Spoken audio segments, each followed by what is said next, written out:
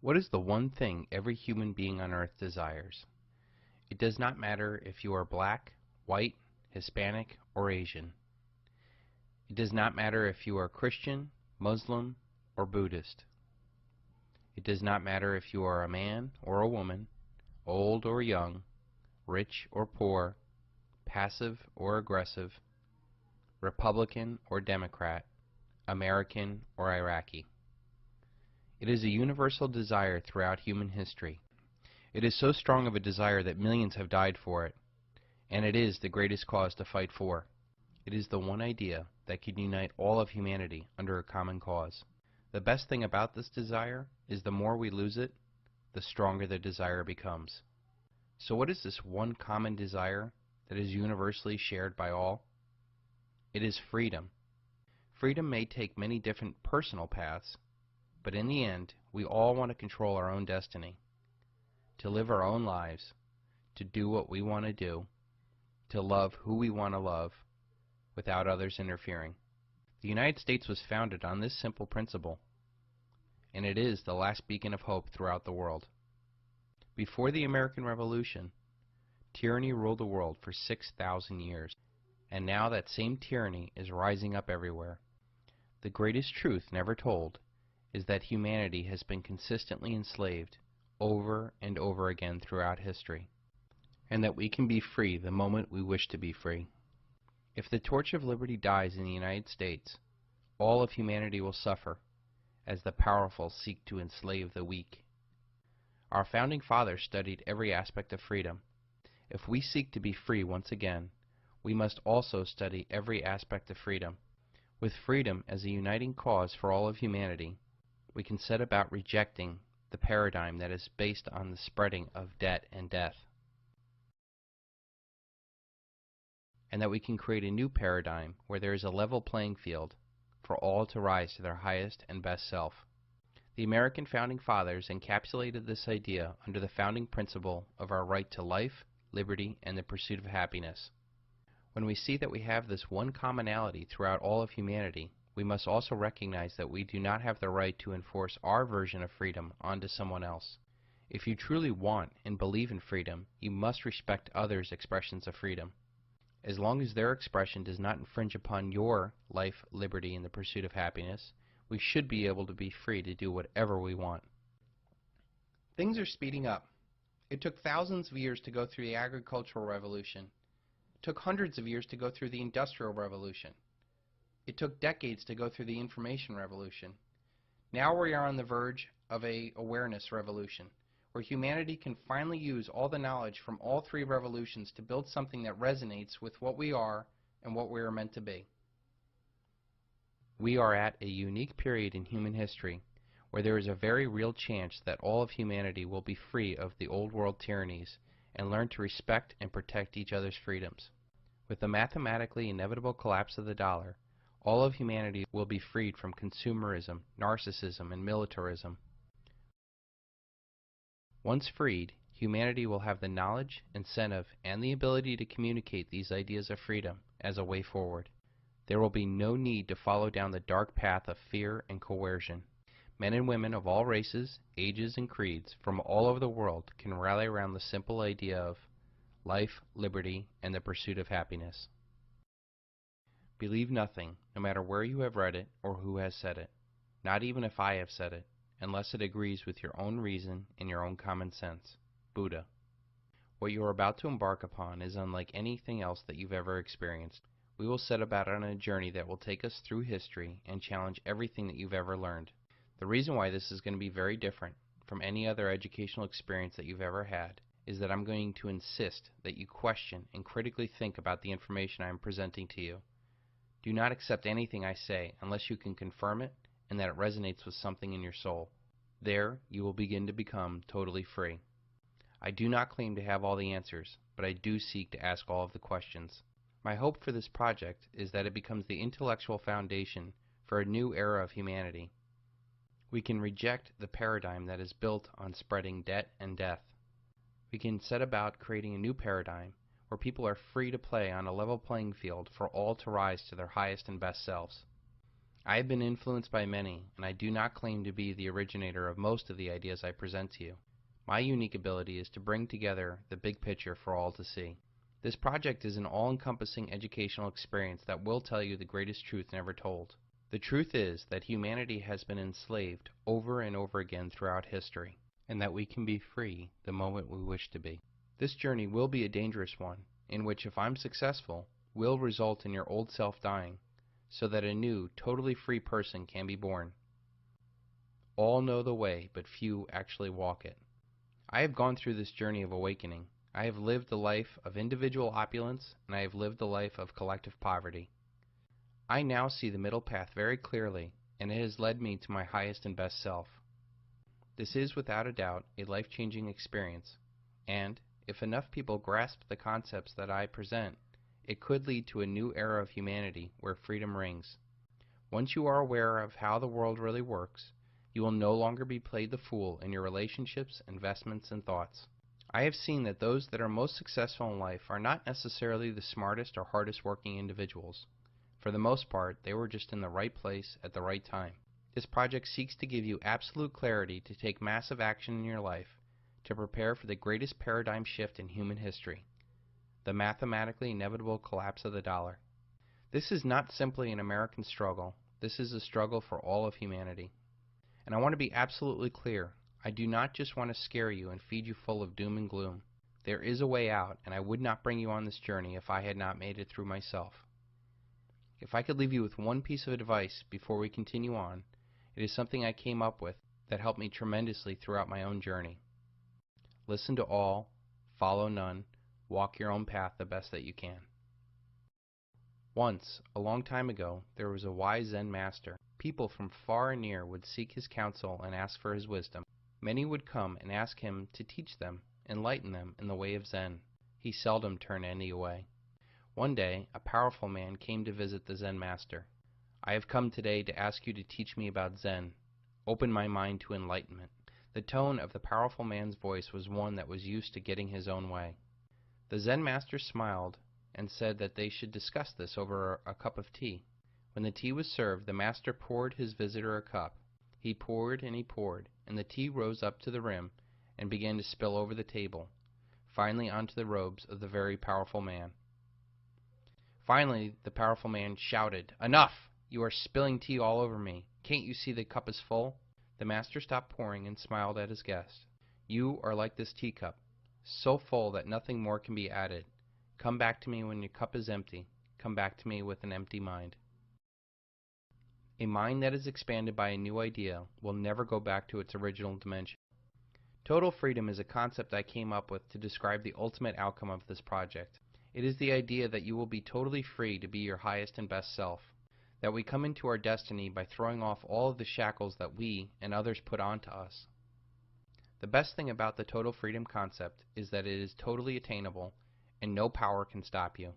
You can become free without confrontation, coercion, or violence. It takes very little energy, and it is something that you can pass on to others, including future generations. Most of us are simply trying to become financially free. The problem I realized early on in life is that you can become financially free and never your highest and best self. I grew up knowing people that had financially everything, and I mean everything, and they were miserable. And yet that is what we're programmed in society to do, to chase after becoming financially free. So many people sacrifice so much for this financial freedom that when and if they get there, they become depressed. I have identified 6 freedoms that one must attain in order to become totally free. The first freedom is physical freedom, the ability to live your life healthy and pain-free. The next freedom is financial freedom, to be debt-free and create generational wealth so that you will have the ability to do what you want to do and to be a blessing unto others. The third, political freedom. This is not just the freedom to vote and have a say in politics, but free from ideas that keep us divided against each other. The next one is intellectual freedom, to question everything and logically process information so that we are free from false choices that limit us. The fifth step is emotional freedom, to be rid of toxic thoughts and people. The final step is spiritual freedom, the ability to connect to a higher power and fulfill our destiny. When we are free in all those areas, we can become our highest and best self. It is only then that we can lift others around us to show them the way. As this sweeps through society, the world is changed. It is very important to see that this path of freedom is one that is inside of us. This is unlike everything we've ever been taught. We cannot change the outside world for us to become free. We must change ourselves so that the world can become free. The 6 freedoms of total freedom mirror that of Maslow's hierarchy of needs. Maslow's hierarchy of needs is a theory in psychology that was proposed by Abraham Maslow in his 1943 paper, A Theory of Human Motivation. Maslow's hierarchy of needs is often portrayed in the shape of a pyramid, with the largest and most fundamental levels of needs at the bottom, and the need for self-actualization at the top. The most basic need is for survival. The body produces real physical reactions if it does not get food, water, air, or sleep. Once the basic needs are met, safety becomes the most important need. The need for personal and financial security becomes most important. Without the physical security from violence or the financial security from economic safety, you cannot become concerned with the next level of human need, which is love and belonging. Once these 2 basic needs are met, you have a firm foundation to become emotionally involved with others. This can come in the form of friendship, intimacy, and family. With the acceptance of a loving community, a person now has the ability to move on to his next need of self-esteem. This level allows the person to have self-respect or confidence independent of what others think. This also shows in a more narcissistic lower version where a need for constant praise and respect of others. What a man can be, he must. Abraham Maslow. The final step is self-actualization. This is a point where a person can rise to their highest and best self, where they can express their true self and their unique talents and abilities. These 5 needs mirror the 6 stages of total freedom. You need to become physically free in order to become politically and financially free. You must be emotionally free in order to become intellectually free. Once you have that intellectual freedom, then you can then set about connecting with the spiritual freedom to become the highest and best self and find out what you were meant to be. It is very important that we understand that what is true for a single human is also true for human society. If a society does not have food or water, they cannot have a stable political system or a functioning economy. Without the safety of a stable society, interpersonal relationships suffer as people scramble to meet their own physical needs. Without an emotionally healthy society, we cannot produce the intellectual or spiritual thinkers needed to guide and inspire society to its highest levels. So much of what we are going to see later on in this project revolves around social predators keeping humanity at its most basic levels so that no man or society challenges the power that they have. Through the use of debt upon the domestic populace and the use of war on the rest of the world, the elite keep mankind down, never to challenge them. Let me read you a quote from an article about the United States using debt-free money and how it could bring world peace and eventually bring down the elite of its time. Quote, "If the mischievous financial policy, which has its origin in North America, shall become indurated down to a fixture, then that government will be able to furnish its own money without cost. It will pay off debts and be without debt. It will have all the money necessary to carry out its commerce. It will become prosperous without precedent in the history of the world. The brains and wealth of all the countries will go to North America. That country must be destroyed, or it will destroy every monarchy on the globe." That is from the Times of London, 1862, just before the Civil War. Do you now see the power of total freedom? Our greatest power is to focus the mind on one thing for an extended period of time. Albert Einstein. I think, therefore I am. This is a classic question about our existence. But what kind of existence do we have if we don't think? Unfortunately, in most of our existence, we do not really think. Thinking is hard to do, and that is why so few do it. When we let others make decisions for us, we lose our power and our control. We are eventually controlled by others who do think.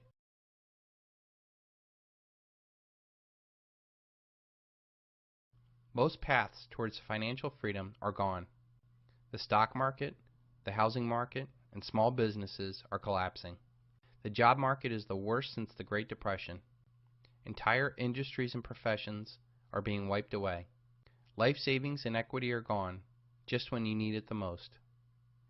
We are under a tremendous amount of stress, mental, financial, political, emotional, and even spiritual stress. We know that this is not the life we are meant to have, and yet it seems that there is no way out. Every inch of your body is telling you something is really wrong. Every way out seems to bring us right back to where we started, trapped. As a country, we are economically bankrupt, intellectually bankrupt, morally bankrupt, spiritually bankrupt.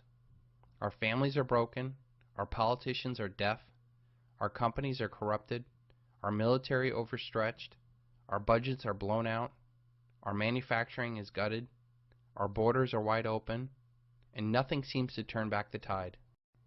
Our world is changing. Our jobs, our money, our government, even our fellow citizens. A paradigm shift in everything you know is happening right now. This paradigm shift happens once in a lifetime. The last time we had a paradigm shift was during the 1920s. The 1920s was known as the Roaring Twenties for its amount of technological innovation and incredible wealth that was produced. During the 20s, we saw the rise of the automobile, highways, power stations, air travel, movies, radio, telephone, and even indoor plumbing. But what soon followed after that was the Great Depression of the 30s and World War II.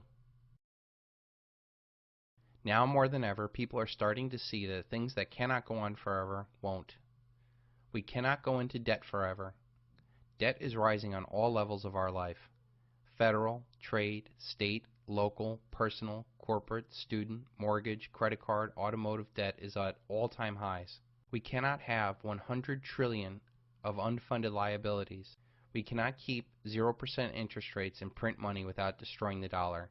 We cannot continue to have rising health, food, and fuel costs. We cannot have endless, senseless wars and over 700 American military bases overseas. We cannot have 85 million baby boomers retiring at the same time to start taking from the generational Ponzi scheme. We cannot have manufacturing shipped overseas, 20% plus unemployment, and 45 million people on food stamps. We cannot have wide open borders with 25 million illegal immigrants. We cannot have half of Americans obese and 27 million Americans on antidepressants. We cannot continue to have banker bailouts, high-frequency trading, or flash crashes. We cannot have just-in-time delivery that only allows 3 days worth of food and 7 days worth of fuel. We cannot continue having failing schools indoctrinating our kids. We are living in a unique period in human history, and all things that cannot go on forever won't. This period will end, and it will result in an unimaginable upheaval in every aspect of your lives. In fact, I'm willing to bet that if you're here right now, it already has. The bad news is, it is unfortunately going to get much worse before it gets any better. The good news is that you are here today, and it is not too late to become aware of the big picture and start preparing to thrive and not just survive. Things that cannot go on forever won't. It has a mathematically inevitable end. Our debt-based monetary system must create more debt every year in excess of the debt and interest accrued the year before, or it will completely collapse. I will cover this very important fact in much more detail later, but it is essentially we must inflate or die. We are reaching a mathematical end of this paradigm, which will either end in a hyperinflationary depression or an outright default. I have a very good idea on how this will play out and what to do about it, but for now let's concentrate on the fact that it cannot go on forever. The irresistible force paradox asks what happens when an unstoppable force meets an immovable object. Our way of life is dependent on the absolute necessity of creating more debt every year, and it is an unstoppable force that drives humanity. The immovable object is the natural limit to the world. There's only a certain amount of resources that all this money can chase after. There is also a limit to the amount of wealth the top 0.1% can accumulate without tipping the world into revolution. There is also a limit to the amount of lies people will believe to keep the system going. The immovable object, in short, is reality. You can ignore reality, but you cannot ignore the consequences of reality. Ayn Rand. The dollar collapse will be the single largest event in human history. This will be the first event that will touch every single living person in the world. All of human activity is controlled by money, and no money has been so prevalent than the dollar. Our wealth, our work, our food, our government, even our relationships are affected by money. No money in human history has had as much reach as the dollar. It is the de facto world currency. All other currency collapses will pale in comparison to this big one. All the other currency crises have been regional, and there have been other currencies for people to grasp onto during the crisis. This collapse will be global, and it will bring down not only the dollar, but all other fiat currencies, as they fundamentally are no different. With the collapse of currencies, it will lead to the collapse of all paper assets. Paradigms are like operating systems for societies. They are a set of rules and principles that we all collectively operate under. Our current paradigm operates under the ability to create unlimited amount of money and debt, which funds the world's largest military empire, which provides a forceful peace upon the world and protects all trade. This allows corporations to harvest the world's resources cheaply. It provides for cheap energy and the ability to exploit the world's labor, which leads to massive paper profits, leading to more debt money to be created. This cycle reinforces itself until it eats itself. When the paradigm exhausts itself, those that are in control of the paradigm will violently defend the status quo. Those that do not benefit from the current order will seek to create a new paradigm. The paradigm shift is the result of these two forces colliding. This paradigm shift will affect every aspect of your life: your relationships, your finances, your health, your security, even your faith. This paradigm shift is a natural cycle throughout history. All societies have seasons where they are born, grow, mature, and die. It is as predictable as the seasons of spring, summer, fall, and winter, or even our own birth, growth, maturity, and eventual death. There is nothing scary about it, as it is inevitable and it is natural. Each societal season lasts about 20 years. Every 80 years, our society goes through this life cycle. We began our current winter cycle on September 11, 2001, and it will not be over until the end of this decade. 80 years before this winter of society, we faced another life-or-death struggle known as the Great Depression and World War II. 80 years before that, we faced the Civil War. 80 years before that, we faced the Revolutionary War. Once again, we will face a massive paradigm shift, and nowhere is it written that the United States will go on. Our only choice is to first be aware and then prepare for this reality.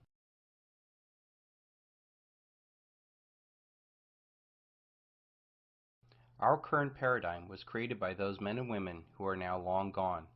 Their sacrifice and dedication made it possible for the United States to become the world's lone superpower. Almost 40% of the economy had something to do with agriculture back then. Now it is less than 3%. Back then, people could farm on their own gardens, raise their own livestock, and take care of themselves. Now we rely upon corporate food, and the food that we get has no nutritional value. Back then, people knew what real wealth was. They had gold and silver in their money. Now we think the digits in our brokerage account is wealth. Back then, people had a strong family and community support systems to help them. Multi-generational housing was very common. Now we live little lives of narcissism. Our families have been split up and divided and conquered. Back then, people had strong spiritual strength. Now we have chemically induced denial. Back then, people were of fit body and strong mind. Now we're obese and willfully ignorant. Back then, people had a classical education to help them figure things out. Now we have to wait for answers. Back then, people had a real economy.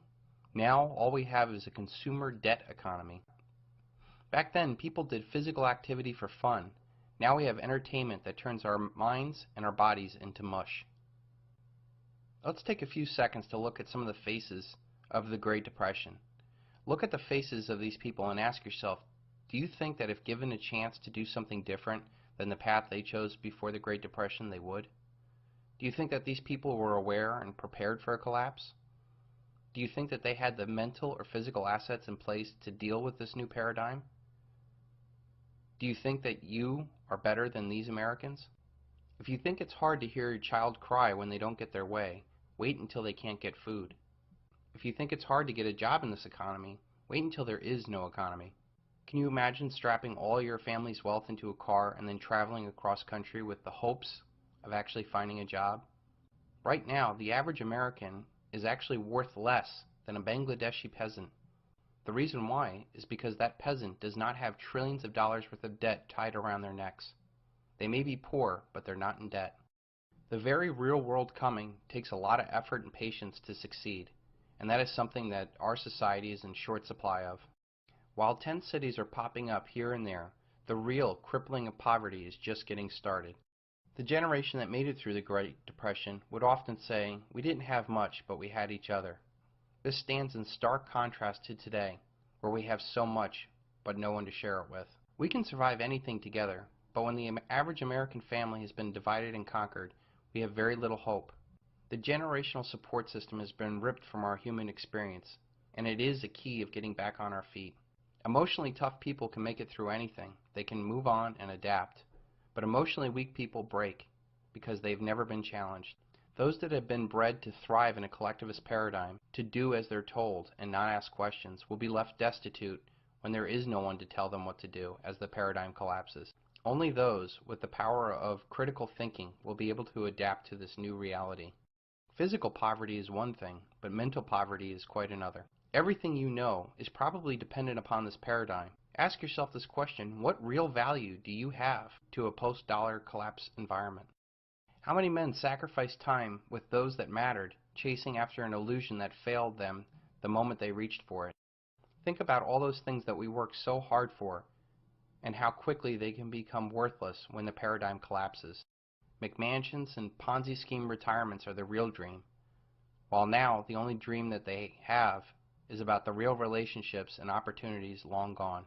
Men will be split from their families as they seek opportunities far and wide, and women will have to endure not only their world falling apart, but trying desperately to shield their children from a harsh new reality. How many mothers do you think are going to sit and regret that they did not prepare themselves or their children for a collapse? How many wish that they had not wasted their time and energy and money chasing after things that mean nothing?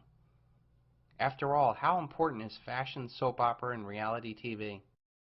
Perhaps the most famous picture of the Great Depression was of Florence Owens Thompson, taken by Dorothea Lange. Dorothea Lange wrote in her notes from the 10-minute photo shoot, 7 hungry children. The father is a native Californian, destitute in pea pickers' camp because of their failure of the early pea crop. These people had just sold their tires to buy food. I did not ask her name or her history. She had told me her age, and that she was 32 years old. She said that they'd been living on frozen vegetables from the surrounding fields and the birds the children killed. Those that did not see this coming won't know what to do when it gets here. Jim Poplava. Let's look at the differences in the paths to success for the generation that overcame the Great Depression and what we have now. Back then, hard work, honesty, and reputation were the paths to success. Now, for the most part, it's about speculation, the scam, the quick buck. Back then, having a large, supportive family system was a way of getting ahead in the world. Now, it is about avoiding marriage and children, for they become a burden. Back then, it was what you know. Now, it is who you know. Back then, it took innovation to get ahead. Now, it takes marketing. Back then, we built factories. Now, we offshore those factories. Back then, it was all about running a tight ship. Now, it's all about bailouts. Back then, when people invested, they invested with equity and had partnerships and cared about the outcome of the investor. Now, it is about debt. Perhaps the biggest difference between the two generations is that the generation that made it through the Great Depression believed in delayed gratification and sacrifice. Now, all we have is instant gratification. We have been collectively bought off and silenced with our lifestyle. We buy now and we pay later. Our lives are about daily distractions, our work, sports, soap operas, elections, celebrity gossip, fashion, personal dramas, etc. After this paradigm shift, there will be no American middle class. When the music stops, that is where you and your family will be for the better part of your life, either at the top or at the bottom. For the most part, Most Americans will be taken completely by surprise. They will go through shock, anger, resentment, depression, and eventually, poverty. Only a small few will be ready. They will be educated and prepared and ready to thrive. It is said that men go mad in herds and only come to their senses slowly and one by one. Charles Mackay. Most people do one of two things when they start thinking about a paradigm shift. Some dismiss it out of hand and say that it can't or won't happen, and blissfully go on completely unaware. Others that start to think about it become like deer in headlights, unable to process all the possibilities of that reality. The reality is that the majority of the people who do consume this knowledge will not do so until after the collapse. This project is really made for them. I believe that understanding the collapse from those that predicted it is far better than following the Pied Pipers that blindly led us into this catastrophe. Those that did not see this coming should have no say in what to do after it happens. This project is an intellectual assault on the paradigm we now live in, and it also provides an intellectual foundation for a truly free paradigm.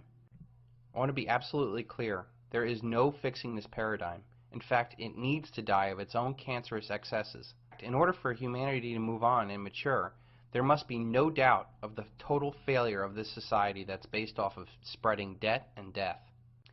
This project will make you aware of exactly how we came to this collapse, the men who created, perpetuated, and profited off of this paradigm, the ideologies that restrained humanity, and what exactly we can do to prepare for the collapse and also to rebuild a new society after the collapse. We will see an era of tremendous upheaval, after which we will have either a new Dark Ages led by fear or a new Renaissance where humanity will be free to become its highest and best self. In short, this paradigm can either be something to fear or something to prepare for. So what does it take to be ready? The answer is very simple. You have to have an open mind. Fear of the unknown is always worse than the reality that we face. Think about the scariest horror movie you've ever seen. The first time you watched that movie, you weren't necessarily afraid of the blood, the screaming, the axe murder. What you were afraid of was the unknown. Not knowing when they were going to jump out of the closet, not knowing what was going to happen next. But even the most scariest horror movie, when you watch it the second time, it becomes less scary because you know what's going to happen. And what if we went a little bit further and then we actually watched the behind the scenes and how the movie was made? Your big break in TV. Welcome to prime time, bitch. What if you could see the actor that was playing the bad guy? Welcome to prime time, bitch. Having fun with the director. To get out. That's why you shouldn't be hauling ass in that lane. It's very dangerous. And that all the blood that you saw was all just fake corn syrup. And that the mask that you were afraid of was just a rubber mask. Or that the set that gave you such fear was actually a backlot studio. You might actually learn so much about that movie that the next time you see it, you can actually laugh at what once scared you. Well, think about what's going on now. The horror story is the end of this paradigm, the dollar collapse, the end of the world as you know it. And yet the only reason why you're really afraid of it is because you don't know what's going to happen. I can tell you, the more you study it, the less fearful you'll become of it. The more you can prepare for it, the further ahead of the curve you can get, the better chance of success that you're going to have. And that once you get through this knowledge and understand how it happened, why it happened, and where it's going to end, you can actually start looking forward to a new paradigm. We are constantly fed the exception and never the norm. When we are encouraged to play the lottery, we're told about the one winner and not the millions of losers. When we're encouraged to buy insurance, we're always told about the young father who left his 2 children behind, but not the millions of fathers that lived every day. When the government wants to scare us and manipulate us, they tell us horror stories of mushroom clouds and men in caves with box cutters. These scary stories are told to us like we are children, only so that we run to our rulers to protect us. The reality is, these scary stories are nothing compared to the freedoms we give up.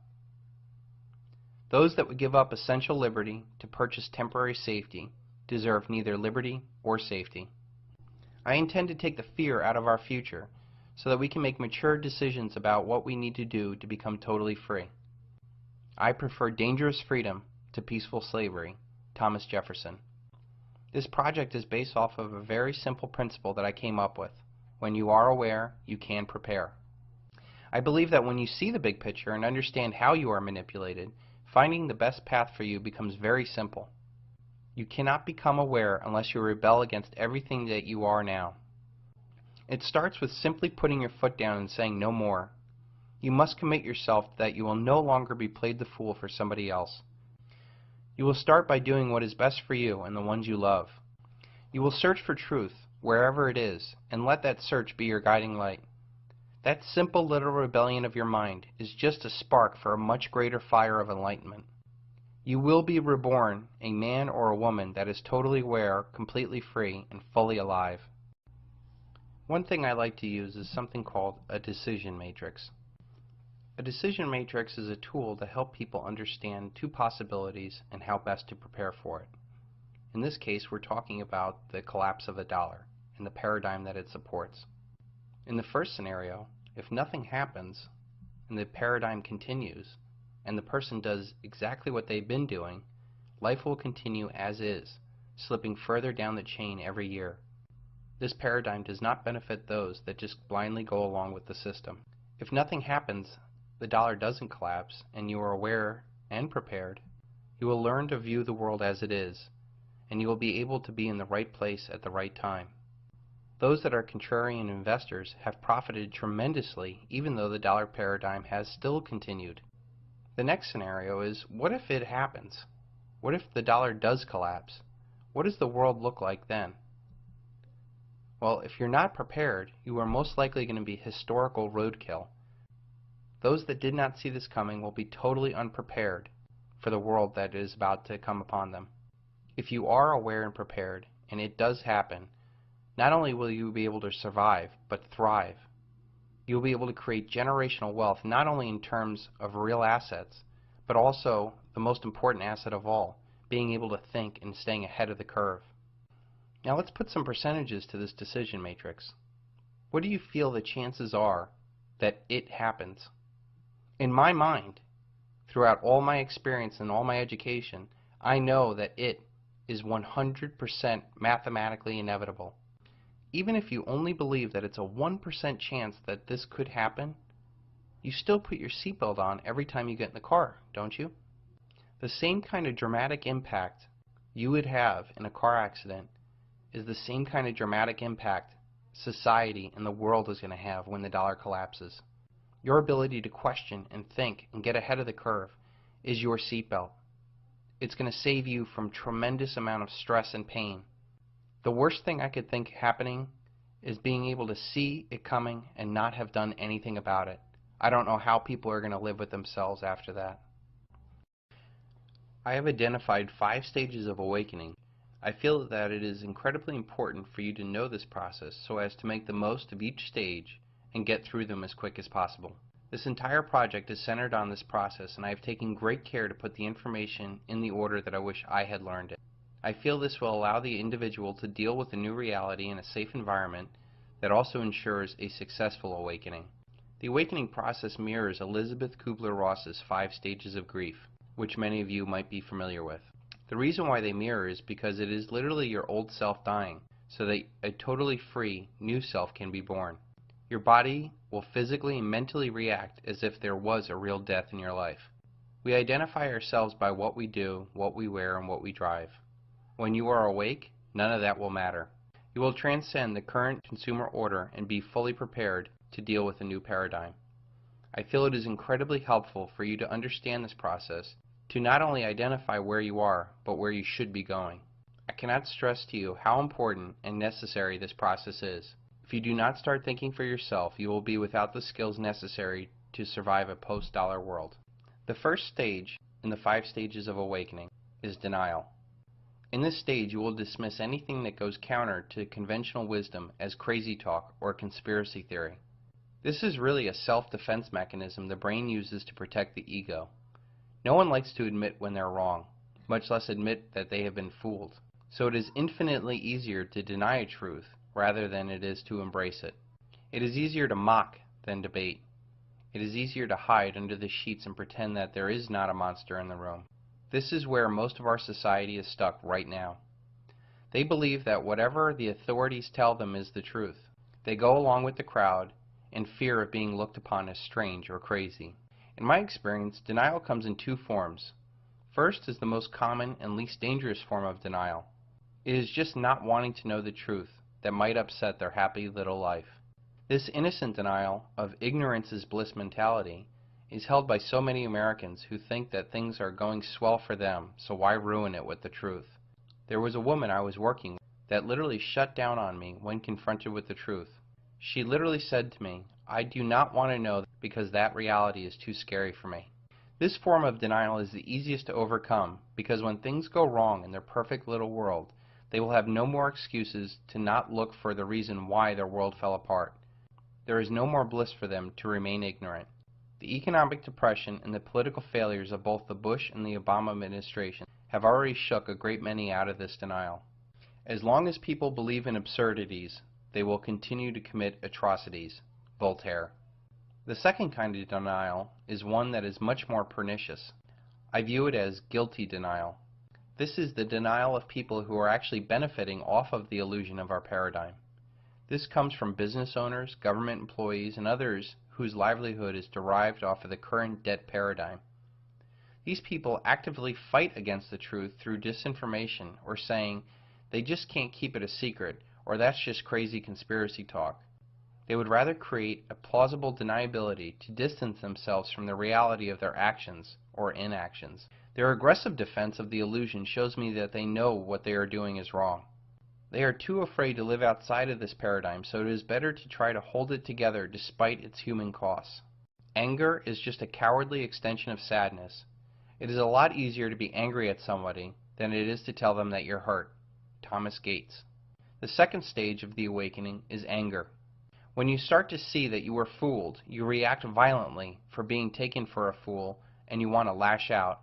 This action is ineffectual in bringing about positive change for the freedom movement. In my experience, those that propose violence are probably working for the government just trying to find some sucker to frame. You're a fucking cop, the three of you! Go on, it's our line! It's a peaceful demonstration! Anger is a very natural reaction and is one that you must go through rather than suppress. Finding out how the world really works is akin to finding out your significant other has been cheating on you. You may have remained faithful to what this country was about while atrocities were committed behind your back. Anger is just covering up the fact that you are really hurt for being taken advantage of. This stage is often the shortest, but it is also the one with the most energy is expended. In my anger stage, I redirected my anger to fuel an intense amount of research into making sure that I was never fooled again. It eventually led to the creation of this project. The third stage of the awakening is called bargaining. After you calm down, you start to reach out to anybody who will listen to tell them what is really going on. This is the most annoying stage of the awakening process. And remember that you are reaching for people who are still in the stage 1 of denial. You end up ruining Christmas parties talking about World Trade Center 7 or kids' basketball games talking about the Federal Reserve. By reaching out and sharing, you are not really trying to awaken people. You are really looking for help. By reaching out, you are seeking guidance or structure in your own search for truth. You know that there's something wrong. You know that you can't go back to your ignorance. Without clarity, you cannot move forward, and this naturally leads to the next stage of depression. The fourth stage of the awakening is depression. Now that you've reached out to everybody and nothing seems to happen, depression sinks in. You start saying, "It's too big. What could I do about it?" The worst kind of depression that permeates the freedom movement is the arrogant attitude of, "I know it all," or "Screw everybody, I don't care." This is the most painful stage and the hardest one to get out of. Human happiness comes from progress, and yet progress in this journey seems to suck you further into a hole. Unfortunately, there's no way around this, yet it is absolutely necessary that you go through it. I must not fear. Fear is the mind killer. Fear is the little death that brings total obliteration. I will face my fear. I will permit it to pass over me and through me. And where it has gone, I will turn the inner eye to see its path. Where the fear has gone, there will be nothing. Only I will remain. Frank Herbert. The fifth and final stage of the awakening is acceptance. This is the point where you now become comfortable with the oncoming reality and you actually take active and positive steps to prepare for this. This process of making wise choices for yourself and others will yield massive positive personal results. These positive results will reinforce your actions and bring about more positive change in your life. People will start to notice the light in your eyes has returned as confidence returns. They will now ask you what had happened to you, and those that once did not want to hear the truth will be ready to listen. This is ultimately where we all need to be, both personally and as a movement. I really feel the reason why I've been so successful at waking people up is that I do not try to scare them and depress them. Trust me, I can write doom and gloom with the best of them. Fearmongers do not want you to logically think. They want emotional reaction to their preconceived notions. I do try to motivate, encourage, and enlighten people in order to take the first step into their highest and best self. This journey is the most important one you'll ever take, and it is the only hope to ever becoming what you were meant to be, free and independent. We have already seen most of humanity does not really think, and that most of our lives is controlled by men who do think. In this next awakened paradigm in history, man will need to embrace, I think, therefore I am free. Our wretched species is made so that those who walk on well-trodden paths always throw stones at those who are showing a new road. Voltaire. One of the greatest challenges of becoming totally free is to be able to think independently from everybody else. You know instinctively that no one cares about you as much as you care about yourself. Yet we consistently listen to others about what is best for us, instead of thinking about what is best for us. That is because we live in a world where everybody tells you what to think, but no one tells you how to think. We are blasted every day with advertising, financial sales pitches, political media propaganda, religious dictates, and more social pressure to conform. Most of our lives we don't really make any decisions. We just kind of fall into a routine. You see, when you do not really think, you leave your mind open to those who do think. The real and most often unnoticed danger is a class of predators manipulating societies for their own selfish benefits. If you go along to get along, and not think outside the box, you risk being caught in the undertow of a doomed society or worse. The next revolution will be one of ideas, and it is one where you are going to have to be able to think outside of your cell. It will require you to see that we are all one, and that divide and conquer holds us back from our highest and best self. It will require you to see the perceived values we place on status, wealth, and other distinctions are false. It will require you to see that individuals are more important than the collective. It will require you to see that we must not sacrifice the future for the present. It will require you to see that the ends do not justify the means. There is no goal worth the wholesale slaughter of millions and the debt enslavement of billions. It will require you to see that this revolution cannot take place by forcing others, by protesting, or by forming any organization. It must come through a change within each and every one of us. The mathematically inevitable collapse of the dollar will bring about the greatest challenge that humanity will ever face. It will require an unprecedented transformation of the human condition. It is not the strongest species that survive, nor the most intelligent, but the ones responsive to change. Charles Darwin. We will cast aside these incredibly destructive forces that have been piled up for decades, spreading debt and death throughout the world in the hopeless effort of sustaining the unsustainable. Only then can we create a new way of life based on freedom. That transformation starts only when you as an individual begin to be aware of yourself in every thought, action, and feeling. As humans, we naturally look at anyone outside of our group or worldview as dangerous and to be shunned. This has served us well when we lived in a tribal, small community dynamic. Now we are systematically and scientifically misled in order to serve the interest of others. We need to look outside of our own little world for answers if the community is headed for collapse. Have you ever seen crabs in a shallow bucket? If you put one in a bucket, it can easily get out. But if there's more than one crab, any crab trying to get out will be pulled back into the bucket by the rest of the crabs. This is how the collective works. It forces individuals to conform so that the collective may survive. And that is our society.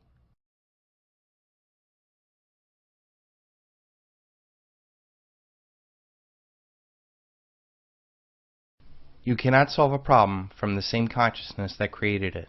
You must learn to see the world anew. Albert Einstein. Think about all that is wrong with the world today.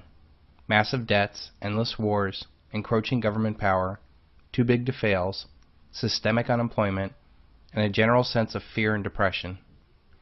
You cannot solve these problems with the same consciousness as the ones that created this mess. You cannot cure a debt problem with more debt, restructured debt, or bailouts. You cannot solve war with more war, cyber war, proxy wars, or covert wars. You cannot control the power of the government with new politicians, laws, or lobbying. You cannot solve unemployment with more funding for education, more regulations, or strikes. In order to solve these and all other problems that plague our society, you need to create another consciousness.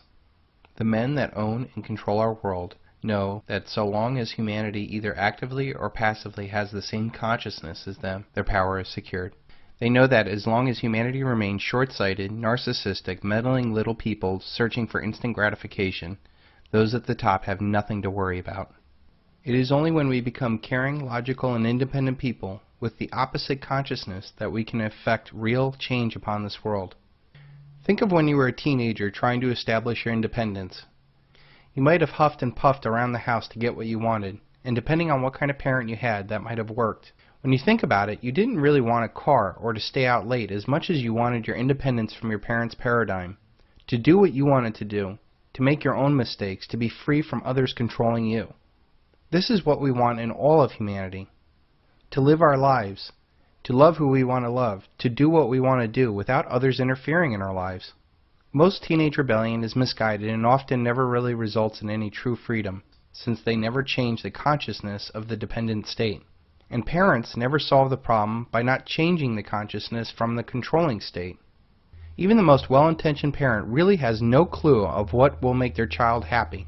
So why bother trying to control them? As long as they're not in mortal danger, parents should just let go. The child can only begin to find out what will make them happy by following their passions independent of their parents. Slamming the door, yelling, or the quiet treatment will not result in you gaining any real power.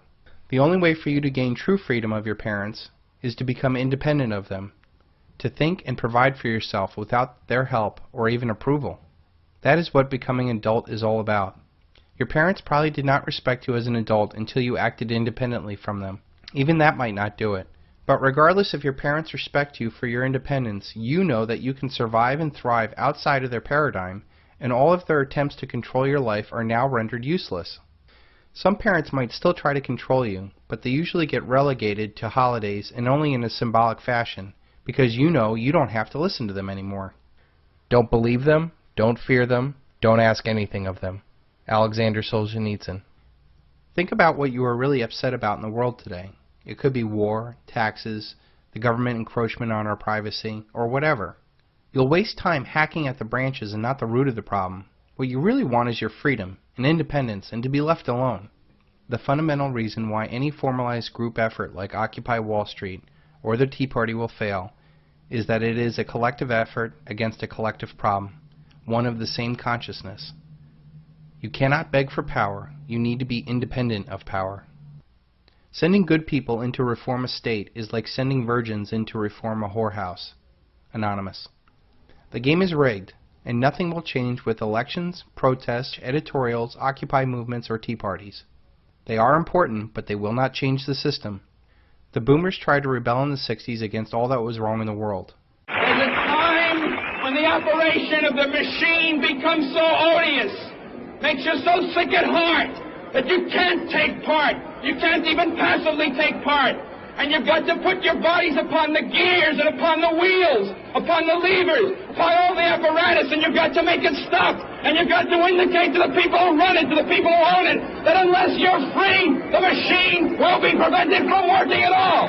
They lack the mature wisdom to guide them to the root of their problems and to become a real threat to those that seek to control them. If you want to become a real threat to the system, act independently of the system. This is essentially what a responsible citizen must do to a repressive government. Slamming your door at your parents' house is the same as a million-man march. You think it is a show of power, but those that are in charge think it's a cute but meaningless exertion of power and do not fear it in the least. Let them march all they want, so long as they pay their taxes. Alexander Haig. You must physically, financially, politically, intellectually, emotionally, and even spiritually Remove yourself from their control. The most potent weapon of the oppressor is the mind of the oppressed. Stephen Biko. You cannot change the world to make yourself happy or free. You must change yourself to make the world happy and free. Be the change that you wish to see in the world. As long as humanity believes that they can change the world to make themselves happy or free, we will continue to fall into this trap over and over again, generation after generation. It is insanity to think that you can change the world to make yourself happy or free. You can't do it on a personal level, and you certainly cannot do it on a national or a global level. Think about your own family. You share the same race, religion, education, and so on, yet there's constant disagreement. I can't even control my 3-year-old son. So what makes us think that we can somehow change the world with 7 billion people with different outlooks and motives on life? No matter what you try to do to affect change in the world, you inevitably run across others who do not share your same vision. And because they come from different experiences, education, and awareness as you are, they will naturally become an opposite force. They will naturally push against any effort you have, and this ultimately devolves into a middle-of-the-road solution that leaves no real change, a lot of wasted time, energy, and money. This also gives power to the parasitical middlemen that manipulate both sides to their advantage. True independence can only come from within. We knew this on some level when we were teenagers, but we fell for what the world and our masters offered as freedom. College degrees, big houses, fast cars, consumer products, shallow relationships, or gurus. This inevitably leads to debt, frustration, and an empty hole in our lives, which we usually do not fully realize until we are way past our prime, wasting the best part of our life. The only thing in the world that you really can control is you. So stop trying to change others. Be the change that you want to be in the world. It is very important to know that we also have no right to enforce our version of freedom and happiness onto others. No matter how much you feel you are right, people must come to their own decisions on their own terms and timetable. When we focus our time, energy, and money on working on our own personal freedom, we will not only see real effective change, we will show the way for millions of others to follow. When you are truly free, you'll be strong, happy, and independently powerful. Your power does not come at the expense of others or control of others, and therefore cannot be stopped. True generational wealth is when you can learn how to become totally free and pass that freedom on to others. Judge a man by his questions rather than his answers. Voltaire. The point completely. Not important to get children to read. Children who want to read are going to read. Kids who want to learn to read are going to learn to read. Much more important to teach children to question what they read. Children should be taught to question everything. To question everything they read, everything they hear. Children should be taught to question authority. Parents never teach their children to question authority because parents are authority figures themselves and they don't want to undermine their own bullshit inside the household. Kids have to be warned that there's bullshit coming down the road. That's the biggest thing you can do for a kid. Tell them what life in this country is about. It's about a whole lot of bullshit that needs to be detected and avoided. When you are aware, you can prepare. Our societal structure is broken. The Industrial Revolution took the father out of the house. The Consumer Revolution took the mother out of the house. It now takes 2 or 3 incomes to support a family now. Who is left to shape the minds of our children? Who benefits from this? Cui bono? Our society is mass-producing pathological narcissism on a massive scale. Fascination with fame and celebrity, fear of competition, the inability to suspend belief, shallowness and transitory quality of personal relationships. Who benefits from this? Collective power does. We know deep down that we are not getting ahead. We are presented with saviors who never change the system or solve the problems. Our future is not certain. My generation will be the first American generation to not live as well as the previous generation. This, unfortunately, has been designed to happen this way. We have been programmed all of our lives to shut out personal choices and conform with society. This could come in the form of a parent's authority, school's rules, social pressure, or the government laws and regulations. By the time we are adults, we have a self-regulating prison of our mind. We recognize the symptoms: self-doubt, low self-esteem, lack of motivation, and lack of original ideas. We think we know the cause of these problems: parents, education system, the media, the boss, etc. But in reality, they're just victims of the same dynamic. I'm going brown! Oh, okay. Yeah. I don't know, you'll probably be about as good as I was. That's kind of the way it works, you know, and I was below average. You know, so, whoa. So you'll probably ultimately rank somewhere around there, you know, so really, you'll excel at a lot of things, just not this. I don't want you out here shooting this ball around all day and night, all right? All right. Okay? All right, go ahead.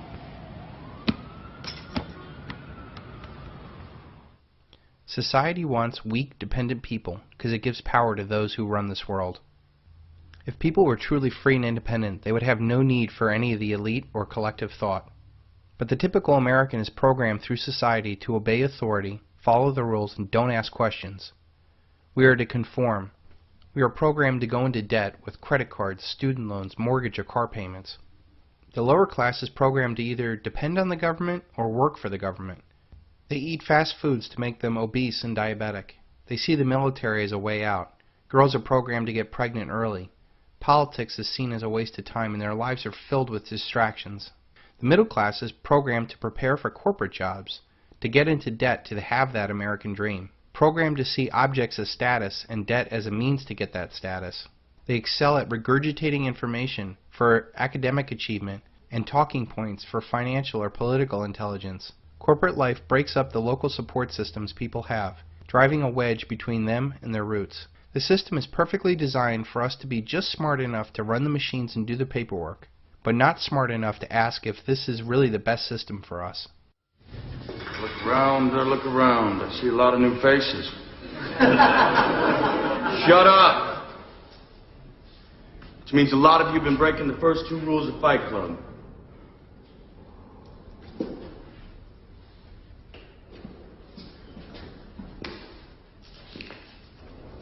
Man, I see in Fight Club the strongest and smartest men who've ever lived.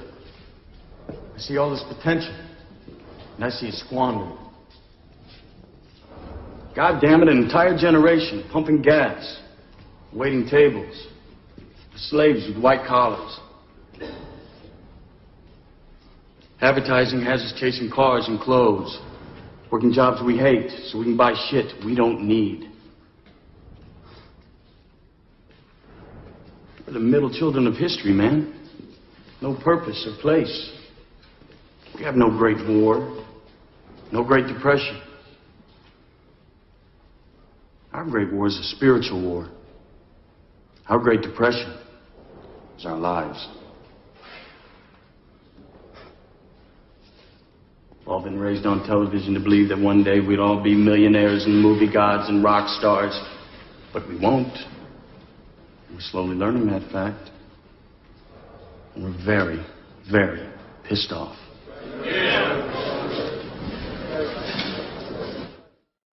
Education is very dangerous. Every educated person is a future enemy. Hermann Göring. Making sure that you become free and independent does not serve the elites or anybody else's interest, so don't expect it. If you want it, you have got to fight for it.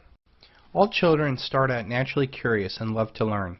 When they are sent to school, instead of learning, it is a repeated process of memorizing and regurgitating information. The better you are at regurgitating this information, the better you will do in the school system. The real education is obeying authority. We are taught to ask permission. We are taught not to think outside the box. We are taught multiculturalism, drugs, sex, and death education. We are taught to memorize, regurgitate information, an input-output process not unlike a computer or a slave. We are taught to respond to a bell, just like a factory floor.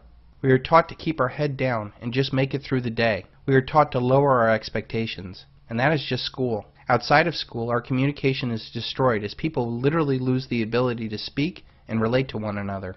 Our financial education is one of slaves encouraging debt. Our political system is one of false choices. Our media is normalizing narcissistic behavior. We are not taught to develop critical thinking.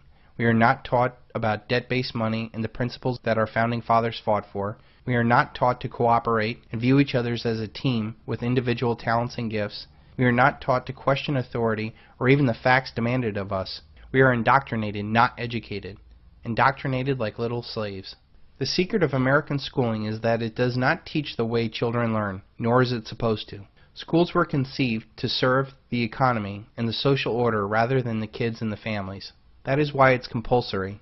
As a consequence, the school cannot help anybody grow up, because its prime directive is to retard maturity.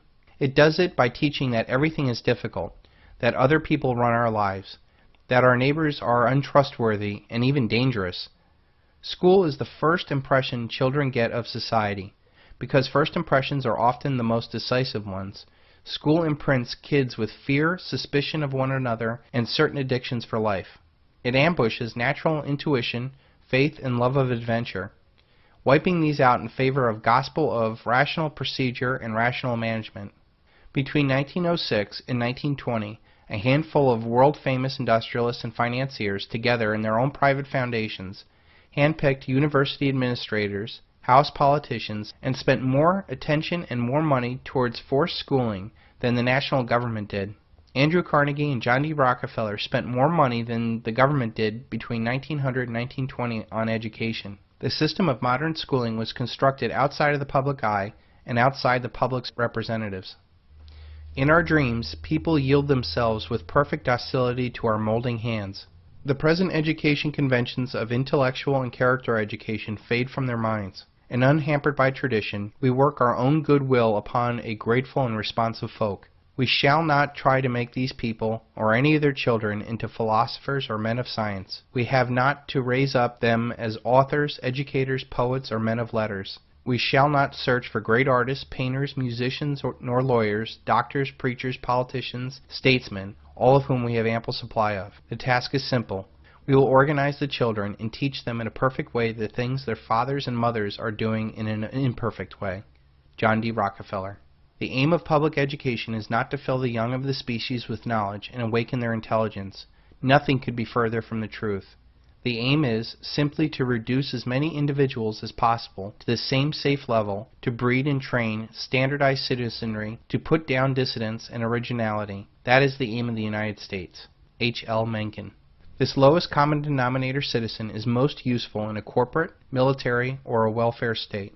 Corporations, governments, and militaries do not deal with dissent effectively, so it is in their best interest not to have participants that question anything.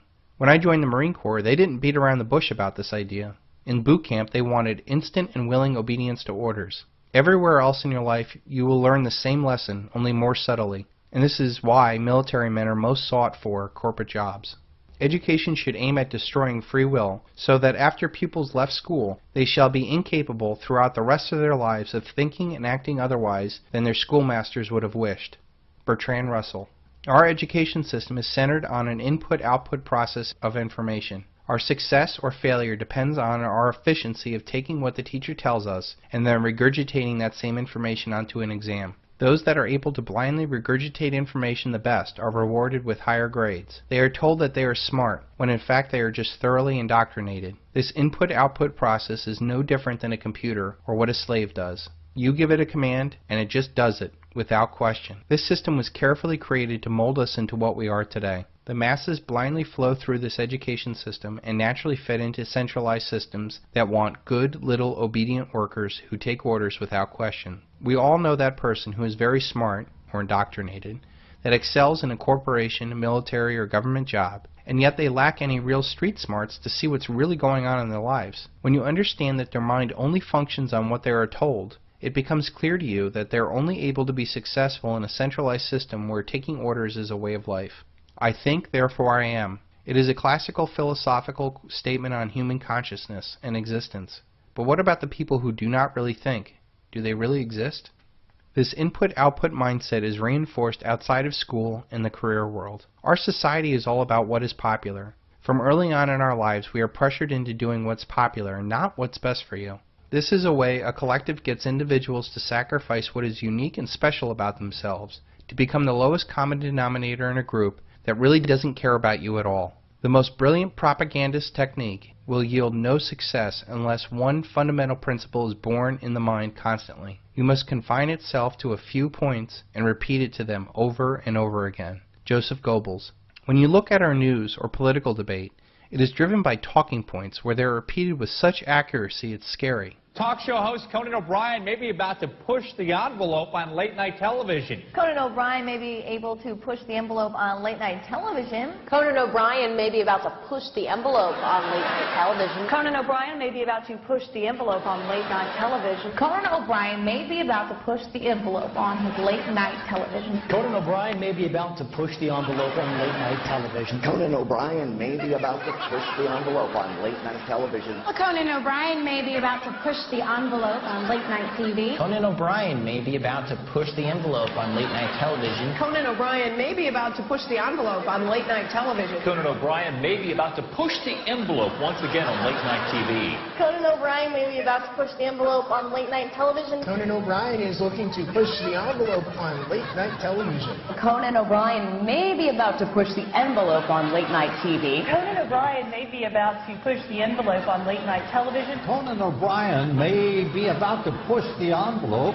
on late-night television. Conan O'Brien may be about to push the envelope on late-night television. Conan O'Brien may be preparing to push the late-night envelope. Intellectual debate in this society somehow passes for those who can scream their talking points the loudest over the other. This is done purposely to get a confrontational, emotional reaction from the indoctrinated, and to dissuade the logical and independent thinker from even entering the debate. Through this process, the collective is intellectually safe from any challenge to its power. Do your thoughts serve to free you, or simply to make you freely serve? These talking points are created by people who do think about how to control societies. They weave this input-output slave thought into an Hegelian dialectic that they control. They essentially have a society that bickers over issues that have no real importance on the real power of the world. They use hot-button, emotional issues like abortion or gays in the military to divide and conquer us, while they laugh all the way to the bank, march us off to the war, and destroy our Constitution. What about those of us who did not do well in this indoctrination environment? I was one of those kids that did not do very well in school. I knew from a very early age that what was being pumped into my head was not what was going to make me a better person. I knew that the most successful people that I knew did not have jobs or went along with the crowd, yet our school teaches us to get jobs and do what we are told. I knew that our school system wanted me to learn about sex, drugs, death, multiculturalism, much more than issues that would have driven my success like economics, history, and psychology. They wanted me to drone on senseless and boring topics instead of inspiring me to a higher, better self through art, music, and philosophy. What they were really teaching me was to keep my head down and deal with their system. These days, those that are restless in this indoctrination environment run the risk of being drugged. This is the result of the indoctrination of humanity into the same consciousness of those that own and control our world. This is the HTV-2 hypersonic bomb that can travel at 20 times the speed of sound and strike anywhere in the world in under an hour with the impact of a nuclear bomb without the fallout. Each of these bombs costs $69 million and is designed like all other weapons to control others. After it is used, it leaves us poor, other people dead, and more power and profit to those that made it. There are only two kinds of people in this world, those that want to be left alone and those that won't leave you alone. Humanity has spent so much time on how to manipulate the world, and relatively no time asking why. Would have humanity been vastly better off if we did not tax, steal, inflate our economic activities to pay for a $1 trillion military empire, to dominate the world's resources, to create unlimited debt and power for the elite that control our world? Or should we have just left the world alone, free to pursue whatever desires they wanted to do, and just took care of ourselves? Well, if you're indoctrinated into the belief that you have the right to inflict your view of the world onto others, then this is the weapon for you. You now have the ability to spread debt and death faster than anybody else in the world. You just better hope one day that somebody doesn't think that they have the same right to inflict their version of the world on you. We have a world today that has awesome technical knowledge to be able to develop a $69 million hypersonic autonomous kamikaze bombs that can strike anywhere in the world within minutes, and yet we have a society that cannot become conscious to the fact that they are slaves living depressing, malnourished, narcissistic little lives. Some would say that we need this indoctrination to make the world work, and that squatting on a mushroom thinking about man's relationship to the universe will never get us to the moon. Well, who cares if we can technically watch a 3D, 80-inch high-definition TV, instantly downloading the latest Kardashian show, dressed in a Prada spacesuit, while driving a Mercedes moon buggy on the moon? On your deathbed, will you be thinking about all the technical things that you were able to do, or the idealistic relationships and passions you did not pursue? I can tell you what Steve Jobs wished for. He wished he could have gotten to know his kids better. I never let schooling get in the way of my education. Mark Twain. And besides the fact, most of the great inventions that improved our quality of life were created by men that had none of this indoctrination. They were free thinkers and tinkerers who loved learning in a non-formalized environment. They pursued their God-given talents and desires for the betterment of others. Jonas Salk cured polio by following his passions and talents, and then he gave away the vaccine to the world without patent. He became the change in the world he wanted to see. Hell, there are no rules here. We're trying to accomplish something. Thomas Edison. And what are we really technically teaching kids today? Are we producing the next Edison, Ford, or Tesla? Or are we producing kids that will someday be held at war crimes tribunals saying that they were just technically following orders? The other problem with this technical line of thinking is that it gives humans the arrogant view that they can manipulate nature and ultimately others into our own personal utopia, never seeing the fact that every action has an equal and opposite reaction. Keynesian economics is of this technical line of thought, and that it has been drilled into our heads that we can manipulate the world by just pulling enough economic levers. All of the technical progress we have made in war, communication, finance, government, and consumer gadgets are worthless if those lives that are building, consuming, and dying for these goods are soulless creatures who do not think for themselves. And what is the result of all this technical thinkers manipulating our world? We have rigged the world to blow with massive financial fraud that will technically end the world as we know it. And for what? Do we technically live better than we did 50 years ago? And by what measure? Happiness, obesity, education, divorce? We need the ability to ask why we do things and not how to technically do things. Maybe then we can ask why we should even build a hypersonic bomb. Does it make the world better? Who does it benefit? How would these resources be better used? And do we even have the right to take from some to destroy others? Without a greater sense of life behind our technical actions, we will continue this painful existence on Earth. You cannot change the outside world to become free or happy. You must change yourself to become free and happy. We are constantly told what to think and not how to think. There is a very easy way out of this slave mentality we have been taught, and it is called logic. You might have heard of something called a classical education. A classical education is created on the firm foundation of the trivium: grammar, logic, and rhetoric. Grammar is the observation of symbols or situations. Logic is using reason to understand what is the most likely outcome and how to best position yourself for that outcome. Rhetoric is the ability to relate to others what you observed, how you logically thought about it, and to be able to defend your conclusions to others questioning your ideas. The most dangerous man to any government is a man who is able to think things out for himself without regard to prevailing superstitions or taboos. H.L. Mencken. This trivium was the basis for all other education. If you were able to process information through the trivium, you could learn anything, and more importantly, you would love learning. Did you ever wonder why our founding fathers were able to speak multiple languages and to excel in vastly different areas like architecture and philosophy? It is because they had a strong foundation in the trivium. Since these men loved learning, they did not ever stop learning. They continued to read and study up until their final days. This classical education led to a fertile ground of educational thought that gave rise to the American society that threw off the shackles of a collectivist tyranny for the simple principle of life, liberty, and the pursuit of happiness. Children are innately curious, and they use their logic to understand how the world works. The reason why kids are constantly into everything is that they're learning how things work. Over time they learn that if they drop a glass, it will break. If you ever wonder why your kid's depressed at school, it is probably because they know that they're being indoctrinated into being a slave, and on some level they know it. If you wonder why your kids don't like you, it's not because they don't really like you, they just don't want to end up like you. Dead-end job, poor relationships, poor money situation. In our society, we are taught to hate education and avoid it after school. Our society makes it real easy to be ignorant, and even subsidizes the behavior. What luck for rulers that men do not logically think. Adolf Hitler. This three-step process is vastly different from the input-output process of our current education system. That key step of logical thought is totally devoid in our educational system. If we were taught logic, we would cause all sorts of problems for a system that relies on blind obedience to orders. When I was in the Marine Corps, they were very bold in their indoctrination process of me. They wanted instant and willing obedience to orders. But our schools, our corporations, and governments can't be so bold. So they just want you to be a quote-unquote team player. Between stimulus and response, there is a space, and that space is your freedom. Viktor Frankl. While this logical thought is bad for a collectivist system, it is the key to happiness and success for an individual. Using logic allows the individual to rationally and unemotionally process what is being presented to them. There they can determine what is being presented to them, if it's good for them, and how best to react to this new idea. Logic breaks the slave mentality of do what you're told. When we have logic, we are able to question what we are told, and more importantly, reject those who are shown to be liars. If we blindly accept everything we are told, we are led around by the nose by people who do think for themselves. When we think for ourselves, we can get ahead of the curve and become independent of a world gone mad. If you tell a lie big enough and keep repeating it, people will eventually come to believe it. The lie can be maintained only for such a time that the state can shield the people from the political, economic, or military consequences of the lie.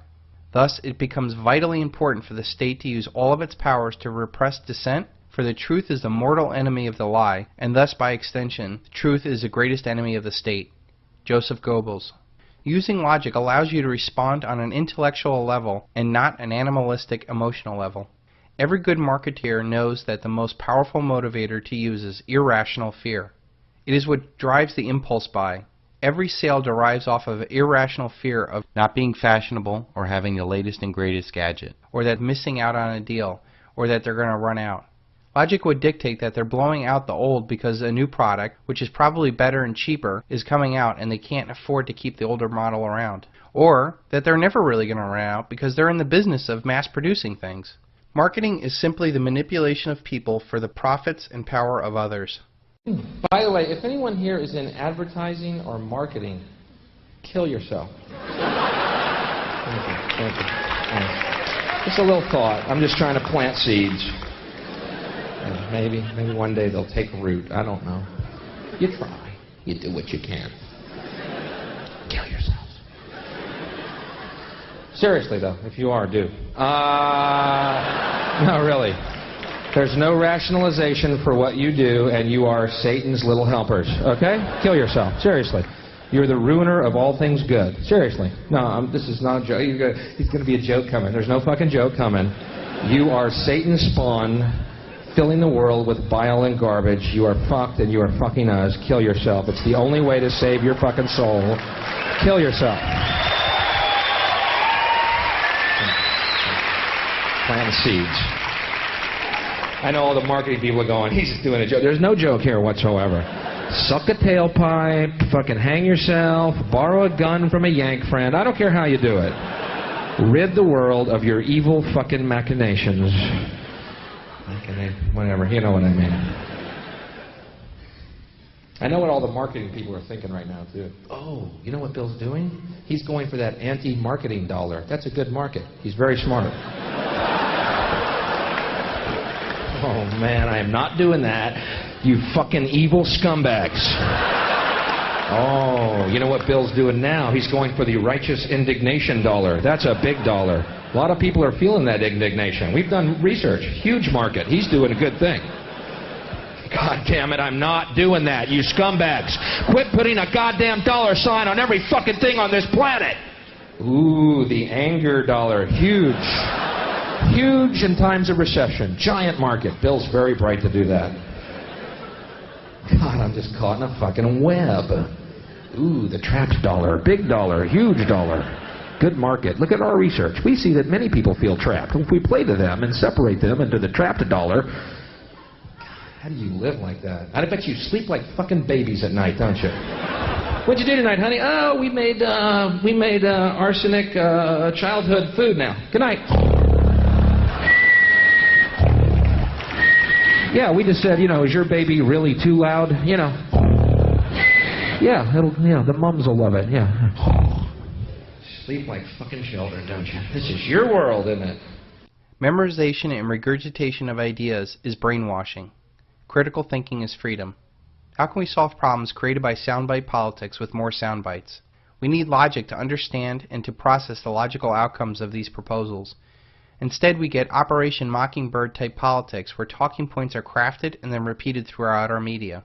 Those that are most skilled at repeating those points are considered the most intelligent. I thought that it was a matter of real concern that planted stories intended to serve a national purpose abroad came home and were circulated here and believed here, because this would mean that the CIA could manipulate the news in the United States by channeling it through some foreign country. And we're looking at that very carefully. Do you have any people being paid by the CIA who are contributing to a major circulation American journal? We do have people who submit pieces to American journals. Do you have any people paid by the CIA who are working for television networks? This, I think, gets into the kind of getting into the details, Mr. Chairman, that I'd like to get into in executive session.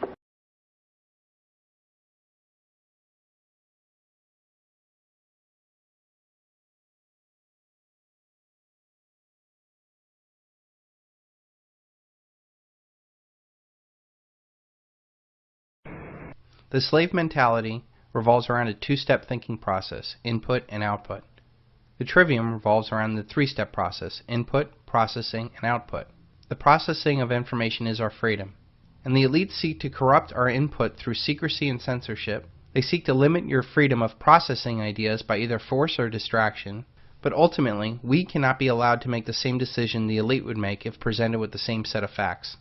If you can perfect this three-step process of critical thinking, your mind is freed, and all knowledge can be learned with ease. More importantly, with this logical thought process, you are inoculated against predatory thought control of those that seek to manipulate you and take advantage of you. This logical thought process is completely devoid in our modern education system. By not questioning the ideas leads to not questioning authority, which serves the elite who created the system. We could encourage the best qualities of youthfulness: curiosity, adventure, resilience, the capacity for surprising insights simply by being more flexible about time, text, and tests. By introducing kids to truly competent adults and giving each student whatever autonomy he or she needs in order to take the risk every now and then. But we don't do that. John Taylor Gatto. This trivium thought process of logical thought feeds naturally into humans' innate curiosity. Once fully grasped, learning becomes addictive and almost insatiable. You can literally feel your brain growing and firing faster. Your world becomes less scary because you are confident that you can overcome any challenge. The elite that control our paradigm do not want critically thinking humans that would question their world and ultimately question them and the systems of control.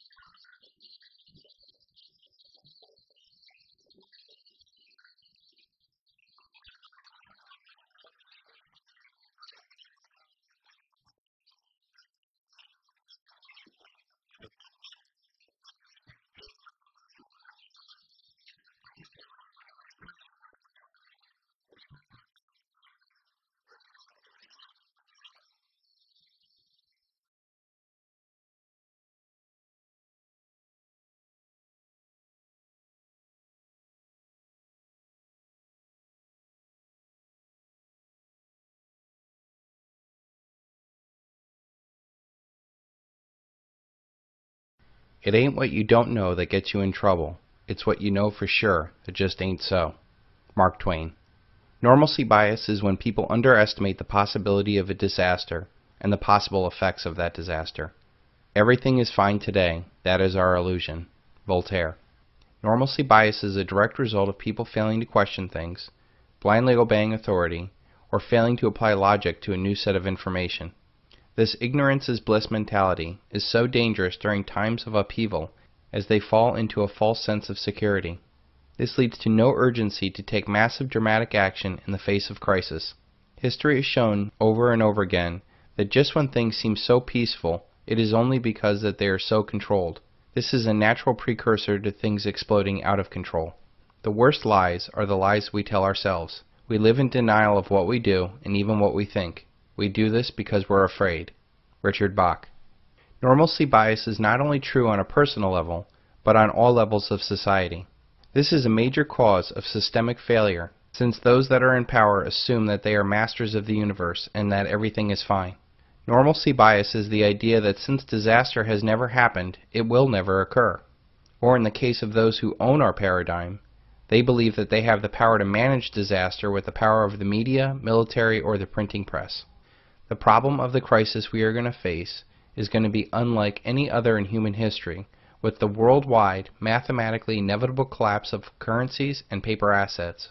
Those that are in power think that it's going to be another 2008, and that if they just print enough money they can get their way out of anything. The money that they're going to print will actually cause the major shift in paper assets. The people this time around will realize that they cannot trust anybody. The markets are rigged, segregated brokerage accounts are stolen, titles on properties are unclear, and most importantly, the currency in which all these assets are measured in has terminal cancer. This will result in quadrillions of paper assets trying to rush into anything that's real. This rush of digital fiat cash into anything that's real will result in the system being broken. Those that are holding any real assets at the time of the crisis will eventually not accept any paper for their real assets. When this happens, it will disrupt every aspect of your life and neuter any control that the elite may have over the situation. This normalcy bias also has dramatic effects on the people even after a new reality smacks them in the face. People with a normalcy bias will have an incredibly hard time reacting to a new reality. They will not be able to question what they see with their eyes with logic. They cannot believe that they or those that were in power were so wrong. They will waste precious time dealing with the fact that they were so wrong, and this often results in self-destructive behavior. As people do come to terms with this new reality, it will naturally lead into the anger phase of the awakening, where the emotional response from those that are completely unprepared will override any logical response from the elite, or anyone else for that matter. I must not fear. Fear is the mind killer. Fear is the little death that brings total obliteration. I will face my fear. I will permit it to pass over me and through me. And where it has gone past, I will turn the inner eye to see its path. Where fear has gone, there will be nothing. Only I will remain. Frank Herbert. The individual is handicapped by coming face to face with a conspiracy so monstrous he cannot believe it exists. The American mind simply has not come to the realization of evil which has been introduced into our midst. J. Edgar Hoover. Cognitive dissonance is an uncomfortable feeling by holding two contradictory ideas simultaneously. This usually manifests itself in the difference between how we think we should act and how we actually act. The person that goes to church and does all the prayers and sings the songs the loudest might think of themselves as a good and holy person, but after church, if they get in the car and yell and slap their kids, there would clearly be a dissonance between how they think they are and what they are. This will result in an uncomfortable feeling called cognitive dissonance. The typical Republican is pro-life and talks about the sanctity of life, and yet usually there are the ones that support the war machine that spreads death throughout the world. The typical Democrat opposes war and talks about how innocent civilians are lost in barbaric wars, and yet they are also the same people that support abortion. Both of these groups hold contradictory ideas as truths that they feel are worth fighting for. If life is truly sacred and needs to be protected, then Republicans should be pro-life and anti-war. If humans have the right to kill each other and impose their will upon others, then abortion and war are one and the same. The result is that we have millions of people holding these contradictory ideas. And yet, if they really thought about it, they would not be able to move on. We see this in every election cycle when we think that there's somehow a difference between the Democrats and the Republicans. when every single fact points to the stark realization that there is no difference between the two parties on the most important issues. More debt is created by a privately held central bank to fund more spending, to create more wars, to secure more resources, to create larger corporate profits, to ship more jobs overseas, to destroy the middle class, to create a police state, to control the whole game. Nothing in my lifetime, no matter who has been in the White House or Congress, has ever challenged the way our paradigm operates. And yet we still feel some need to vote. The foundation of all mental illness is an unwillingness to experience legitimate suffering. Carl Jung. People are predisposed to thinking that they are correct, despite evidence to the contrary. If a kid fails a test, he might say to himself that he's smart, and he'll justify it by saying that he's just not a good test taker, or the teacher didn't like him. People who smoke might think of themselves as a smart person that makes good decisions, and yet they're actively increasing the risk of getting lung cancer. Dissonance is also magnified by how much that person suffered to attain that idea, or how much he is personally invested in that belief. A singer tries out for American Idol and is laughed out of the audition for singing horribly, will leave the audition and most likely blame the judges, or their choice in music, or that they didn't get enough rest. Anything except the uncomfortable idea that they are in fact a horrible singer, and that they wasted so much time and energy on something that they believed in so much was ultimately false. Military men are just dumb, stupid animals to be used as pawns in foreign policy. Henry Kissinger. Marines created dissidents when they suffer to go through boot camp. They overlook the fact that they are stripped of their individuality, trained to sacrifice themselves at the instant obedience of their commanders, live lives of poverty that are extremely hard on families, and that a folded flag is somehow worth their kid not having a father. Few Marines ever stop to see that they're not fighting to spread freedom. They are fighting for corporate interests by stealing the natural resources of other nations. General Smedley Butler was one of the most decorated Marines in history. He fought through his dissidence, not by justifying his actions. He did not try to convince others that being a Marine was worth the sacrifice. He fought through the dissidence by admitting to himself and the world, quote, "I spent 33 years and 4 months in active military service, and during that period I spent most of my time as a high-class muscle man for big business, for Wall Street and the bankers. In short, I was a racketeer, a gangster for capitalism. Looking back at it, I might have given Al Capone a few hints. The best he could do is operate his racket in 3 districts. I operated on 3 continents. If we were merely dealing with the law of averages, half of the events affecting our nation's well-being should be good for America. If we were dealing with mere incompetence, our leaders should occasionally make a mistake in our favor. We are not dealing with coincidence or stupidity, but with planning and brilliance." Gary Allen. If someone has their entire existence tied to an idea or a job, the cognitive dissonance grows stronger. Take for an example a banker. They are more apt to justify the debt enslavement of their neighbors in numerous ways, rather than seeing that they're actively enslaving another human being. Rare is the man who sees the true cost of their actions and quits doing it. It is infinitely easier to create justifications than stop the actions that cause the dissonance. Noticing a contradiction in ideas will lead to dissonance, and this can be experienced as anxiety, guilt, shame, anger, embarrassment, and stress. When people are confronted with the conflict cognitive dissonance produces, they must resolve the conflict in order for that person to move on. Cognitive dissonance can be resolved in many ways. The anxiety that comes with the possibility of making a bad decision can lead to rationalization, the tendency to create additional reasons or justifications to support one's choices. The classic fable of the fox and the grapes is the story of the fox seeing grapes hanging from a tree. The fox wants to eat them, but when he realizes he can't reach them, he overcomes his cognitive dissonance with the rationalization that the grapes are probably sour, and he really didn't want them anyways. Hence the phrase, sour grapes. The same process is repeated in our society by people desiring something. When they find that it is unattainable, they go about reducing the cognitive dissonance by criticizing it. This is most obvious in the Occupy Wall Street movement. Capitalism means private losses and private profits.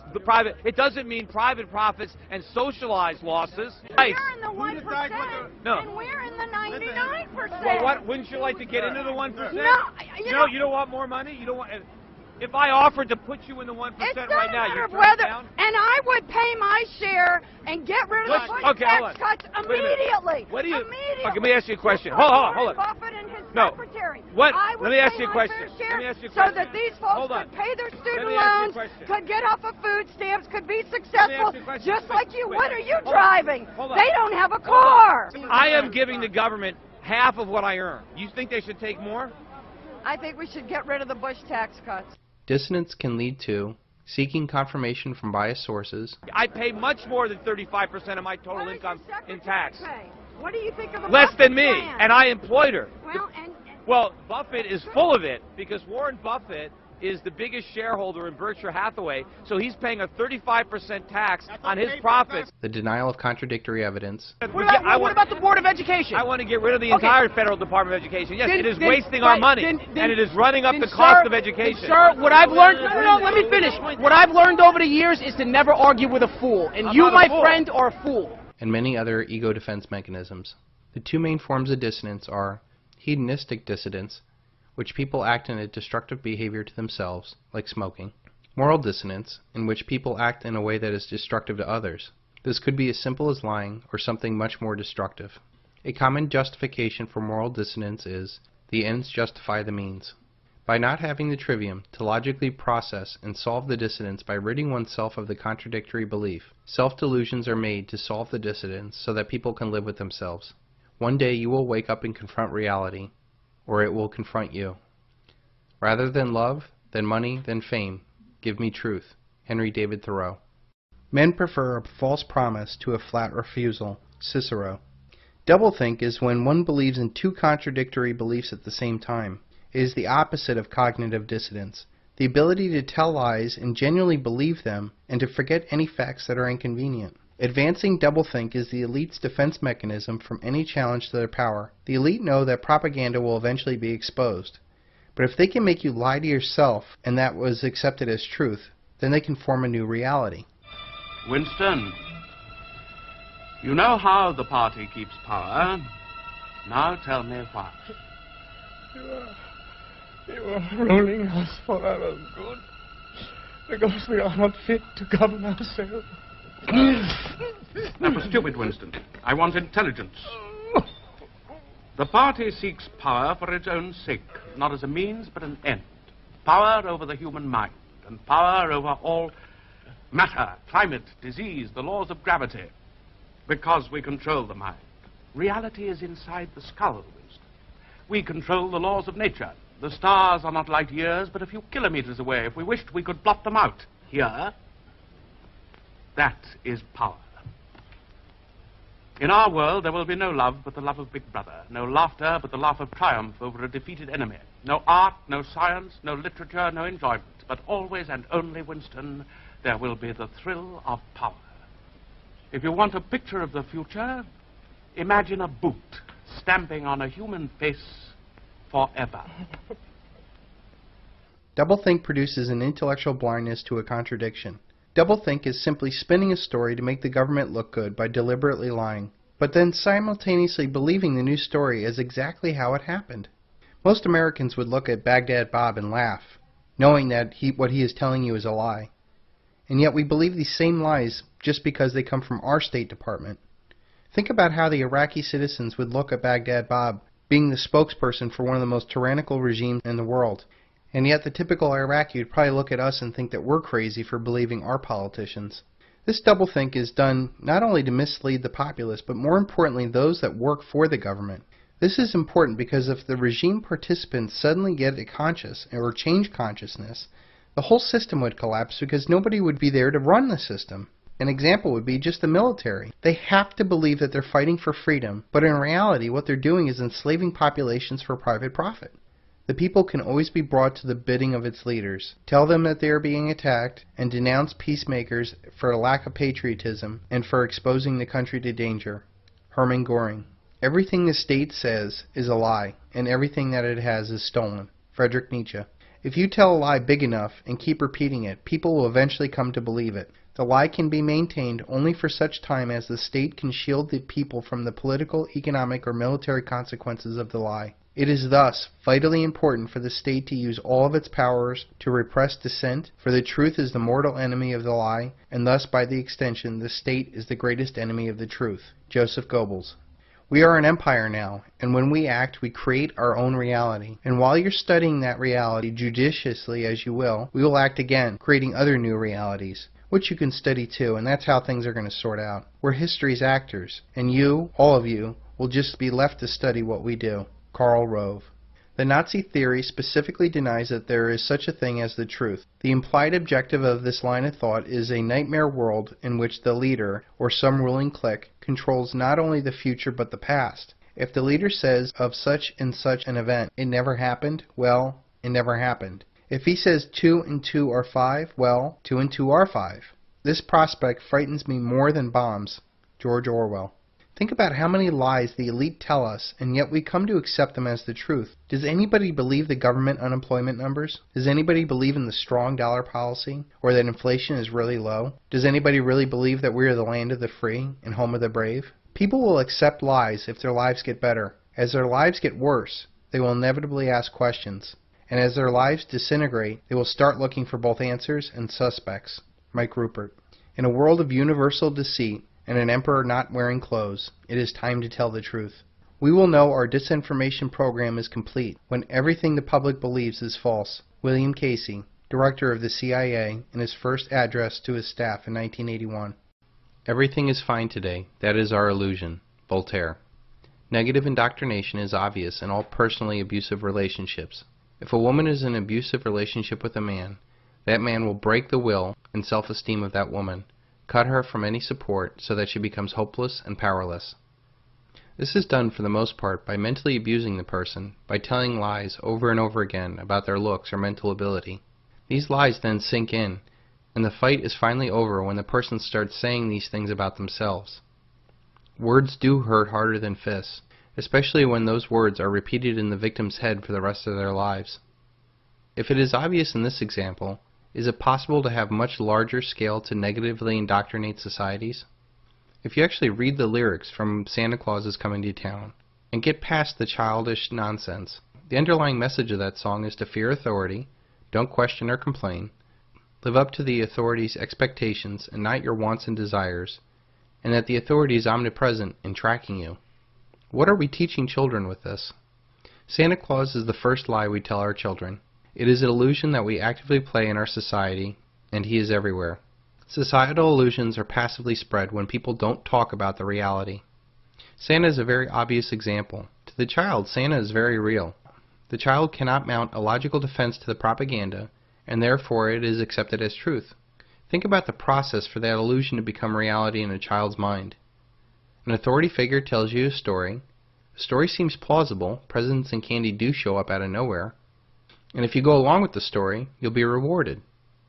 The authority figure gains a sense of superiority and justification for their actions, control over the subject to manipulate them for the further advantage of the authority.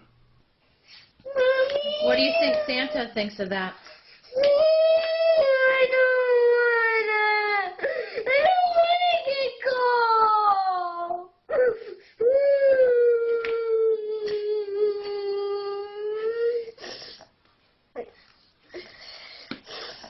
Are you nervous now about Christmas? Yeah.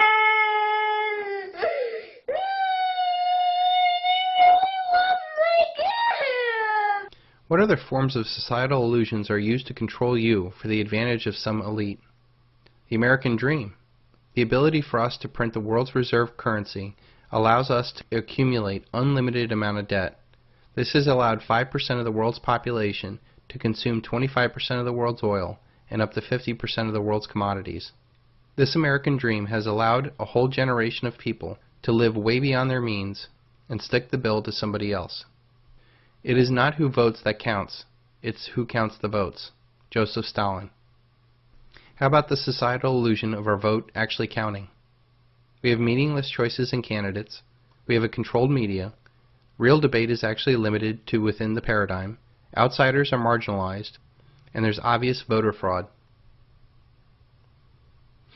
The societal illusion of freedom of the press. With such concentration of media power, and the people that own and control those media conglomerates so tied into the current paradigm, is there any wonder why we do not get any real choice? The societal illusion of equal justice. Why is it a young black man smoking marijuana gets more jail time than bankers who rob and steal the wealth of the world? Even the very basis for our society, the dollar. The illusion is that it's actually money, when in fact it's just a future claim on real tangible wealth and has no intrinsic value. Religion is regarded by common people as true, by the wise as false, and by the rulers as useful. Seneca. Religion is one of the oldest forms of control in society. Sometimes it's actually stronger than nations. In Christianity alone, there are 38,000 denominations in America. Which one is the true God-chosen one? The Mayan elite used their knowledge of the solar cycle to manipulate the masses.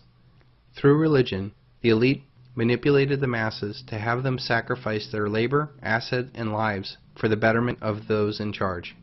Do your thoughts serve to free you, or simply to make you freely serve? Or how about all these classic modern American illusions? That deficits don't matter. Housing prices always go up. We can spread freedom with force. You can get something for nothing. We no longer need to manufacture things. Savings and capital investments do not matter. The rest of the world will continue to take our IOUs. That somehow American labor is intrinsically more valuable than foreign labor. One generation can consume and stick the bill to the next generation.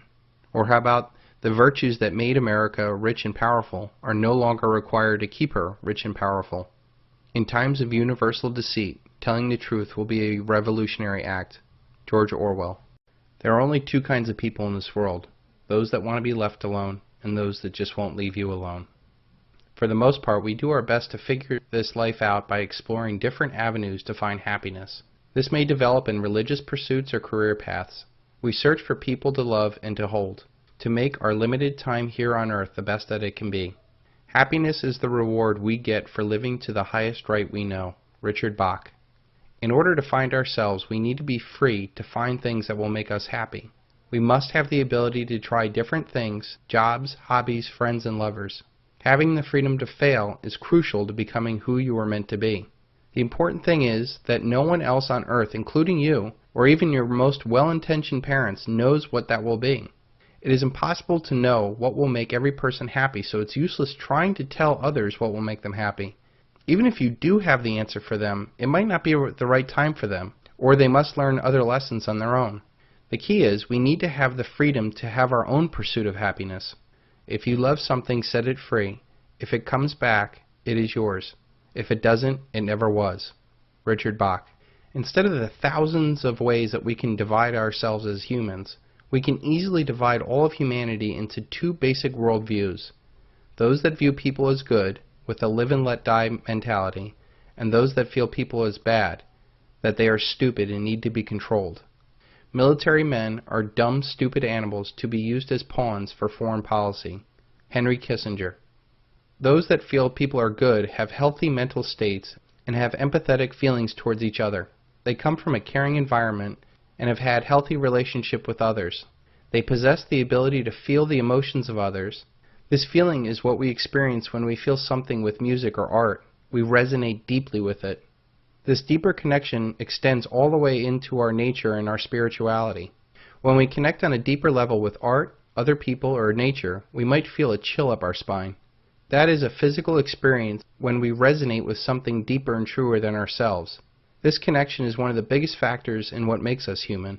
Those that feel people are bad are most likely hurt souls that have low self-esteem and believe that others are going to hurt them.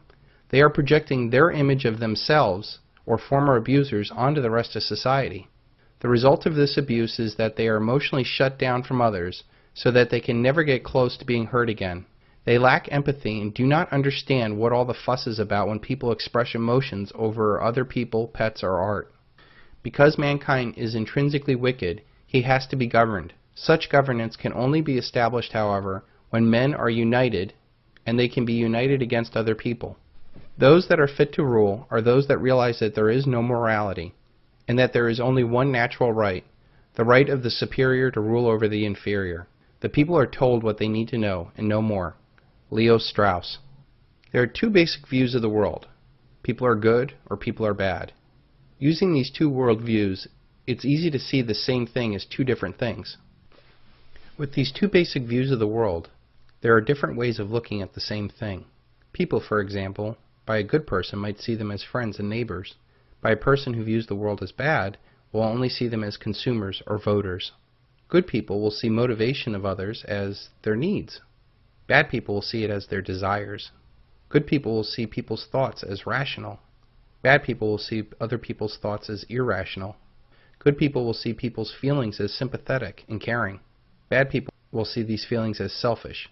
Good people will see people's states of mind as mentally stable. People who see bad people will only see them as psychopathic. Good people will see other people's pursuits as inner peace. People who view people as bad will see their pursuits as only to buy happiness.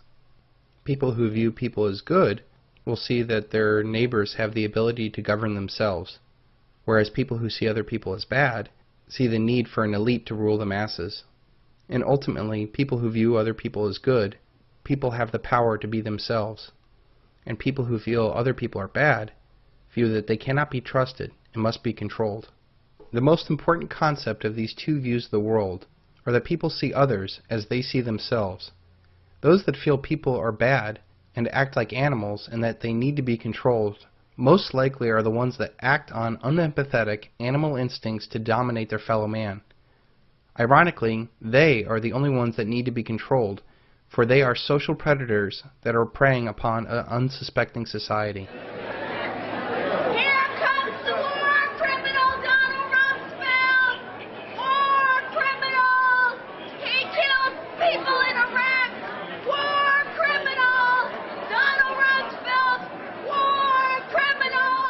Beware of false prophets who come disguised as harmless sheep, but they are really vicious wolves.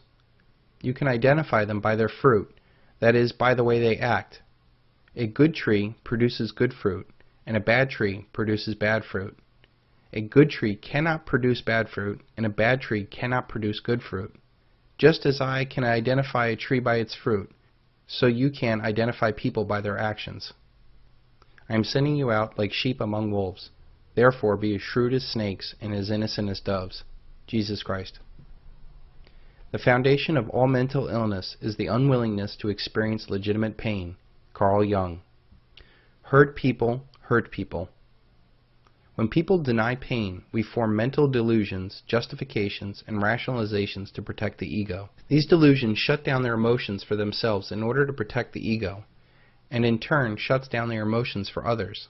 As a result, these people lack empathy and view happiness not through the emotional involvement of friends and family, but through material wealth and control over their environment through the manipulation of others. A social predator is a person with an antisocial personality disorder, manifested in aggressive, perverted, criminal, or amoral behavior without empathy or remorse. Deep down, we know if we did something wrong. We lose sleep, we feel sick, we wrestle with our emotions. But social predators don't have that problem. They can commit antisocial activities and sleep like a baby. They lack empathy for anyone, much less their victims. They have built a bubble in their mind that justifies all of their actions. This is why juries acquit the most obvious criminals, because they cannot believe that someone is that cunning or that unemotional. This is also why lie detectors don't work on those that are so evil. Their heart doesn't skip a beat or sweat when they are lying. It comes to them as natural as breathing. Social predators, or psychopaths, wear the mask of sanity, and in order for a psychopath to function in society, they must mimic those that they wish to be friends with. They act perfectly normal on the outside, but underneath there is tremendous psychological disorders. They recognize that they are different from everyone else. They even view themselves from a distance. That distance is quite similar to a predator in nature stalking its prey. They also have the ability at a very early age to spot other psychopaths. This self-awareness shows a mental and emotional disconnect that they have. They have no conscience and they have no guilt. They feel entitled to do whatever they desire. The psychopath must fool society into accepting their behavior or deceiving them into believing that they are doing God's work. We naturally reveal our sameness to avoid rejection to everybody we meet. We call it relating to one another. In nature, birds would peck other birds to death if that bird had any wounds or blemishes that differentiated themselves from the flock. In the past, strangers were not welcome to the tribe. Unless you were able to prove to people that you were like them, it could mean death. These social predators use this same principle to show their sameness to take advantage of an unsuspecting herd. Sam Vankinen is a self-confessed criminal psychopath that wrote Malignant Self-Love and was the subject of a documentary called I, Psychopath. I like to present a facade of the self-effacing, modest person. I call it in my book false modesty. It's works. It gives other people the impression that I'm underneath it all, I'm human. You are human, aren't you? I firmly believe that you want to believe that, yes. Firmly believe that. The vast majority of psychopaths, like an iceberg, are under the water. And like an iceberg, they are inert. They do nothing. They're just there. They torment their spouse by being unempathic, but they don't beat her or kill her. They bully co-workers, but they don't burn the office. You know, they are not dramatic. They are pernicious. Most psychopaths are subtle. They are more like poison than a knife. And they are more like slow-working poison than cyanide. How do you identify these psychopaths? Here's a checklist that you can use to identify the people that are in your lives and those in power. Do they have glibness, superficial charm? Are they callous, lack of empathy? Do they have a grandiose sense of self-worth? Do they have a parasitic lifestyle that provides no real tangible value to humanity? Do they have pathological lying? Do they live an impulsive lifestyle? Are they cunning and manipulative? Are they irresponsible? Do they lack remorse or guilt? Do they have many transitory relationships? Are they emotionally shallow people? Do they show criminal behavior? Do they have the failure to accept responsibility for their own actions? Do they need constant stimulation, and are they prone to boredom? Common psychopathic delusions include that they are superior to the victim, that they deserve whatever they want, that everybody else is crazy or wrong, they have delusions of grandeur, they would say, why don't they just listen to me? They see everything as a means to an end, might makes right, or that they're just separating a fool from their money. How do psychopaths work in society? Psychopaths study victims by asking a lot of questions showing interest in the victim. They do this not because they care, but they are trying to see how best to take advantage of the victim, like a cat to a mouse. They then mimic the victim's values, image, tone, and interest. They come on strong, showering the victim with compliments and engaging talk. At work, they're the model employee, or devout followers, or selfless public servants. How many times have you heard the interview with the neighbor saying, after some crime, he seemed like a normal guy, and on the outside these people do. But these social predators lack empathy, love, and compassion. They seek only self-gratification and see others as a mean to that gratification. Once their reputation is established with the victim, and they had studied the power structure, it is time to divide and conquer. They will isolate the victim from friends and family. Once they are an item, the roles switch to cut-downs to keep their victim insecure and unstable. They have mood swings from, they love you and they can't live without you, to, you're not the person I fell in love with, back to love. One key way of identifying these social predators is watch how they treat others in public, waitresses, children, former relationships, and older people. If these people do not serve a purpose in the social predator's life, they will most likely treat them in a very unflattering way. In organizations, they seek to cause chaos, pitting one group against another. There they will seek to be the middleman that brings peace. Finally, once in control, the psychopath uses fear and tyranny to push out the strong, independent people out and keep the rest of the weak ones in fear as the inmates run the asylum. He's angry that some traders were driving down his stock price. But what I really want to do is I want to reach in, rip out their heart, and eat it before they die. I think in the tape there's a sort of nervous laughter in the auditorium. I think that sort of reflects quite a lot about how people within Lehman saw Dick. On the one hand, it sounded at one level amusing, and then you sort of thought to yourself, I suspect if you were in that audience, the really scary thing is he sort of could probably do it. In a large organization, once a psychopath is in charge, workers' benefits or jobs will be cut while they are asked to sacrifice more. They will be closely monitored and often reviewed. You're fired!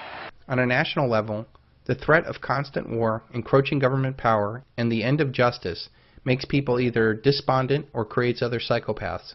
A nation of sheep always begets a government of wolves. Edward R. Murrow. It is dangerous to be right when the government is wrong.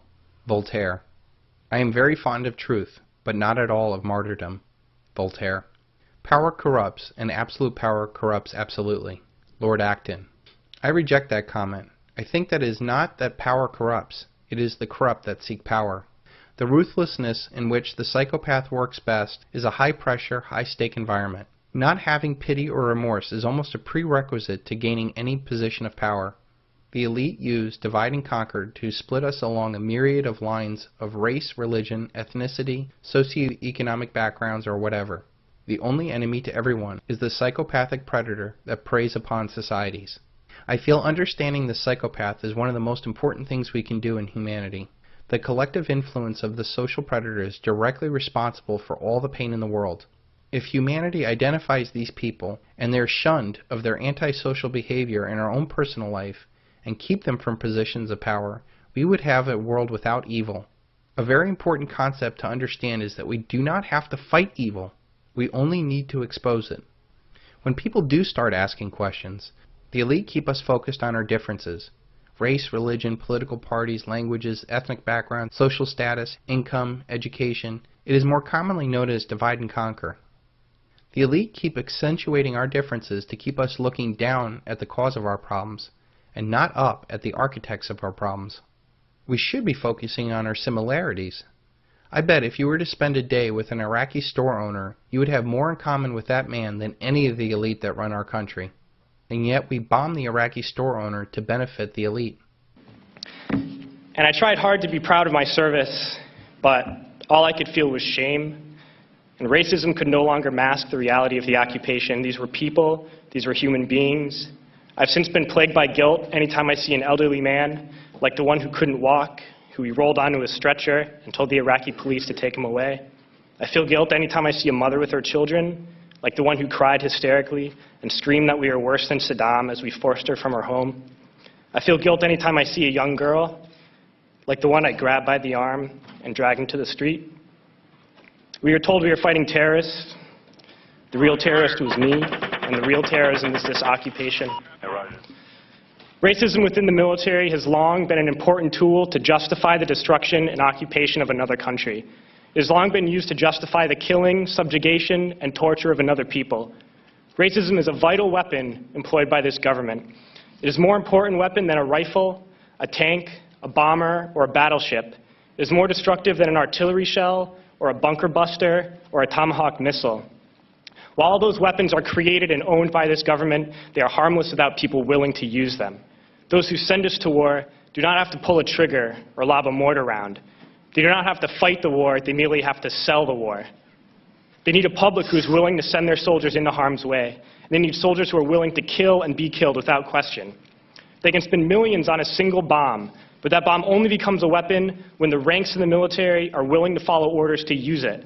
They can send every last soldier anywhere on earth, but there will only be a war if soldiers are willing to fight. And the ruling class, the billionaires who profit from human suffering, who care only about expanding their wealth, controlling the world economy, understand that their power lies only in their ability to convince us that war, oppression, and exploitation is in our interest. They understand that their wealth is dependent on their ability to convince the working class to die to control the market of another country.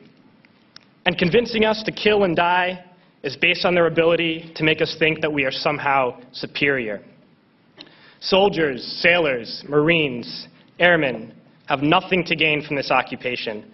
The vast majority of people living in the U.S. have nothing to gain from this occupation. In fact, not only do we have nothing to gain, but we suffer more because of it. We lose limbs, endure trauma, and give our lives. Our families have to watch flag-draped coffins lowered into the earth. Millions in this country without health care, jobs, or access to education must watch this government squander over $450 million a day on this occupation.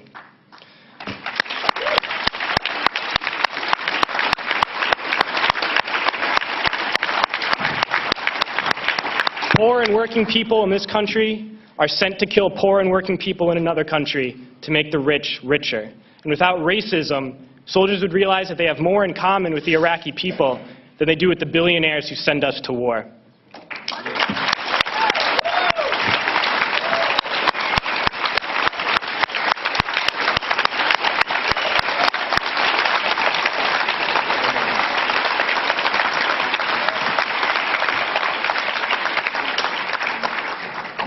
I threw families onto the street in Iraq. only to come home and find families thrown onto the street in this country, in this tragic and unnecessary foreclosure crisis. And we need to wake up and realize that our real enemies are not in some distant land. They're not people whose names we don't know and cultures we don't understand. The enemy is people we know very well and people we can identify. The enemy is a system that wages war when it's profitable. The enemy is the CEOs who lay us off from our jobs when it's profitable. It's the insurance companies who deny us health care when it's profitable. It's the banks who take away our homes when it's profitable. Our enemy is not 5,000 miles away. They are right here at home. And if we organize and fight with our sisters and brothers, we can stop this war, we can stop this government, and we can create a better world.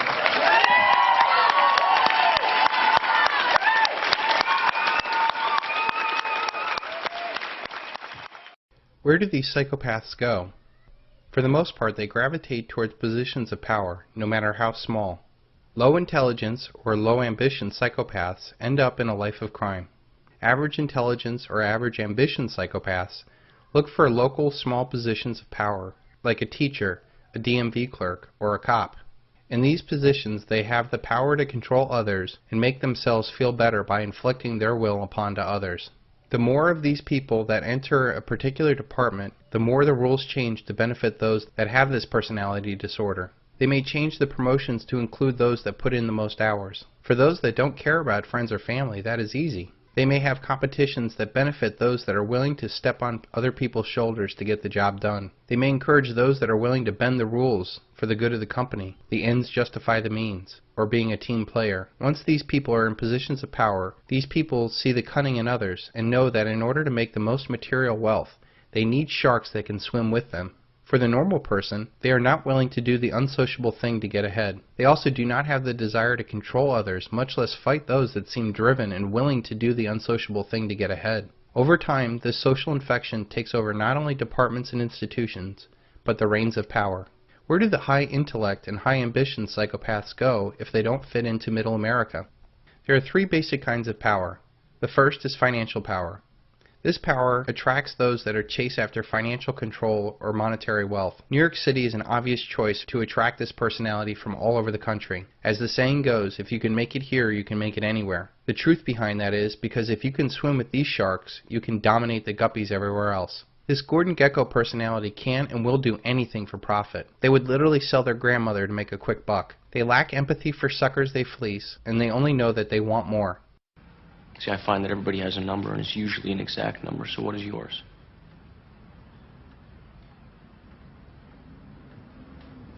More.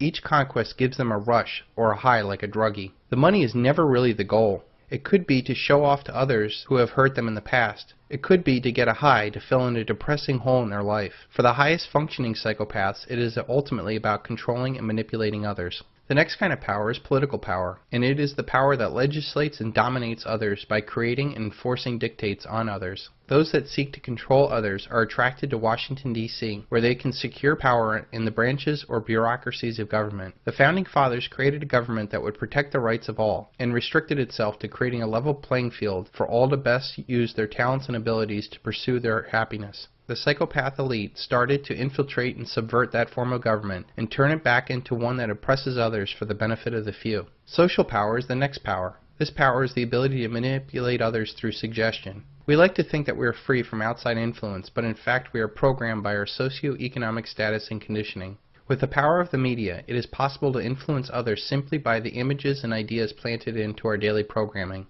They don't call it television programming for nothing. What's success for you in this campaign? What's success? Well, to win is one is the goal. That's not going to happen.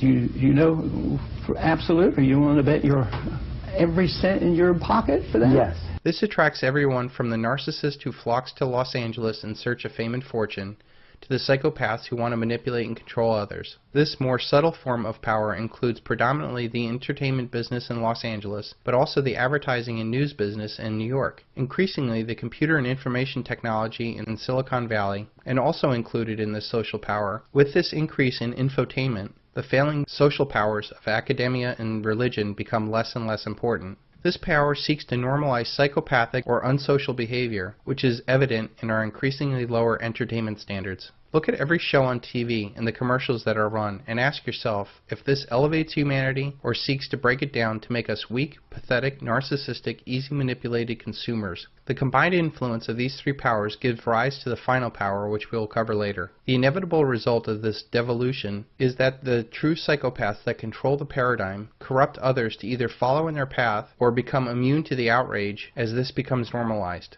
This negative feedback loop will not end until there is a societal crisis, and the inmates run the prison into the ground through looting of the once prosperous system. Political and financial crimes are white-collar crimes that get a different kind of justice than say, a kid smoking a joint. Social power rarely shows the consequences of immoral or antisocial behavior on the person or the victims. They never show the grieving families, dead soldiers, or dead civilians in war, and it masks the true costs of war while glorifying the killing in movies and video games. This psychopathic mentality naturally thrived in a paradigm of unlimited debt, cheap oil, and relative peace. One could afford to cut social ties and take from an ever-increasing pie. The reality of the dollar collapse, expensive oil, and massive decentralization will cause those that are most narcissistic and psychopathic to be shunned from society as their practices are purged from this new paradigm. The very parasitic nature of the psychopath leads to problems that they cannot solve. The only way that they can keep the host alive to feast off of is to convince the productive members of society to embrace their slavery, and in less advanced societies force productive members to serve.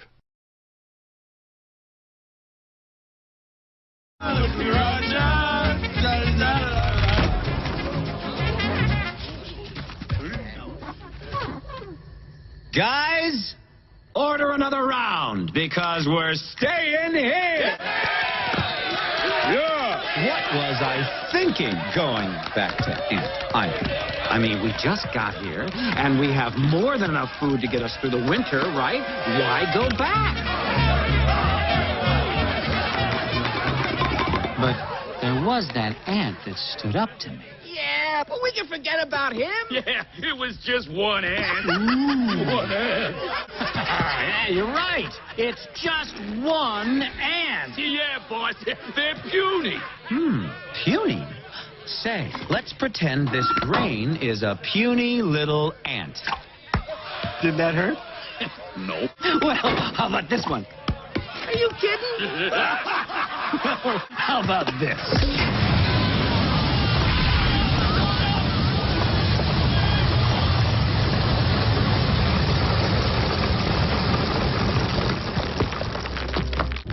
You let one ant stand up to us, then they all might stand up. Those puny little ants outnumber us 100 to 1. And if they ever figure that out, there goes our way of life. It's not about food. It's about keeping those ants in line. That's why we're going back. Does anybody else want to stay? He's quite the motivational speaker, isn't he? Let's ride!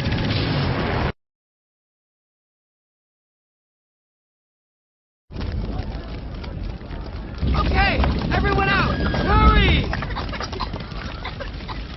Where's Doc? Anyone seen Doc? Whose idea was this? Huh? Was it yours, Princess? Just get behind me, girls. It'll be okay. Leave her alone, Hopper! The bird was my idea. I'm the one you want.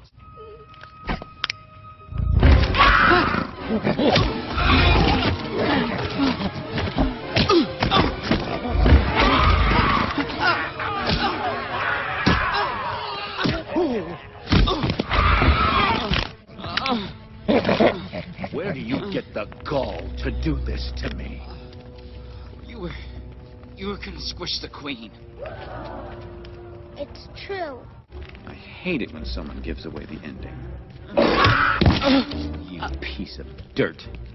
No, I'm wrong. You're lower than dirt. You're an ant. Let this be a lesson to all you ants. Ideas are very dangerous things. You are mindless, soil-shoving losers, put on this earth to serve us. You're wrong, Hopper.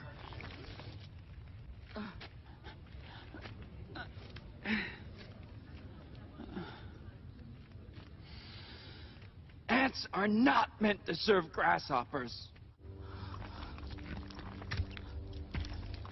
I've seen these ants do great things. And year after year, they somehow manage to pick food for themselves and you. So who is the weaker species?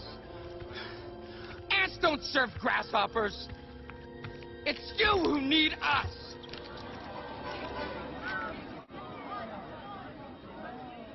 We're a lot stronger than you say we are.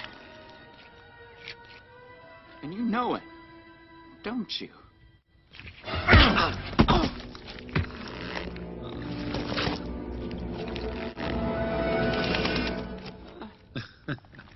Well, Princess. Hopper, I hate to interrupt, but,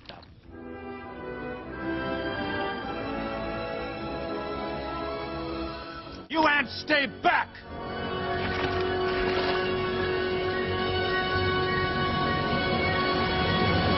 Oh, this was such a bad idea. You see, Hopper, nature has a certain order. The ants pick the food, the ants keep the food, and the grasshoppers leave. I'm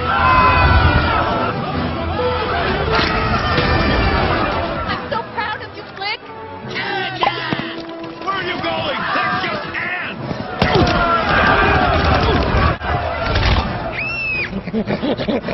No! Bad grasshopper! Bad grasshopper! Go home!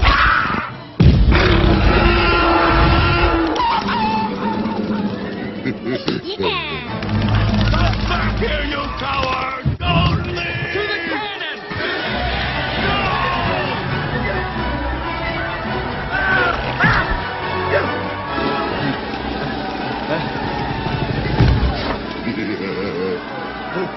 Happy landings, Hopper.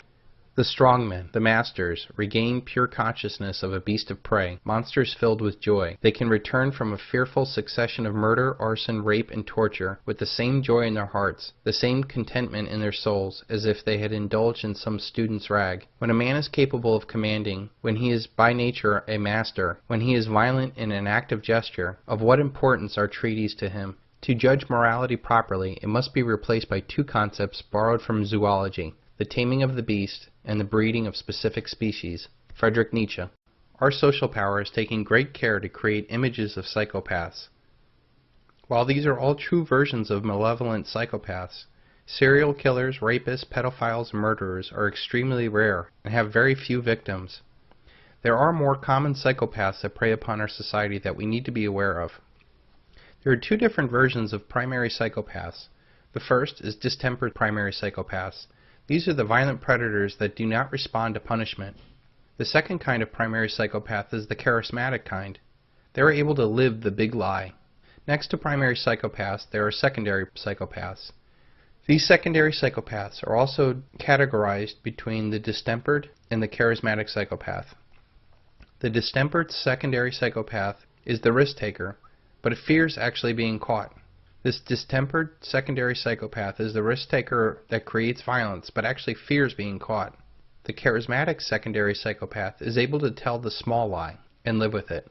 The common factor in all of them is that they are hurt or deranged people who seek control over others. They do not sense or care to sense others' emotions and actually get a high off of their antisocial actions. Despite what the media says, they exist in all cultures, races, and socioeconomic levels, very much like how left-handed people are dispersed throughout all levels of society. The media usually only has us focus on the lower-class violent psychopath to scare you. They never focus on the very real psychopath that is much more common. Just because they have a nice car and a nice job does not mean that you're not dealing with a psychopath. Psychopaths actually thrive in collective environments and are common at the top of most power structures, including corporate, government, and religious organizations. To the psychopath, the lie is their primary weapon. The lie is the justification in their head that they have the right to cause harm. The lie is what ensnares the victims. Lying is as natural as breathing for them. They have no physiological reactions when lying, like an increased heartbeat, sweating, or blushing. When caught in the lie, they just create more lies. There are different levels of psychopaths. The most common and benign form of psychopath is the narcissist. They are full of self-love to the point that they do not recognize emotions or feelings in others. They need a constant fix of adoration or attention, or they become angry or despondent. There are two types of narcissists: the sexual or somatic narcissist, obsessed with their looks, and that uses sex as a tool to get what they want. They can be health nuts, hypochondriacs, or sexually addictive people. They lead shallow lives and often fill the void with new thrills. The other kind of narcissist is the cerebral narcissist. They love their own minds. They are arrogant, condescending know-it-alls who talk down to you.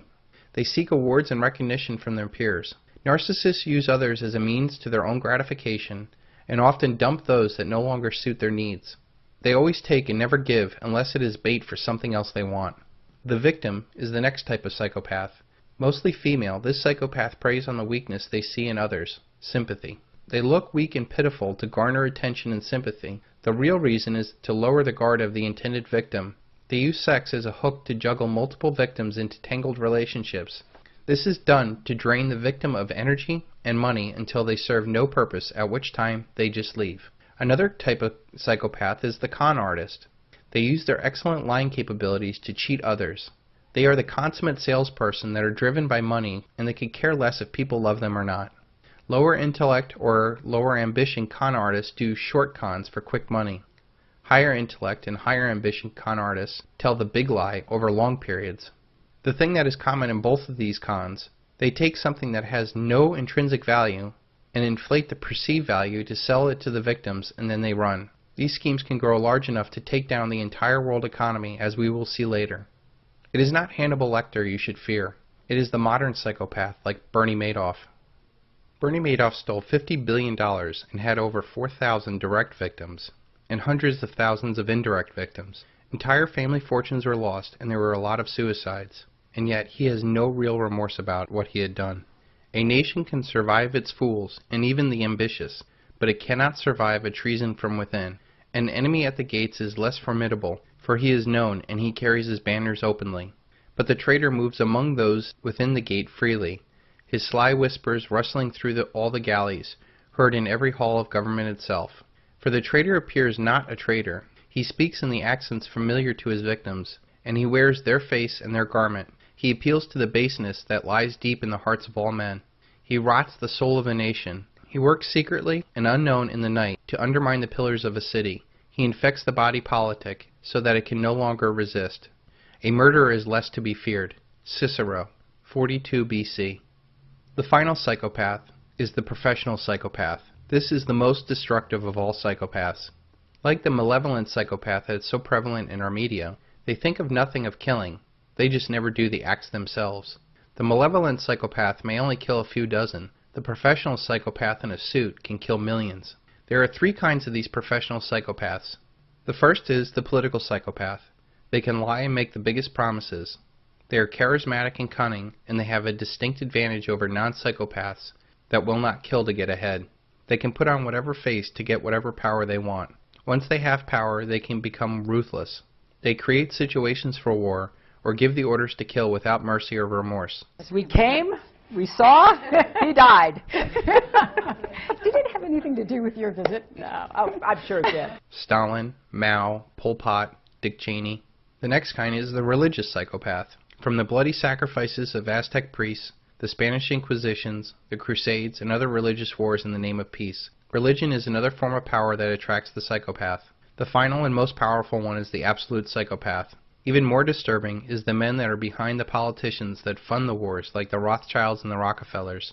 Just because they are more polished and respected does not mean that they are not narcissistic, cunning, and vicious as other psychopaths. Bernie Madoff is nothing compared to the true elite that commit global crimes including mass genocide, generational slavery, and the theft of the wealth of nations. We have heard that 500,000 children have died. I mean, that's more children than died in Hiroshima. And you know, is the price worth it? I think this is a very hard choice, but we think the price is worth it. We hang petty thieves and appoint great ones to high office. Aesop. So much of the Occupy Wall Street movement is just a modern-day Bolshevik movement centered on wealth distribution of the wealthy. The cognitive dissonance of the Occupy Wall Street movement is palpable, as they criticize that which they do not fully understand, and ultimately fall into the same consciousness as those that they are protesting against.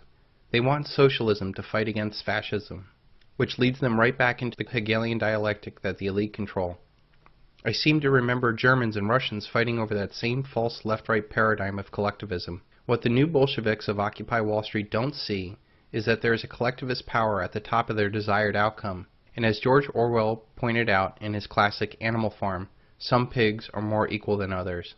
If the Occupy Wall Street movement saw that they cannot change the outside world to make themselves free and happy, and that they must change themselves to make the world free and happy, there would be no need to occupy anything except for their minds.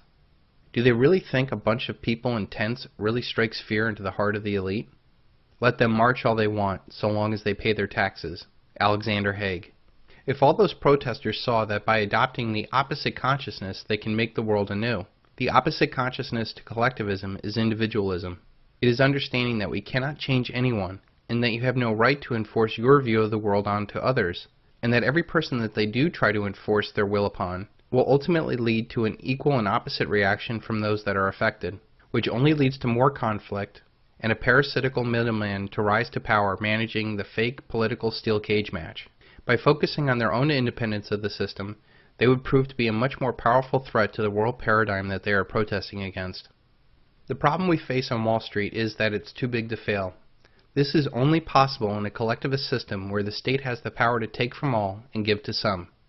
Too big to fail is impossible in a free market capitalistic society. True capitalism, not state capitalism or fascism, has the most powerful weapon in it. It has the ability for failure to occur. If those banks had failed, yes, millions would have been hurt. But those that were responsible with their risk and capital would have been able to buy up those failed companies and put those assets under more responsible people. Instead, we took from those that were responsible for their capital, and worse, not even involved in the situation, and propped up those that were most irresponsible with their capital and risk.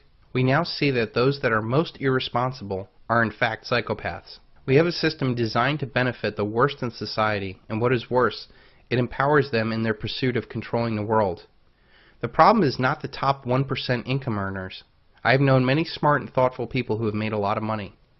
The problem is the 1% of the population that are psychopaths that just won't leave us alone. These people are at all levels of society, and they are in every race, religion, and income bracket. The key to the struggle for freedom is not painting such a large brush on a select group and empowering a collective to more power. The answer is to identify individual psychopaths and the systems that they create to empower them. We can then hold these social predators accountable for their actions and eliminate the systems that empower them, like fractional reserve banking and bailouts. When we start to understand that the problems that we face are not financial or political, and that the problem is social predators who are driven to control others, you will see that the true 99% is really just people who just want to be left alone, and the 1% is the ones that won't leave you alone. It is estimated that 10% of our population suffers from these psychopathic delusions, though while not all are dangerous like the narcissist, 1% of the population does have aggressive narcissistic or psychopathic behavior. So how do we deal with them? The biggest handicap we have in this fight is that most people feel that they are good, and that they transfer their goodness onto others. Just because you would never do evil things does not mean others will not. The combination of an elite that has this psychopathic view of the world and the masses that are assuming that their leaders are good just like them is a deadly combination. Most people cannot bring themselves to believe that people like this exist. But if people become educated about psychopaths and then ask them to look at the people in their lives that are causing them trouble, it is not too long until you get the ah. The other problem we have when facing this evil is that they fear the psychopath. They use cognitive dissonance or doublethink to soothe their mind. They feel it is better to go along than it is to stand up to the psychopath. Once you are aware, identifying them is the next step. Doing background checks or talking with friends and family is very important. Most psychopaths do not have friends or family, as they tend to burn through them first before moving on to others. They are often impatient as they try to hold their facade together. Once a psychopath is identified, there are only two options. The first one is attack. They fear the bigger psychopath, but exposure is their biggest fear. Direct confrontation hardly ever works because they lie so much and you need a massive amount of support to effectively fight one. The key is never to attack an enemy where they have no escape, because they will fight the hardest, and often the threat of exposure is the best tactic. The only other option you have to confrontation is evade. You cannot heal them because they get off on the fighting. The best option is to completely cut that person off and shun them. Take a look at all the people you have had trouble with in your life, and then compare them to the 14 characteristics of a psychopath. I did that with some of the closest people in my life, and I took extraordinary efforts to protect myself and my family from them. The sad thing is that these people will never seek help because they think that they're superior to others, never seeing the faults that they have. I've also had people who have come to me and said that they have some of these characteristics.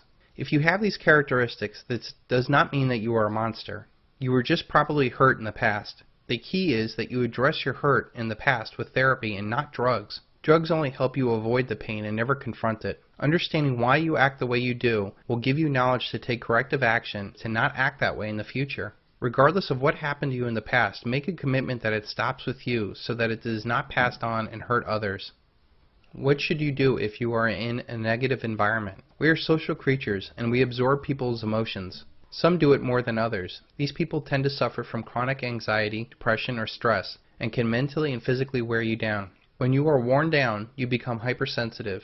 If left untreated, you can turn into what you once hated. So what should you do? Identify whether you're susceptible. The person most susceptible to negative environments are highly empathetic people. You might be naturally giving, generous, spiritually inclined, and a good listener. You sense fear and anxiety and stress from other people much more than anybody else. You rely on your gut far more than your mind. The second thing is, seek the source.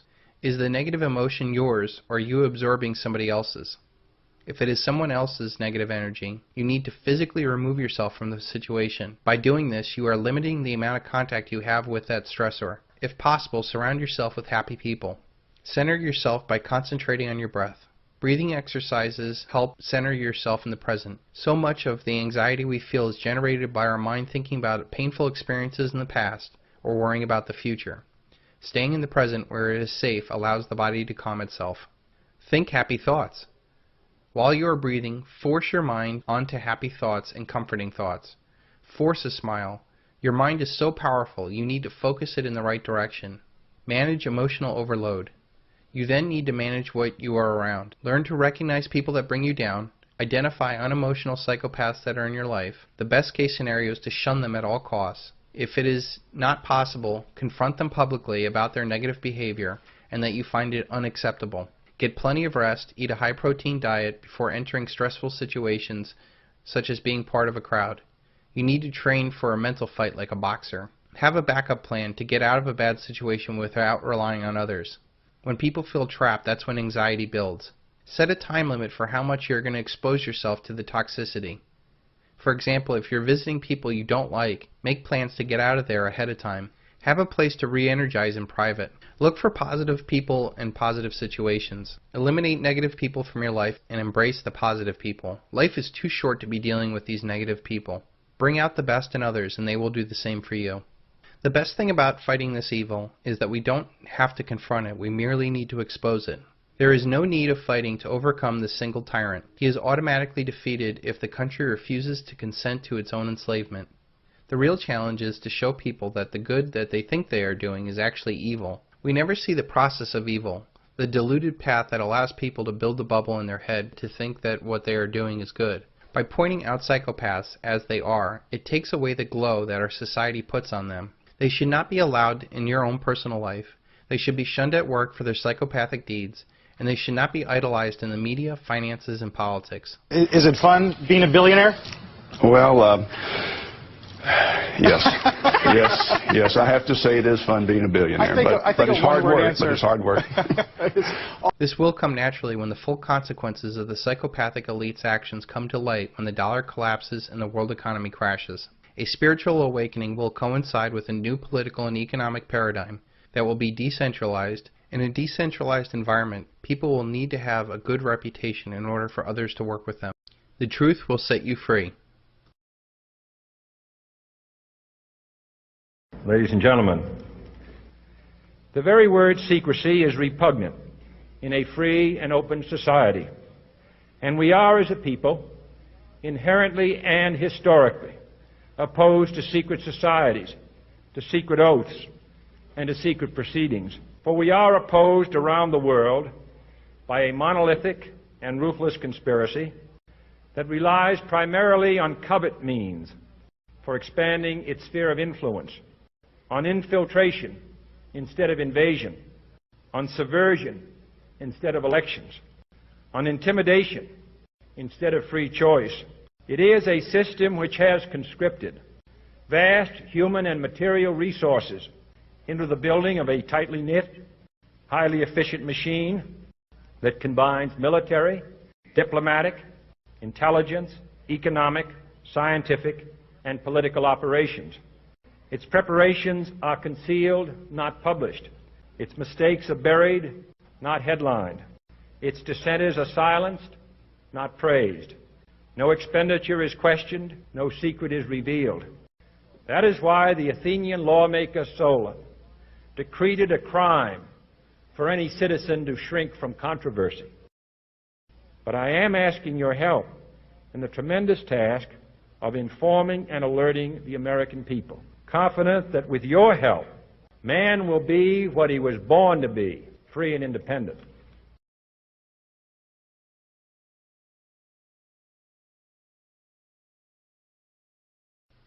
But first it will make you miserable.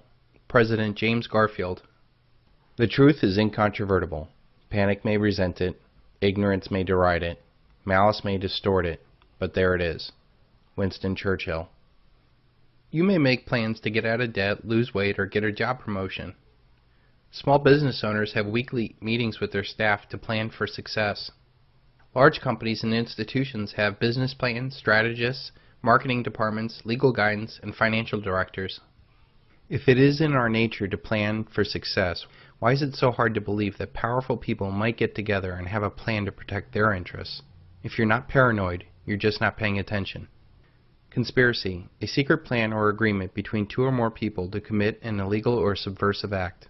Anyone trying to get out of the system to avoid this paradigm shift or points to government crimes is branded a kook, a nut, or a conspiracy theorist. Why do people choose to take the easy route and accept the government version of events when they lie all the time? The answer is very simple. Most information is withheld from the public, and ignorance is bliss. These conspiratorial ideas are discarded quickly as part of our ego defense mechanism or our cognitive dissonance.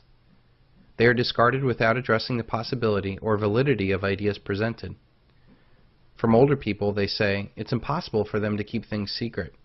From younger people, it's more like, I don't want to think that it is possible. We are entering a time when, if you don't even entertain or question what is going on, everything you are, own, or love is at risk. And for the most part, these conspiracy theories are not theories, they are fact. And when there is smoke, there is always fire. Look at the creation of the Federal Reserve. It was created in a clandestine meeting of political and banking elites at a private resort on Jekyll Island, Georgia in 1912. The conspirators attended in sealed railway cars and only used their first names so that the servants would have no way of identifying the men. From their own memoirs, these men admitted to their conspiratorial plans.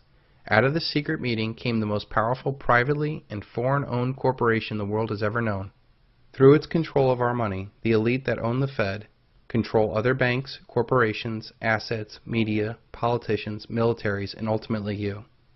This one conspiracy is a fact and big enough and true enough for everyone to look under the surface of everything else. Using the trivium that consists of observation, logic, and rhetoric, you should be able to question everything and make your own determination of what is true or false without hurting your ego. In fact, your ego will be strengthened by being able to understand your world and give you the confidence to take massive action. Nothing less than to create a world system of financial control in private hands able to dominate political system of every country and the economy of the world as a whole. Carroll Quigley. Bill Clinton mentored under Professor Quigley with the Rhodes Scholarship Program. Professor Quigley's work centered on the existence of a permanent shadow government of powerful bankers and businessmen and government officials that controlled the agenda of our political life from behind the scenes. It was necessary for me to gain access to this inner circle in order to become part of that decision-making process that shapes our world. Bill Clinton, in a 1993 interview with The Wanderer. The elite's plan is very simple. More for them, less for you. We are supposed to think that all events are accidental or coincidental, and because of that, we should think that there's nothing that we can do about it. In politics, nothing happens by accident. If it happens, you can bet that it was planned that way. Franklin Delano Roosevelt. There is the story of a New England farmer with a small pond in his pasture. Each summer, a group of wild ducks would frequent that pond. Try as he would, the farmer could never catch one. No matter how early in the morning he approached, no matter how carefully he constructed a blind, or what kind of duck call he tried, somehow those crafty birds sensed the danger and managed to be out of range. Of course, when fall arrived, the ducks headed south, and the farmer's craving for a duck dinner only intensified. Then he got an idea. In the spring, he started scattering corn along the edge of the pond. The ducks liked corn, and since it was always there, they soon gave up on dipping and foraging for food on their own. After a while, they became used to the farmer and began to trust him.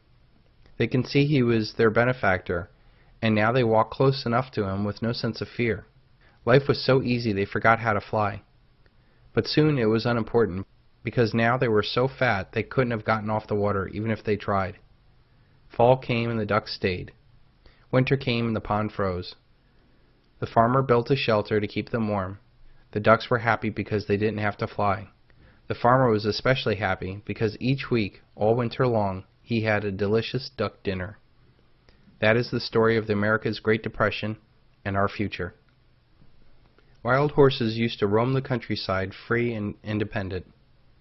The same process man used to domesticate the horse is the same process the elite have done to enslave humanity. Thinking is the hardest work there is, which is probably the reason why so few engage in it. Henry Ford. One of the greatest challenges to becoming totally free is to be able to think independently from everyone else. You know instinctively no one cares about you as much as you care about yourself. Yet we constantly listen to others about what is best for us instead of thinking about what is best for us. That is because we live in a world where everybody tells you what to think, but no one tells you how to think. We are blasted every day with advertising, financial sales pitches. Sometimes you wish people didn't agree with you all the time. At MF Global, we tell you what's good for you. Political media propaganda, religious dictates, and more social pressure to conform. Most of our lives we do not make any real decisions. We just kind of fall into a routine. You see, when you really don't think, you leave your mind open to people who do think. The real and most often unnoticed danger is a class of predators manipulating societies for their own selfish benefits. If you go along to get along and not think outside of the box, you risk being caught in the undertow of a doomed society or worse. There is a lot of money and power derived off of having a sucker born every day. Our elite molds societies by educating people just enough to run the machine, but never enough to ask if this is the best machine for us. Think about it. Our controlled school system teaches sex, drugs, and multiculturalism in the 3rd, 4th, and 5th grades, and not even how to balance a checkbook by high school. The elite system wants utterly dependent people to control for power and profit. They do not want fully aware people who can see through the mainstream media lies, the Wall Street Ponzi schemes, or federal abuses. They certainly do not want people educating others to our common plight of this illusion. Do your thoughts serve to free you, or simply to make you freely serve? Your thoughts are not your own. If you ever wonder why Americans are broke, depressed, and lifeless, look no further than whose thoughts they are thinking. If they are listening to the elite's financial conmen, they are constantly stripped of their wealth through a myriad of schemes. If they're listening to the elite's mainstream media, they're depressed about the national problems because they're too big and the experts say that there's no hope, or worse, hope is coming someday. If they're listening to the elite's medical community, they're hooked on psychotropic drugs. They will never get their fire back by tackling their life's challenges. The elite give us the illusion of freedom, but control all of the choices. The elite give us the choice of 500 cable stations, and yet the same message comes from every one of those channels. They give us aisles and aisles of food, and yet 90% of it is just corn and soy byproducts. They give us a choice of hundreds of political candidates, yet nothing changes because both sides are bought and paid for by the elite. They give you the choice of investment of stocks, bonds, and real estate. But when this all goes down, you will see that it's all part of the same illusion of the dollar. This paradigm is controlled by the elite, and if you don't think independently for yourselves, you cannot help but to be controlled, whether you know it or not. Every aspect of your life is monitored, regulated, taxed, and controlled, not for your betterment, but for the betterment of others. To do most high-paying jobs requires a certification or a license. That's a form of control. Most assets that you have or own outright are not yours. Try not paying property taxes on a home that you own outright, and I'll show you who the real owner is. All your communications are monitored and recorded. Now the federal government wants these records to be kept indefinitely. Do you think you own your 401k? Try getting your money out. Or how about the stocks that you own outright? The fact is, the DTCC, the Depository Trust and Clearing Corporation, owns all of the stocks that are traded. If you want to do anything to your home, you better get permission from the homeowner association or the local zoning board. All these examples, plus many, many more, have nothing to do with making your life better. They exist to create power, profit, and a parasitic life for somebody else. Let's take a more detailed look at this. Our entire life is a rigged game designed to keep us down. We are fed consumerism, taught that we have no purpose, taught to obey, medicated with alcohol or drugs. Early pregnancy is glorified. Poor diets with fast food. Because of a poor education, people have a lack of vision. We have unhealthy relationships. We're entertained and not really educated. Divorce is a huge setback for many people. With this economy, we're faced with dead-end jobs, an entitlement mentality. We are trained to work for the government. People are saddled with credit card debt, auto debt, mortgage debt, student debt. People are driven to attain worthless diplomas, to become licensed professionals. And once they find some sort of success, they're marked with progressive taxation. They could become a legal target. If they create a business, they're forced to deal with increasing regulations and scrutiny.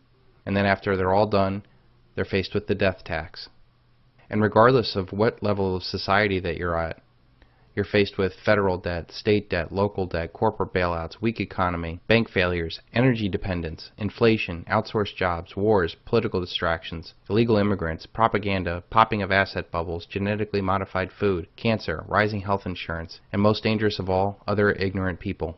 At the root of all these traps, there is an elite that has created, perpetuated, and profited off of this reality.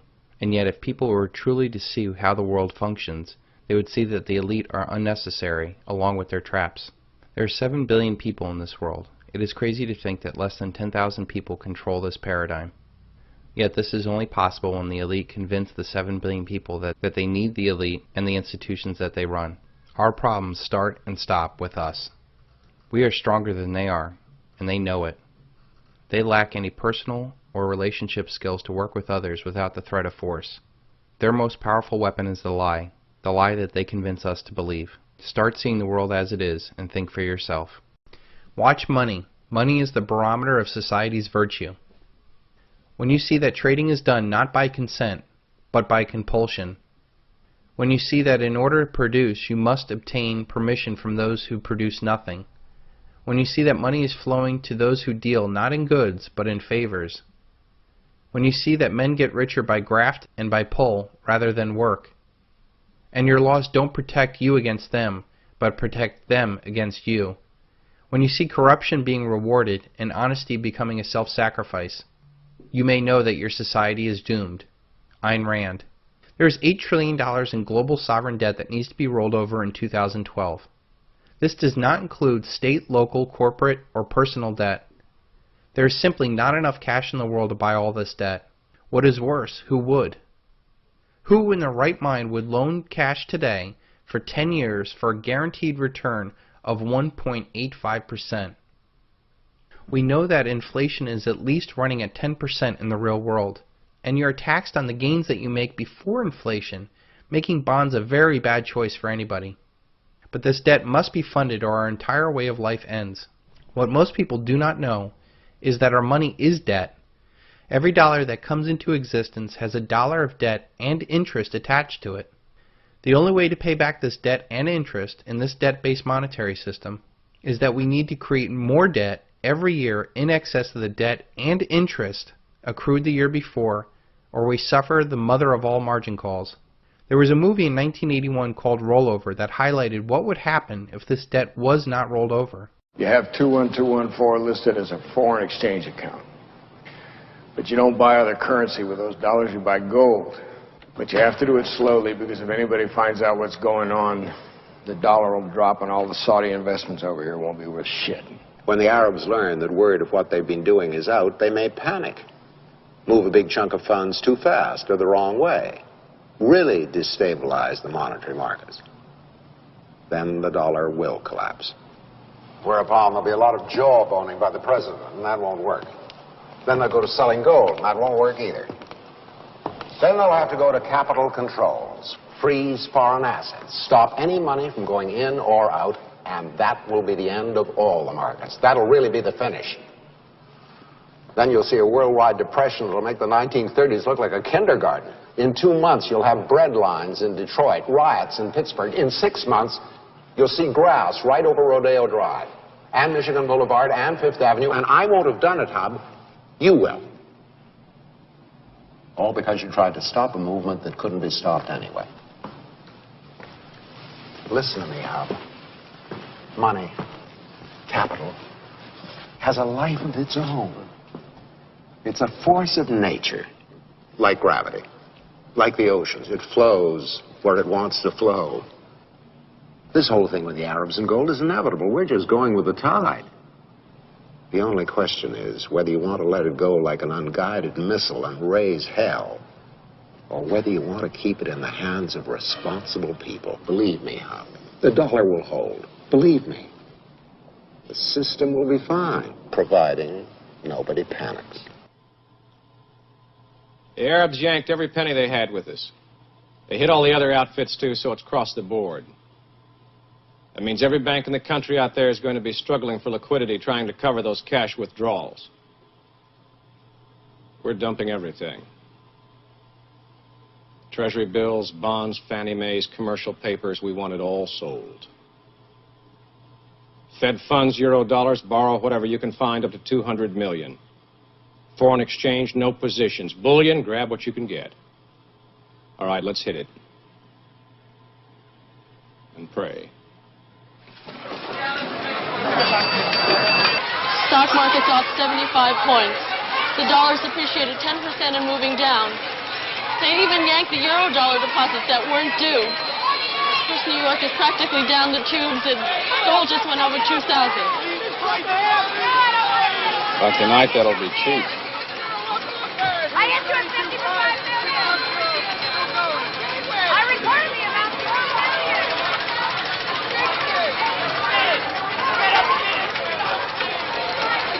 Down 8% against the French. Hi, Virginia, it's me. I want you to listen, and listen very carefully. As soon as you hang up, I want you to go to the closet, take a suitcase, and get to the bank. It began 8 days ago when a group of Arab investors withdrew billions of dollars from U.S. banks. That, in turn, started a chain reaction on the world money markets. Dollars, pounds, marks, francs, yen. Not one currency escaped. This scene outside a Manhattan bank was duplicated all over the world as people saw their life savings become worthless in a matter of hours. Good evening. I'm George Page in New York, and this is another in our series of reports on the world economic crisis. The growing paralysis of the industrial world has left millions without jobs, without money, and without hope. Crowds of unemployed poured into Washington yesterday. They stood in silent protest before the nation's leaders. At the same time, more than 1 million people packed St. Peter's Square, where the Pope urged calm and nonviolence. The Pontiff asked for prayers for world leaders, prayers and peace and reason. But the last 24 hours have been marked by growing protests and ever-increasing violence. Last night, demonstrators burned American currency in front of the White House, and attempts to put out the fires led to a confrontation with police. Every hour, from every corner of the globe, there are new reports of outraged crowds demanding action. A bankrupt world seems to be teetering on the very edge of anarchy.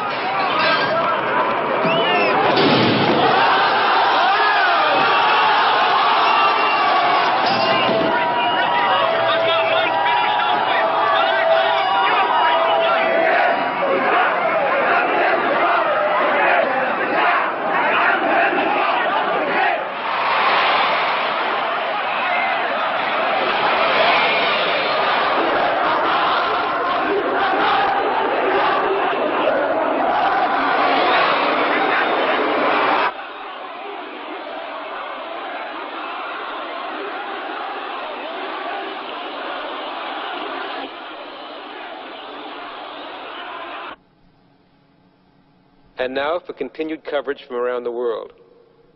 A statement was issued from the OPEC meeting today that the leading oil-producing nations would resume oil exports as soon as the international monetary markets have stabilized.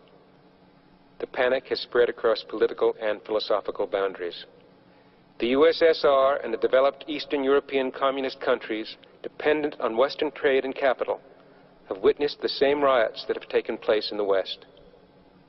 The Economic Summit Conference tomorrow will be attended by leaders of the West, the East, and the Third World. Said one, there is a need for a unity of purpose and resolve unequaled since the end of World War II. At this time of crisis, there has been a turning to the past as well as the future. Words spoken by President Franklin D. Roosevelt in the depths of the Depression were quoted in the Senate today. This is preeminently the time to speak the truth, frankly and boldly. Nor need we shrink from honestly facing conditions in our country today. This great nation will endure as it has endured, will revive and will prosper. We face our common difficulties. They concern, thank God, only material things.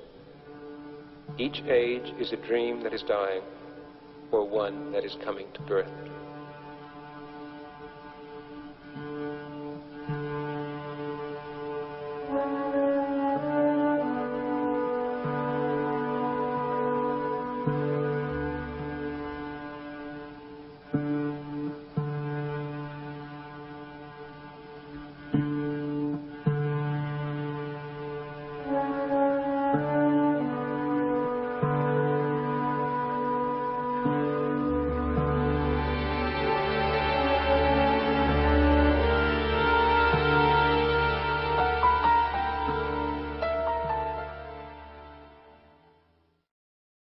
Since this must be done, let's look at some of the options available, and I can tell you that none of them are good if you have any cash, stocks, bonds, pensions, insurance policies, or real estate.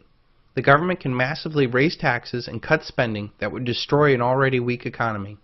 The Federal Reserve and other privately held central banks can buy more debt and to continue printing money, but this would most likely cause other sovereign nations to dump the dollar, adding to the inflationary fire here at home. They could allow the free market to determine the real rate of interest that would reflect the true risk of lending money to an insolvent, warmongering, spendthrift nations in systemic decline. With $140 trillion in unfunded liabilities in the system cannot handle high interest rates. America could just default on the debt, and we would see a massive upheaval in every aspect of our lives and would guarantee that it would lead us to war. There is one option that would buy more time that you are not paying attention to. The government can confiscate your retirement savings.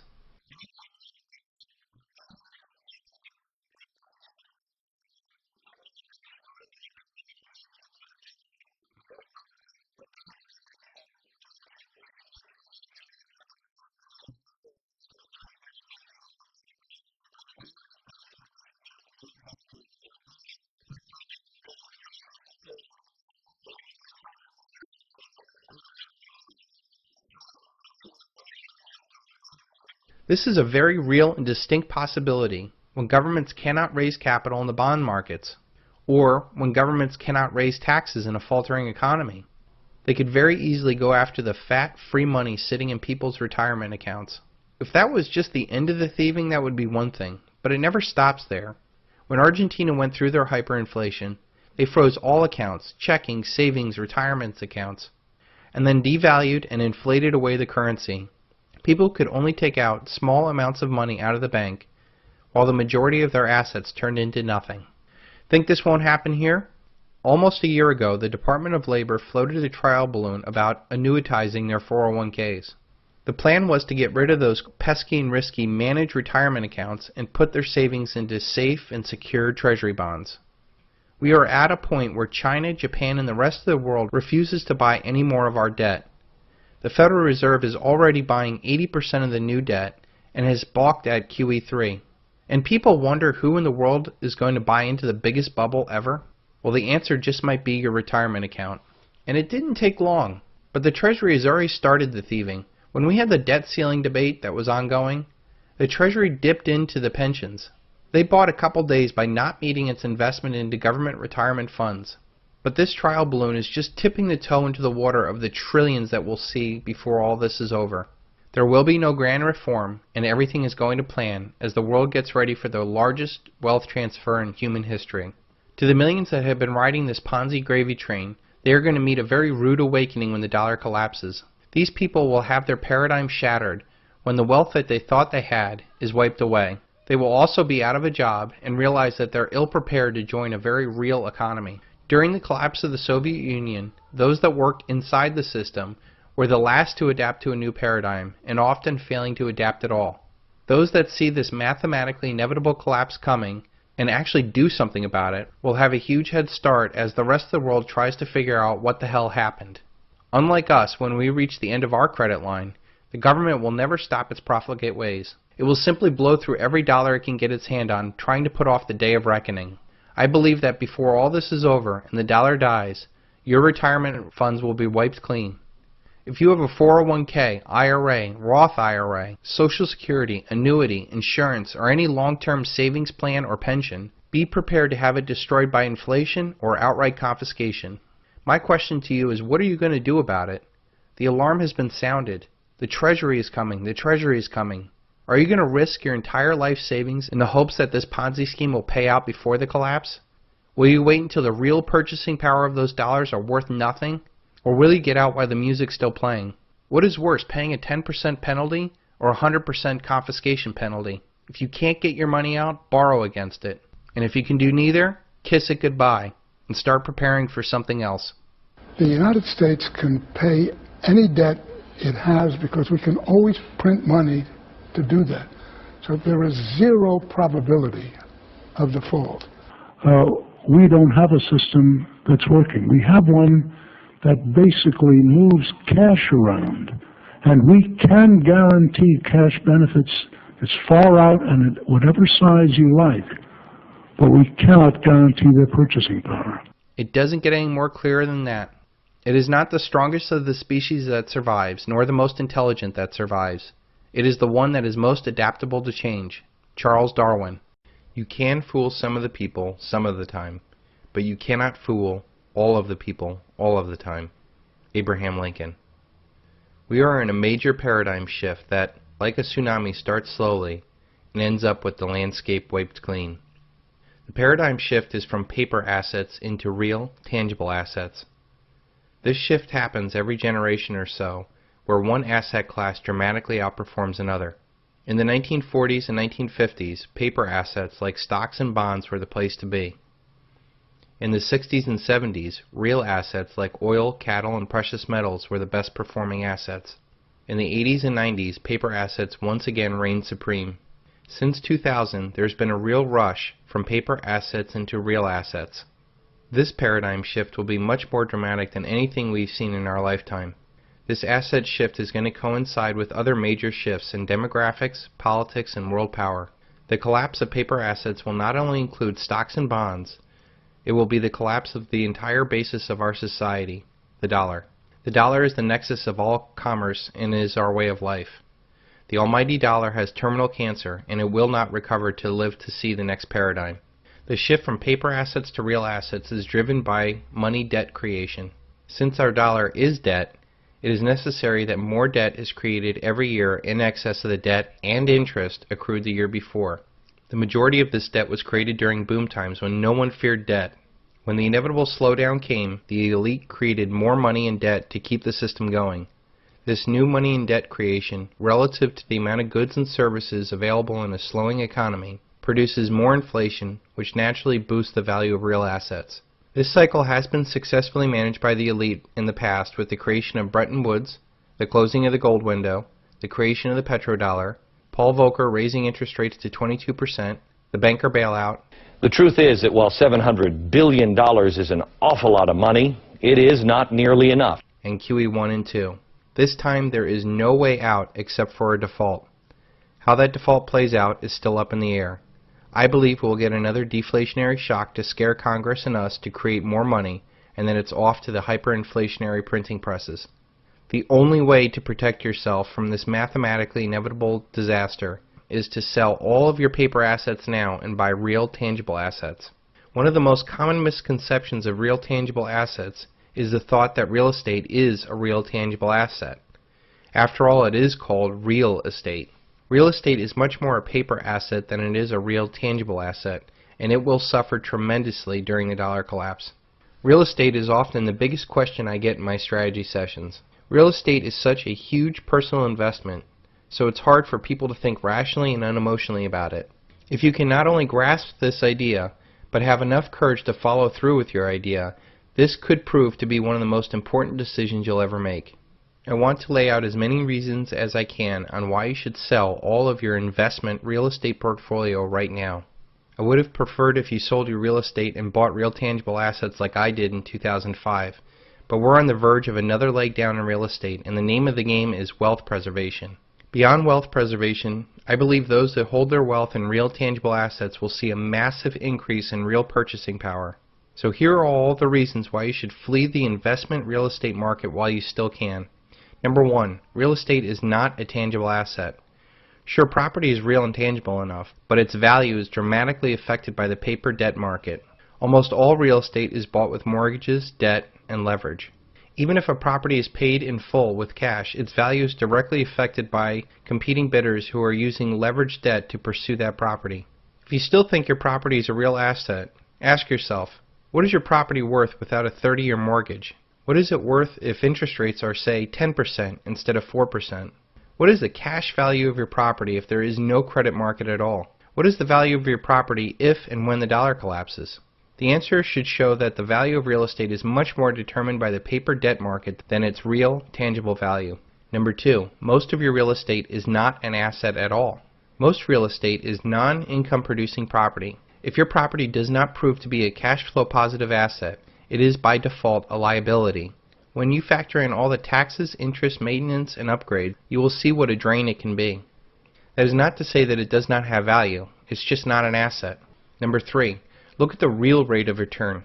The government is outright lying about inflation. They do this for many reasons, which I will discuss later. If the government was telling the truth about inflation, you would not see a benign 2% inflation. We would see something more like 10% inflation. This statistic has been manipulated for decades, so the compounding effect of this simple lie has stolen trillions of dollars of wealth from people. Even though the nominal price of your house has gone up over the years, the real inflation-adjusted return is probably negative. Number 4, even in a hyperinflationary environment, owning property is not a no-brainer. In a hyperinflation, the value of mortgage debt would essentially become worthless. That is great for owning your property outright. The reality is that there are going to be other factors that will dramatically affect the real value of that property. In a hyperinflation, the food in your freezer drawer will be worth more than your mortgage. The cost of running your home will be exorbitant. What if you cannot afford higher water, electricity, or gas bills? What is your property worth if these utilities are not working or even available? Number 5, real estate is an illiquid asset. What if you're in the wrong area when this all goes down? Having the better part of your wealth tied to an asset that cannot move is highly disadvantageous during a period of social upheaval. We have all seen pictures of refugees leaving their homes with the few possessions that they own. What if you are in an area that is going through massive social upheaval? If you have the majority of your wealth tied to an area that is essentially a war zone, you're putting your life and your fortune at risk unnecessarily. This is magnified by the fact that when the dollar collapses, there will be no real estate market for you to sell into. You can easily put $250,000 worth of gold into a small purse and take it wherever you want, and it is accepted worldwide. Number 6, you never truly own real estate. Even if you own your home outright, you still have to pay taxes on it. If you do not pay taxes, you will see who has the real ownership of your property. There is a way around it, and you can get a allodial title to your property. This king's title means that no one can put a lien against your property. First, you need to pay off your entire mortgage. Then you need to buy the bond that is attached to your property and pay that off too. It costs anywhere from 6 to 8 times your property taxes. When this is done, you need to go to your town hall and have your property reclassified as private property. Many churches have their properties held this way, and they do not have to pay property taxes. This is something I have only taken a passive interest in, but after the collapse, I will make sure that any property I buy will have a allodial title. Once you have a allodial title, you cannot put a mortgage on it. Having an allodial title is a great estate planning tools since there can be no lien put on the property. It is also off-limit to lawsuits. This is not available in all states and is something that we have to look into more in depth. Until then, silver and gold naturally have a allodial title to it, and it is without counterparty risk. Number 7. Taxes will be raised as local governments become more desperate. During the boom, few people saw or cared about property taxes. They figured as long as the asset went up, taxes were sure to follow. Many figured if the property value fell, the taxes would naturally go down. Wrong. Local governments either kept taxes the same when property values fell, or worse, raised the rate or taxable property valuation to steal more money from you. The sad thing is we have not seen anything yet. When the dollar collapses, governments will become more desperate and take extraordinary actions to maintain their power. For a local government, the best place to steal money is the property owner. The local government can raise rates and there's nothing you can do about it. If you don't pay, they'll simply take your property and sell it at a tax sale. Another thing you should be concerned about is the 3.8% transaction tax on property signed with the Obamacare program. Number 8. What they can't tax, they will take. Governments have many other tools in their pocket to steal your property, like zoning. What if they mandate that your home must be energy neutral before you can sell it? What if they use eminent domain to give your property to corporate pirates? What if there's new zoning laws that says you cannot build within 500 feet of a water source or an endangered species? What if they pass regulations to force you from your home, like planned in Agenda 21? Number 9. Income-producing properties are a risk also. The value of an income-producing property is directly tied to the economy. If the economy cannot support businesses, the value of the underlying property is worthless. Overnight, property turns from an income-producing asset into a cash-sucking liability. I have seen franchises go broke, and once prime property loses 50% of its value overnight. With so many empty properties on the market, it acts as a drain on your ability to hold rents up. Number 10. If the economy is bad, it also limits the highest and best use for that property. A property's value is judged by its highest and best use. Hypothetically, if a retail property selling cars is worth $5 million during boom times, it might be valued at more than $35 million for high-priced condos. But if the economy should suddenly turn and the market for high-priced condos falls, it is no longer worth the $35 million or even $5 million. It may only be worth the $2 million that you bought it for 20 years ago, and that does not include inflation. Number 11. A bad economy bleeds into the family rental market also. When the economy deteriorates, people lose their minds. Domestic violence and drunken disorderly rises. People steal air conditioners and strip homes clean. If people don't have jobs, they can't pay for their rent. Towns may enact laws from preventing you from getting rid of non-paying renters. People stop caring about life, much less the upkeep of property. Even if you do get rent, the real value of that rent is falling as things get tougher. If things get really bad, people will be paying more for food and heat and may not have any money to pay the rent. Finally, the renters may look at you as the cause of all their problems. You probably look like a Rothschild or a Rockefeller to most of these renters, and they may take their frustrations out on the guy that's taking money from them. Number 12. Renters have no buffer. I know this is a broad generalization, but most renters do not have a buffer. In fact, half of all Americans cannot come up with $2,000 in 1 month for an emergency. Rent is often the most easiest expense to skip out on. I have had more than a few members who have told me that they fear if their renters don't pay, they don't have a buffer to even pay the mortgage. They now see how their asset can be turned into a liability at any time. Number 13. The existing home inventory is going back up. During this past summer, it took approximately 9 months to sell your home. Now that winter is coming, it's taking much longer. And wait until after the next financial crisis. Many people simply cannot afford to sell a house because they owe too much on their home. Number 14. Flippers make up a huge portion of those sales. The sales numbers are skewed because there are a lot of homes that are bought and then sold. So the real buyers that are actually moving into new homes is much lower than we are led to believe. Number 15. The shadow inventory. The shadow inventory sounds scary. Well, actually it is. On top of the homes that are on the market, there are millions of homes that are not on the market. These are homes that have been foreclosed upon by the banks, and they're not even attempting to sell these homes. They know if they dump all of these homes on the market, it will crush all of the performing mortgages as home prices sink further, and people just stop paying. Can you imagine what the real estate market would look like if these homes were brought onto the market? Most of these homes are high-priced homes, and if they sold at a fire sale, the price compression in the market would be severe. Number 16. There's millions of homes beyond the shadow inventory. Even if we somehow get past the gut of existing and shadow inventory, there are millions more beyond that. There are homeowners that have simply stopped paying their mortgages and that they have not been foreclosed upon, even though they should. I have many members who have not paid their mortgages in years. Some haven't even been contacted. They pay their property taxes and utilities. These homes tend to be on the lower end in undesirable areas. They also seem to be very upside down. These people draw strength away from the renter's market. If they are not evicted, they don't need to rent your property. There are also strategic defaulters that purposely don't pay their mortgages even though they can. They make the cold, calculated decision to not pay because they are upside down and they know that the banks will not take a bath on the property. So they live there for free and maintain the property for the bank to foreclose upon them one day. Number 17. We still have another year of mortgage resets. And we're not done yet. Beyond the existing, beyond the shadow, beyond the as of yet to be foreclosed, we have millions that will fall into default as the mortgages reset and they lose their job in an ever-worsening economy. You might remember that this housing mess all got started because people got over their heads with real estate but also the mortgages.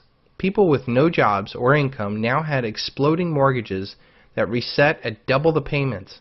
The adjustable arms in Alt-A's are still coming due and the properties are worth a lot less and people's financial and job situations are much worse. This, coupled with stricter lending, is a potent combination. Number 18. The MERS monster. The Mortgage Electronic Registration System is a scheme cooked up by the banksters to slice and dice huge pools of mortgages into tranches so that they can resell the pools of mortgages all over the world. This is a huge problem since there is now no clear title of the properties. Banks cannot foreclose upon the properties in default. Would you feel comfortable buying a property from a bank knowing that millions of mortgages are involved in this mess? You may wake up to find that the property that you thought is a steal is actually somebody else's property. This mess can only be fixed by some huge act of Congress or the destruction of the dollar. Number 19. Much of the paperwork that was done very wrong. I knew some of the guys that went into the mortgage business and made huge money. One guy in particular couldn't even fill out a purchase order for a car. He left me and went on to making $500,000 a year as a mortgage broker. I would bet you every single mortgage that he wrote was not disclosed properly or was not documented properly. When times are good, buyers turned a blind eye because they wanted the American dream. Now that dream has turned into a nightmare, and there's a huge mess to clean up. There are now rumors that banks are now voluntarily reducing mortgages by huge percentages. While this may sound good, I'm sure that there's a big hook. My guess is that without clear title, these banks are trying to get clear title to the property so it establishes their clear ownership. I would think twice before you take this gift. Number 20. Tougher lending standards means less buyers. Credit requirements are tougher as banks seek to sober up their balance sheets. They require more money down and are more stringent in their lending. Nearly 27% of all mortgage applications are rejected now. Also, there are mortgage caps that are now in place where banks won't lend past $625,000. Number 21. The bigger is better generation is scared. The boomers are known to be the me generation, as they sought to have the biggest and best. Bumper stickers like "He who dies with the most toys wins" was very prescient. Once, boomers wanted the McMansion, the summer home, and a few rental properties to pay for their retirement. Now that they have lost everything in the stock and housing bubble, it seems like it's too late for a second chance. Without this generational demand, it's going to take years to fill the massive glut of homes we built. We are going to see American ghost towns again. Number 22. The generation below them is broke. If boomers are scared and downsizing, there must be a generation below that will pick up the slack as they grow, right? My generation's destroyed. Not only were we latchkey kids, we were told to embrace debt by our fearless baby boomer parents. After all, what worked for them should work for us. There is now an unprecedented $1 trillion in student loan debt chained to my generation. Thanks to George Bush, this debt can never be gotten rid of through bankruptcy. So here you have a generation with $20,000 to $250,000 worth of debt before they earn one penny in the real world. Never mind the credit card, auto, and home debt. This debt is going to keep my generation from starting families and having disposable incomes. Many are just getting by right now, but wait until the next shock comes. If this debt is holding back families from having kids, this acts also as a further throttle to the growth of long-term housing trends. Number 23. Multi-generational housing is coming back. I believe that families should be moving back in together. Not only does this make sense financially, it makes sense emotionally. We are going to be going through some very tough times and we need to have a strong family to rely upon. This trend will leave a lot of unnecessary homes in the market as sons, daughters, grandparents live together once again. Number 24, obsolete housing. Many of the huge homes will simply become abandoned. The neighborhood in New Jersey where I grew up had abandoned beautiful old homes that were once owned by millionaires of the 1900s. During the 70s, many of them were abandoned or ill-maintained as they became uneconomical. During the boom of the 90s, they were snapped up at cheap prices and completely renovated. Now with maintenance and property taxes rising, these homes once again will become uneconomical. Number 25, obsolete towns. The value of properties and areas has a lot to do with the companies that provide jobs.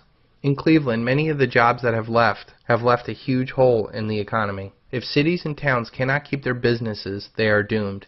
All along the Rust Belt you can see this very clearly. Now many of the towns that went up during the housing booms are the ones that are going to be the biggest bust. Some cities in Florida have been estimated not to come back to previous highs for close to 2 generations. Can you imagine paying $45,000 a year in property tax on a house that lost half of its value? Number 26. Possible illegal immigrant exodus. History has shown that foreigners tend to take the brunt of frustration of a populace during extreme economic conditions. We already have a lot of tension on the border with illegal immigrants. When the economy heads south again, the illegals may head south of the border as the opportunities get slim and social pressure mounts. Number 27. Foreign investment exodus.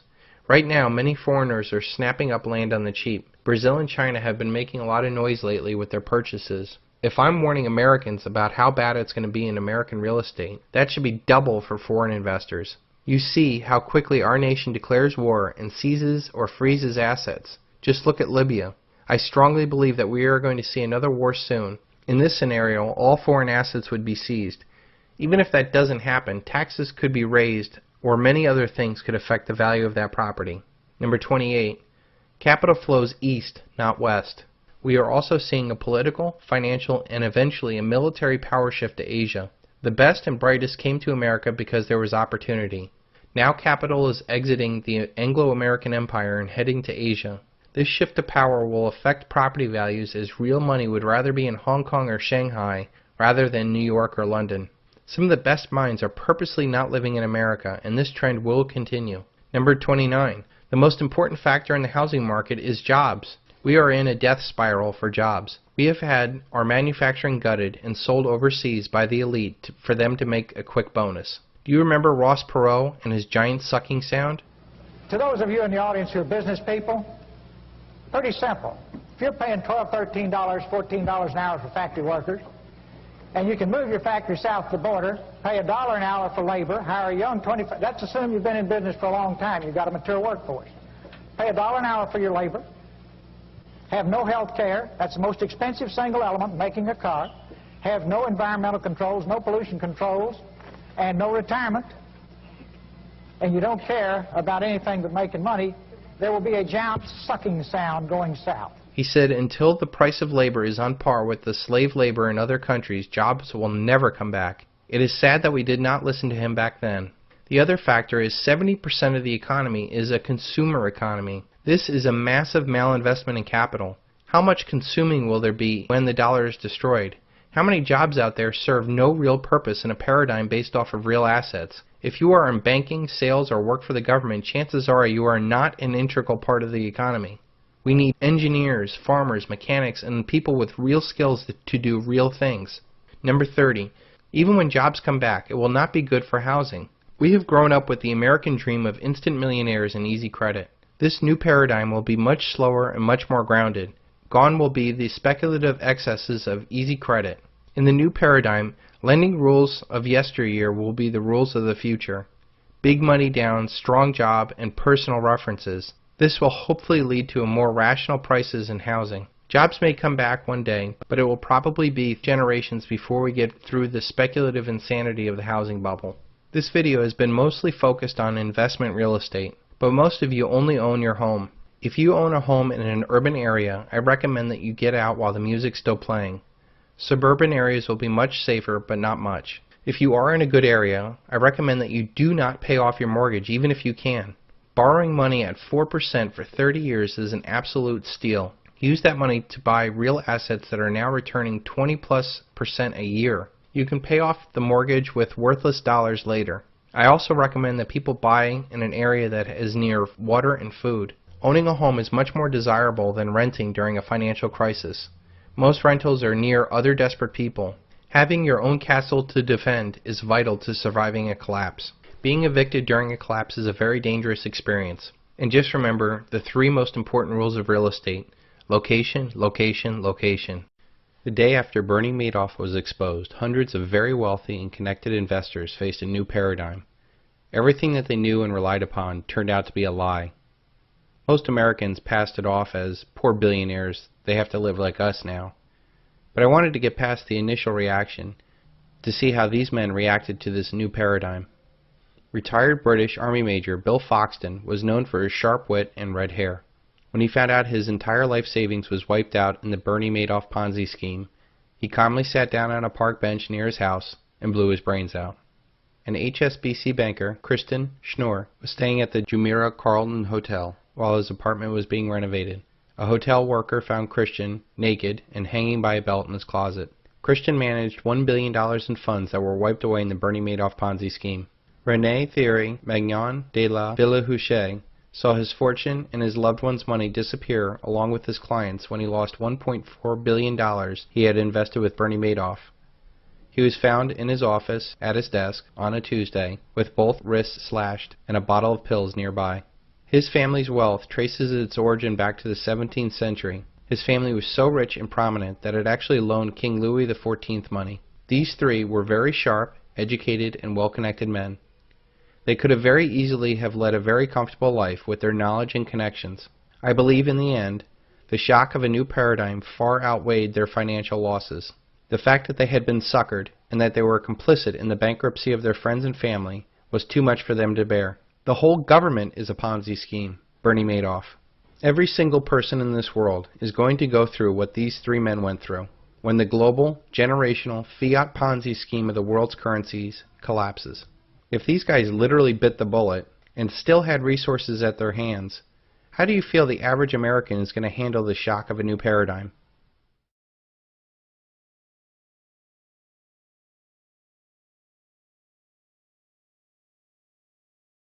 There is little doubt in my mind that there will be massive upheaval in your physical life, but I fear the mental aspect of being so wrong for so long will be too much for most to bear. How will you react when your whole world changes overnight? How are you going to look into the eyes of your children and say that you were so wrong?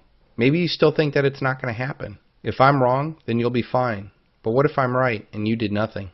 During the rape of Russia by the Rothschilds in the early 90s, unemployment rate surged, and there was a 42% increase in the mortality rate of working-age men between 1991 and 1994. Russia still had the Deutschmark and the dollar to use as currencies during the collapse, and that may have saved millions. The problem is that when the dollar dies, I believe all fiat currencies and paper assets will die also. This means no food, no fuel, no money, no jobs, and no hope. Even with the first shockwave of this paradigm change, we have already surpassed the suicide rate recorded during the Great Depression. I had a father write me about a 14-year-old son committing suicide recently. I was also with another mother that told me that her daughter's 16-year-old friend committed suicide, and then a week later the daughter attempted her own suicide. I read an article about Kip Rusty Walker, 19, who committed suicide by stabbing himself on the stage while an audience cheered. All of this with the social support net still working.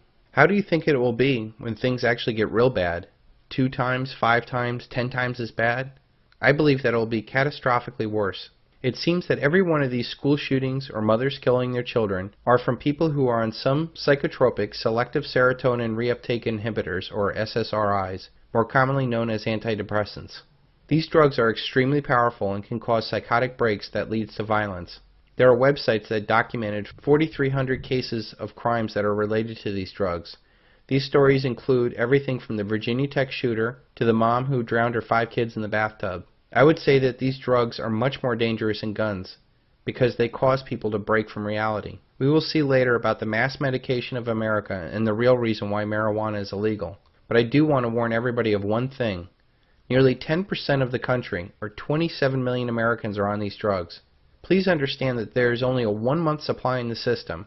The kind of psychotic breaks that will happen if these people come off these drugs too fast, en masse, will be catastrophic. When the dollar collapses, we not only have to worry about the 7 to 10 day supply of food and fuel, we will really need to worry about the 1 in 10 Americans that are not going to be medicated while their paradigm collapses. You can almost see it now, humanitarian airlifts dropping Zoloft and Lexapro from the sky. Let them march all they want, so long as they pay their taxes. Alexander Haig. While I love Ron Paul, and in my former life I would have come to an event like this, the Veterans for Ron Paul March, but I now see this as a symbolic waste of time. Marching, chanting, holding signs does nothing. You cannot solve a problem with the same consciousness that created the problem. You must see the world anew. Albert Einstein. Collectivist action will never defeat a collectivist problem. These men and women need to find individual freedom from the system and withdraw their support from the paradigm that they are actively or passively supporting. More debt, restructured debt, or bailouts will never solve a debt problem. These men and women need to sell all of their paper assets and buy things that have real tangible value. This has a deleveraging effect in the banker's casino and provides a force multiplier with the value of the real tangible assets they have as the paradigm shifts. You cannot defeat a centralized power by begging that power to reform itself. Decentralized power, starting with the free, individual mind, is the only answer. Power must devolve down to the most local and responsive level. You cannot end wars by marching on Washington. Individuals must muster up the strength to say that they will no longer pull the trigger, send the order, or cook the food for the war machine. You cannot reform politics in Washington. Ron Paul's legacy will not be a successful presidential campaign. He will be the inspiration for the next generation of politicians that see the world anew, and that saw the best way to defeat a system was to walk away from that system. So please don't worry that national media is ignoring marches like this. This revolution will not be televised. False flag operations are covert operations designed to deceive the public in order to make an attack look like some outside force carried it out. This gives a nation the ability to start a war and make it look like they were the victims. This is very important if the public does not want war, and it also limits the ability for opposing interests to stop the new war. Any opposition, foreign or domestic, would immediately be put in the same category as those that they claim did the false flag. You're either with us or you're with the enemy. False flags do not happen very often, but when they do, they change the paradigm we operate in. We all see how the world has been changed forever after 9/11. Before 9/11, we would not have put up with such a loss of privacy and a loss of liberty, much less a decade of war looking for weapons of mass destruction or men in caves. With the supposed death of Osama bin Laden and the supposed end of military actions in Iraq, I feel the decks are cleared for the next big event. Historically, false flags are military in nature, but I feel going forward they will morph into something much worse. Every system built on debt needs constant debt to be created, or the system implodes. If the criminal elite can expand the debt system through asset bubbles, then all is well. But what happens if they can't get more debt created? They need to either steal other assets to provide capital for the system, or they need a reason to create massive debts that the masses will sacrifice for. Wars do both.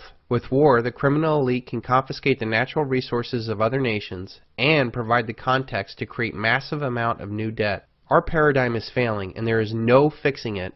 There is so much inequity built into the system at every level. The only answer is for a complete collapse. This collapse will leave a generational scar so large that humanity might never consider again fractional reserve banking or the war machine it enables. Until that collapse, the criminal elite will do what they have always done: create more debt and more wars. The criminal elite see their power paradigm collapsing on its own cancerous self. A silver default, debt ceiling doom, dollar collapse, peak oil, or whatever leads ultimately to the end of the Anglo-American petrodollar financial paradigm. The Anglo-American elite might need to pull off 3 false flags in order to fail forward. This might include the typical military false flag, an economic false flag, and an informational false flag. These dramatic measures will seem necessary to the criminal elite, and the horrific toll on humanity will be justified in their minds. This societal upheaval will be time for the criminal elite to settle all the threats to their power paradigm, much like the end of Godfather 1. The first of the 3 threats to their power is the death of the dollar. The dollar is the basis of all the criminal elite's power. Without it, or an equivalent of it, they have no means to create debt that enslaves nations, states, corporations, and citizens of the world. This debt money provides the criminal elite an an unlimited checkbook to fund the world's most powerful military that controls the world's natural resources so that their corporations can harvest them. It also protects the shipping lanes that transports the rest of the world's trade. This debt money also buys political power for which the elite rig the game in their favor. And finally, the criminal elite used their money to own all the major media in order to distract the masses from the real problem in the world, the debt-based banking system, and the paradigm it finances. It is no secret that the dollar is going to die. It is a mathematical inevitability. Nothing can stop the ultimate collapse of the dollar. Our monetary system is based on debt, and in order for it to work, more debt needs to be created every year in excess of the debt and interest accrued the year before. If it does not happen, there will be a massive wave of defaults that would suck the system dry in a few weeks. The elite don't necessarily care if the dollar lives or dies.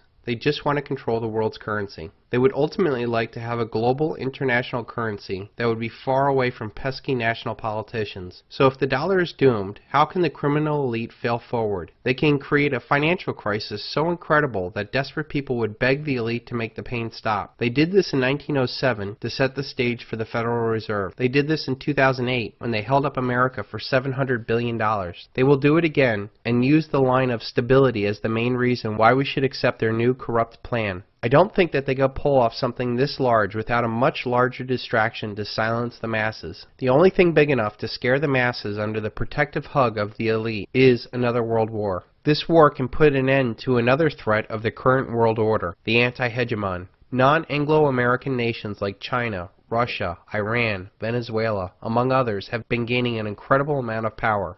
I call these group of non-Anglo-American powers the anti-hegemon, as they have no uniting ideology, race, or religion, other than standing in opposition to the hegemonic power of the Anglo-American Empire. The anti-hegemon nations have so much to gain from a retreat of the Anglo-American Empire from the world stage. Countries like China, Russia, Iran, Venezuela, India, and many more, to a lesser extent like Japan, Korea, Germany, and France, have been on the losing end of the Anglo-American Empire for over a century. These nations have a history of Anglo-American losses like the Cold War, Opium Wars, Operation Ajax, the CIA attempted coup of Chavez, British colonization of India, apartheid, Hiroshima, the closing of the gold window by Nixon, and Waterloo.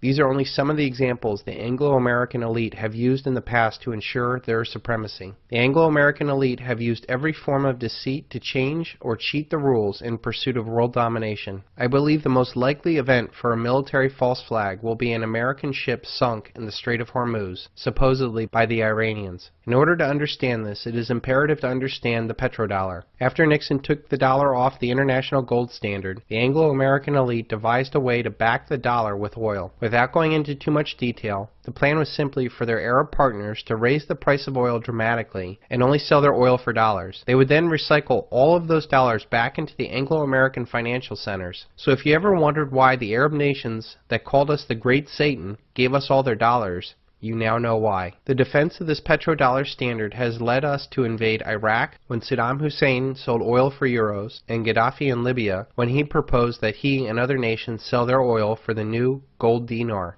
This is also why so many sanctions have been put on to Iran. The Iranians opened up their oil bourse in 2008 to sell their oil for anything but the dollar. An attack on an American warship would be exactly what Dick Cheney plotted to do in 2008 before he left office. Here is an insider's account of that meeting from the famed journalist Seymour Hersh. That a few weeks later, a meeting took place in the Vice President's office. Quote, the subject was how to create a casus belli between Tehran and Washington, he said. What you're writing there is that Cheney, there was a meeting in the White House where Cheney presided over, looking to cook up the next war, a false war based on false intelligence. Among the items considered and rejected, which is why the New Yorker did not publish it, on grounds that it wasn't accepted. One of the items was, why not, there was a dozen ideas proffered, how to trigger a war. The one that interested me the most was, why don't we in our shipyard, build 4 or 5 Iranian boats that look like Iranian PT boats, put Navy SEALs on them with a lot of arms, and the next time one of our boats goes through the Straits of Hormuz, start a shoot-up. Might cost some lives, and it was rejected because you can't have Americans killing Americans. But that's the level of stuff we were talking about, provocation.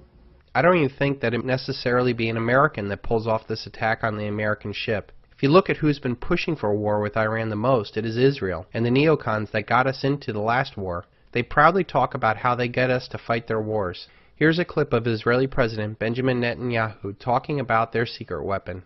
But I'll tell you one thing, unlike America, Israel seems to be able to fight wars very quickly. What is your secret? Because we don't seem to have the hang of that. The secret is that we have America. Nah.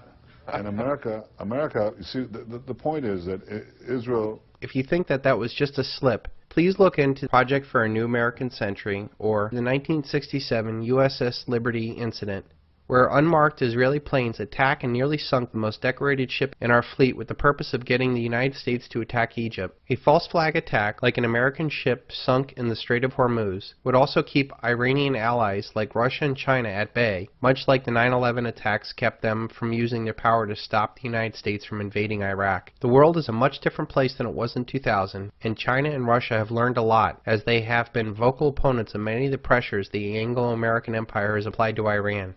If China does rise in opposition, that would be something the Anglo-Americans could easily turn the American public onto them too. Our horrible economic conditions are directly responsible to those that own and control our paradigm, the criminal elite in Washington and Wall Street. That being said, the criminal elite will blame all of the problems on anything else in the world except for them. China could have purposely been made into a threat only to take them down in the future. Let me first state that I am no fan of China. Their elite have human rights violations against their own citizens that would make you sick to your stomach. But let's be honest, China would not be a threat if our criminal elite did not build them up in the first place. Our military-industrial complex needs an enemy to justify their war machine. The war on terror was a good ride, but after almost a decade, it's getting a little old. Our banking system needed another country to buy our paper Ponzi scheme, and China became the most obvious target after Japan gorged itself on our debt. Our elites made deals with the Chinese elites to move our manufacturing overseas to use their slave labor and pollute their environment. The Chinese communists got all the technology and manufacturing and dollars to build up China as a threat.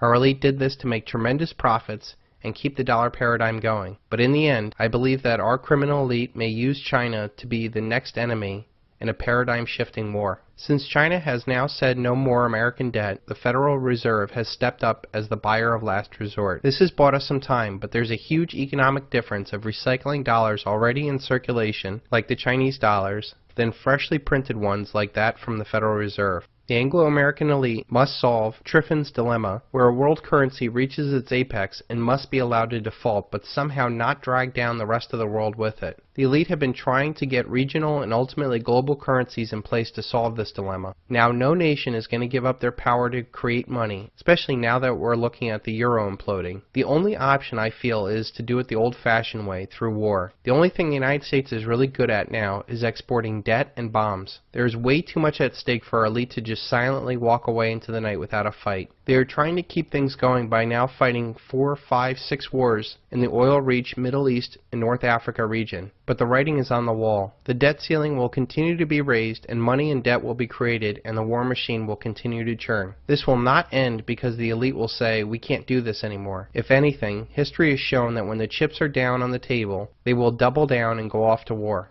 The destruction of the dollar will either be the cause of war, or war will be the destruction of the dollar. If there is an economic false flag, like a massive treasury sell-off, then it could be a cause of war with China. Or if there is a military false flag, it will cause the dollar's destruction and force introduction of a new monetary paradigm, possibly a global currency. The elite will use this upheaval to destroy any competitors. In the smoking aftermath of the war, they will impose a new paradigm based off of the same destructive seeds of the old paradigm. There is a third threat to the elite's power paradigm that can and should stop all of this. Freedom of information. There is no doubt the internet has gotten away from the criminal elite and that their lies have been exposed. Small sites all over the internet have shown over and over again that the emperor has no clothes. I can see an informational false flag to coincide with the economic and military false flag. They can falsely blame China or domestic groups like Anonymous for massive internet shutdowns. I believe that big corporations will still have a functioning internet, but small informational sites will be shut down for sake of quote-unquote national security.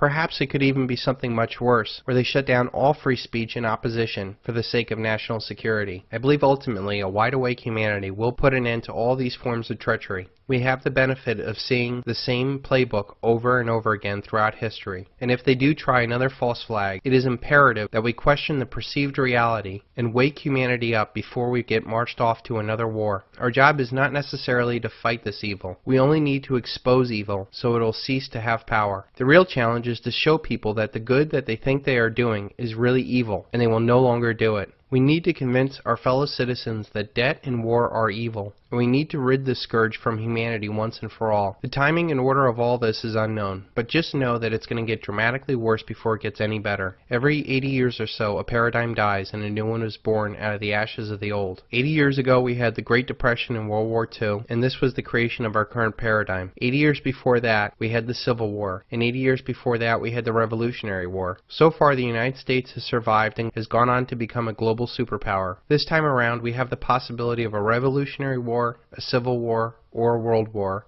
or a combination of all three. There is nothing in writing that says America will go on forever. In fact, given our horrible record on debt and war, this system deserves to die an awful death, so that humanity will never go back down this path again. Only then can we go about creating a new paradigm, one that resonates with who we are, built upon peace and understanding. The dollar collapse will be the single largest event in human history. This will be the first event that will touch every single living person in the world. All human activity is controlled by money. Our wealth, our work, our food, our government, even our relationships are affected by money. No money in human history has had as much reach in both breadth and depth as the dollar. The dollar is the de facto world currency. All other currency collapses will pale in comparison to this big one. All other currency crises have been regional, and there have been other currencies for people to grasp onto. This collapse will be global, and it will bring down not only the dollar, but all other fiat currencies, as they are fundamentally no different. The collapse of currencies will lead to the collapse of all paper assets, and the repercussions to this will have incredible results worldwide. Thanks to globalization and the giant vampire squids of the Anglo-American Empire, the dollar is the world's reserve currency. It supports the world economy in settling foreign trade, most importantly the petrodollar trade. The money is then recycled through the City of London, not to be confused with London, and Wall Street. This fuels corporate vampires that acquire and harvest the world's wealth. The corporate powers then suppress real assets like natural resources and labor to provide themselves massive profits. This fascist, statist, collectivist model provides the money into the economy to fund an ever-increasing federal government. The government then grows larger and larger, enriching its minions with jobs to control their fellow citizens. Finally, to come full circle, the government then controls other nations through its military-industrial complex. This cycle will be cut when the mathematically inevitable collapse of the dollar happens. In order for our debt-based money to function, we must increase debt every year in excess of the debt and interest accrued the year before, or we will enter a deflationary death spiral. When debt is created, money is created. When debt is paid off, money is destroyed. There is never enough to pay off the debt because there would not be $1 in existence.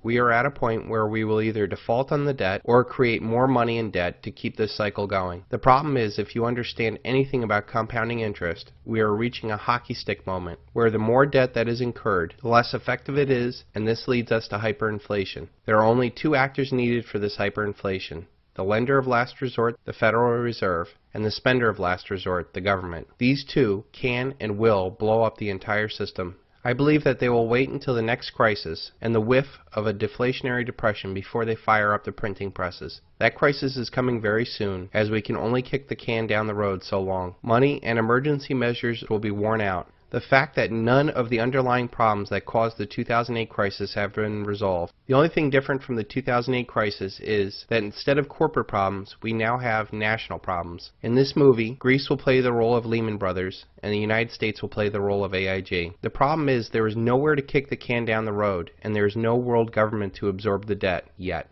This leads me to the top 5 places not to be when the dollar collapses. Number 1 on this list, I believe, is Israel. This Anglo-American beachhead into the Middle East was first conceived by the most powerful family in the world, the Rothschilds, in 1917. The Balfour Declaration said that there would be a Zionist Israel years before World War II and the eventual establishment of Israel. Israel has not been a good neighbor and has always had the biggest bullies on the block at its back. When the dollar collapses, the United States will have much more on its plate, both domestically and internationally, to worry about this non-strategic piece of land. This will leave Israel very weak at a time when tensions will be high. This very thin strip of desert land will not be able to stand the economic reality of importing its food and fuel, or the political reality of being surrounded by nations that don't care for it.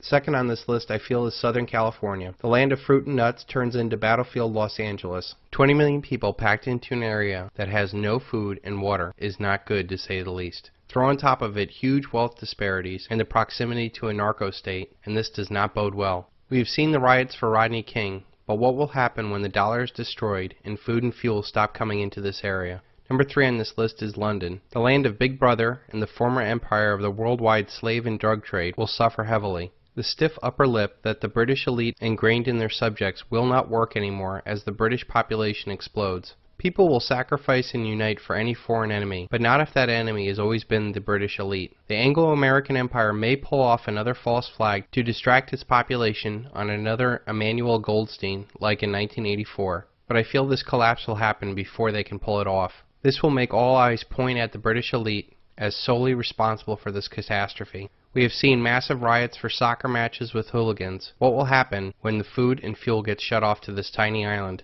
Number 4 on this list is New York City, another large urban area living too high on the dollar hog. New York City is the area I moved out of in 2008. There's little doubt that all of the wealth in New York, New Jersey, and Connecticut is a derivative off of Wall Street wealth. The savings and investment for an entire nation and much of the world flows through that financial capital. As the world wakes up to the massive financial fraud, this could lead to the destruction of capital like you've never seen before. This will have tremendous effects on the regional economy as people driving Mercedes suddenly wonder where their next meal is coming from. The 5th and final place not to be when the dollar collapses is your local metropolitan area. Urban areas in general are a very bad place to be during currency collapses. Too many people packed into tight areas, totally unprepared and dependent upon a dollar paradigm is the last place you want to be when the dollar collapses. You can ignore reality, but you cannot ignore the consequences of ignoring reality. Ayn Rand.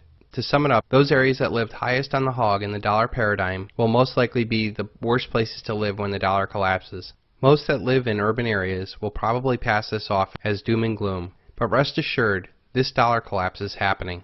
It is a mathematical inevitability. We will not be as fortunate as to muddle through this collapse like we did in 2008 when it was a corporate problem. This time around it is a national or a global problem. The global Ponzi scheme has run out of gas as demographics decline, as abundant cheap oil declines, as our global power declines. This comes at a time when we reach our exponential or collapse phase of our money. The irresistible force paradox says, what happens when an unstoppable force meets an immovable object? We are about to find out when infinite money hits a very finite world. America is still deep in denial, which is the first stage of the awakening. This denial will be wiped away when the dollar collapses. For now, the economy is still functioning and food and fuel are still available. The lights turn on and American Idol is still the center of attention. Americans still have the illusion of wealth and normalcy. They are still stuck in the false left-right paradigm and think that some other sock puppet will turn things around. When the dollar collapses, all American illusions will collapse with it. Deep denial will turn into deep anger. The violence I expect in all urban areas in the United States will make all other global riots pale in comparison. America is deeply infused with arrogance, denial, narcissism, drugs, and violence. There is no other society that I know of that has the degree of intensity and combination of these factors. So here are the 5 reasons why American riots will be the worst in the world. Number 1, arrogance.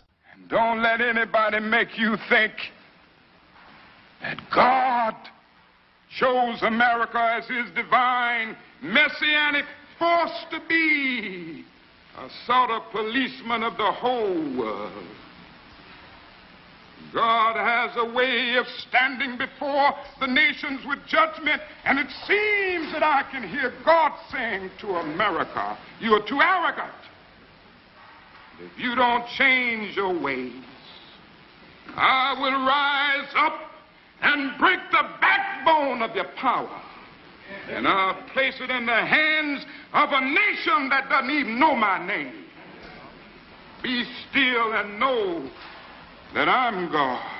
All of our lives we've been fed the lie that somehow we are better than everybody else. We believe this so much that we feel it's morally acceptable to stick our noses in everybody's business. We have 777 military bases all over the world. Our currency is the world's reserve currency. We control most of the international organizations like the UN, IMF, and World Bank. We control the world's shipping lanes. Our media is the most popular and sought-after propaganda in the world. Our corporations harvest the resources that our empire provides. This has led to the feeling that the American way of life is not negotiable. We print debt and we consume. This way of life was only possible by the very real and hard sacrifices made by Americans long dead. America today is nothing more than a spoiled brat blowing through the last of its inheritance. The only thing that the United States is number one at is spreading debt and death. This American arrogance will be turned on to other Americans as the dollar collapses. We will no longer be able to maintain a global empire of force without a functioning currency. All of our troops will be forced to come home, and we will no longer be able to import 25% of the world's oil. This sudden shift will turn arrogant Americans on each other as they seek to enforce their inflated sense of self-worth onto others. They will think that the world somehow owes them something, and they believe that lesser people should be made to sacrifice for them. After all, Dick Cheney did say, the American way of life is not negotiable.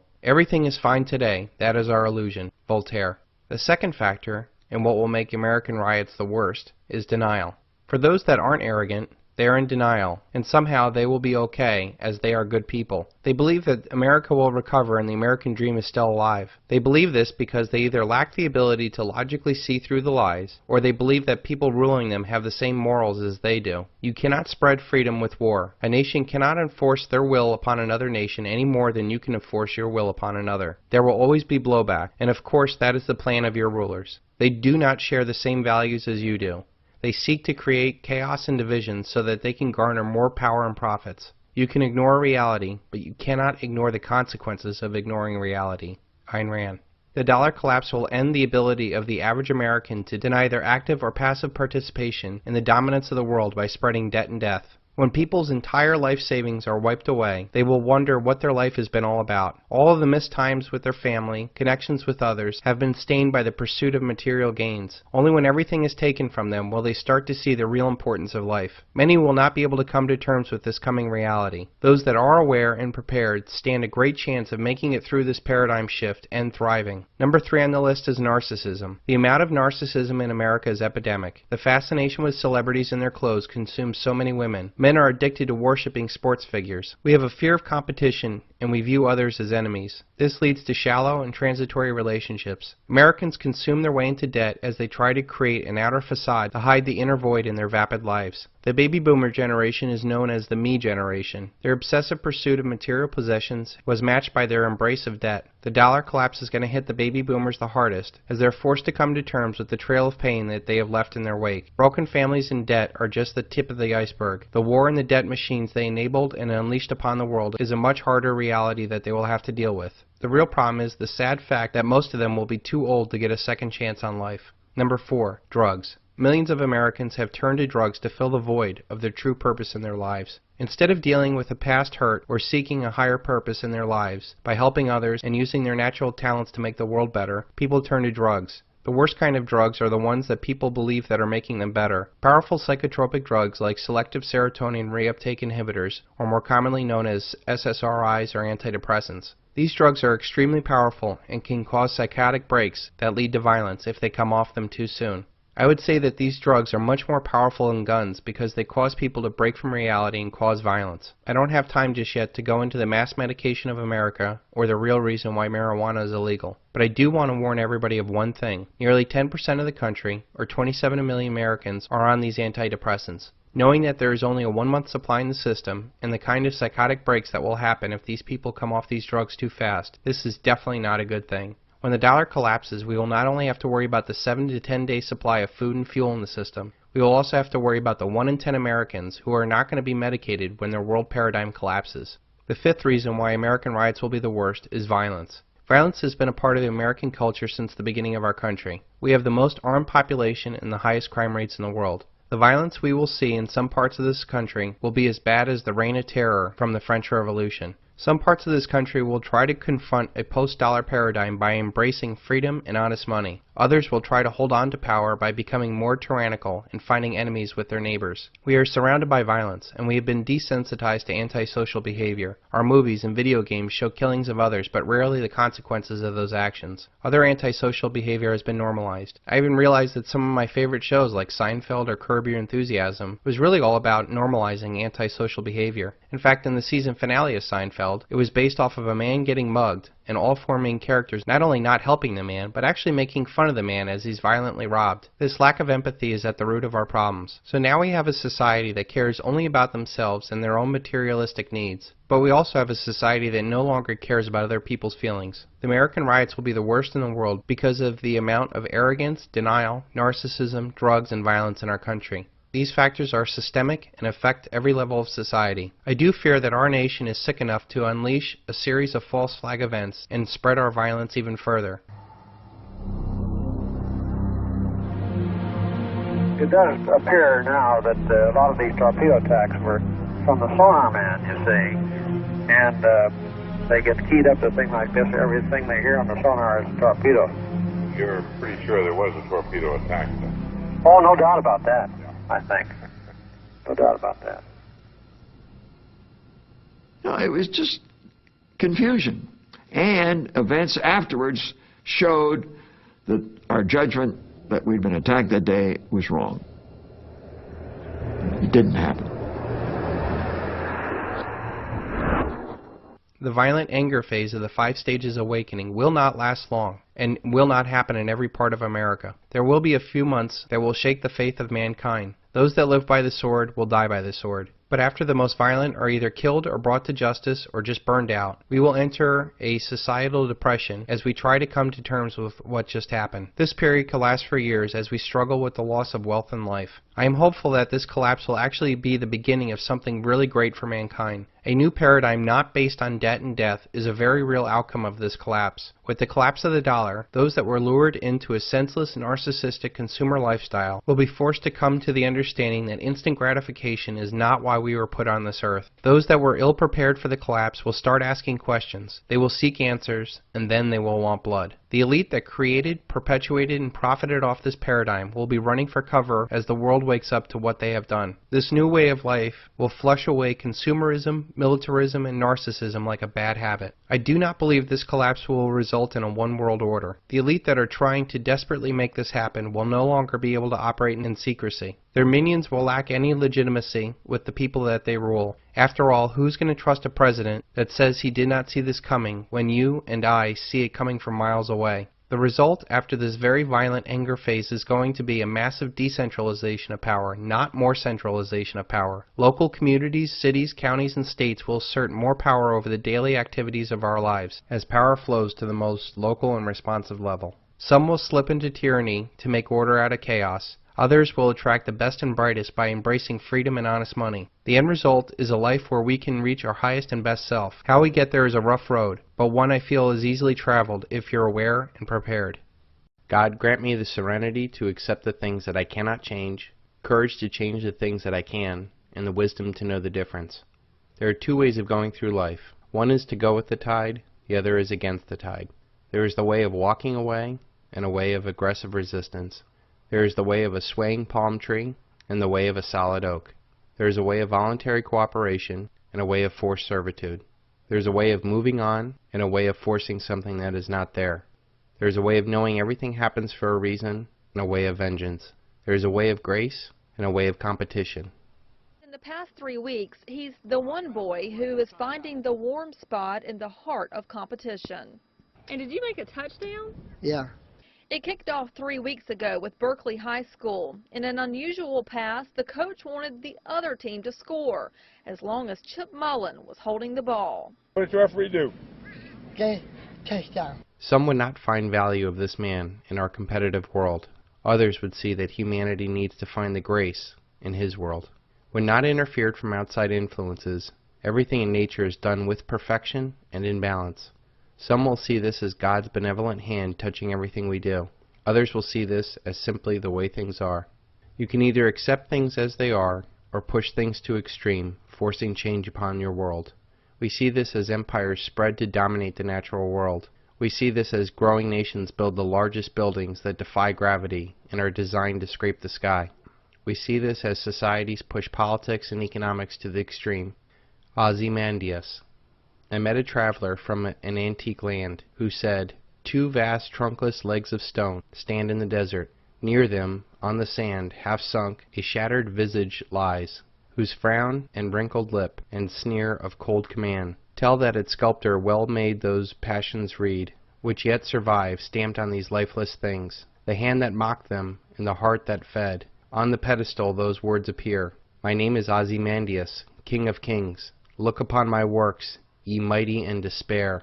Nothing beside remains. Round the decay of colossal wreck, boundless and bare, the lone and level sands stretch far away. We laugh at the towers of Babel people created and worshipped, and yet remain blind to the towers we construct and worship in our own lives. It seems that humanity is driven for some reason to do things that defy nature of balance and peace. We spend so much time, effort, and money on things that have no permanent value, and worse, things that do not bring us any joy or happiness along the way. The Egyptians used tremendous amount of blood to build pyramids on the backs of slaves. The Romans built the world's largest empire, only to rot from the excesses it brought.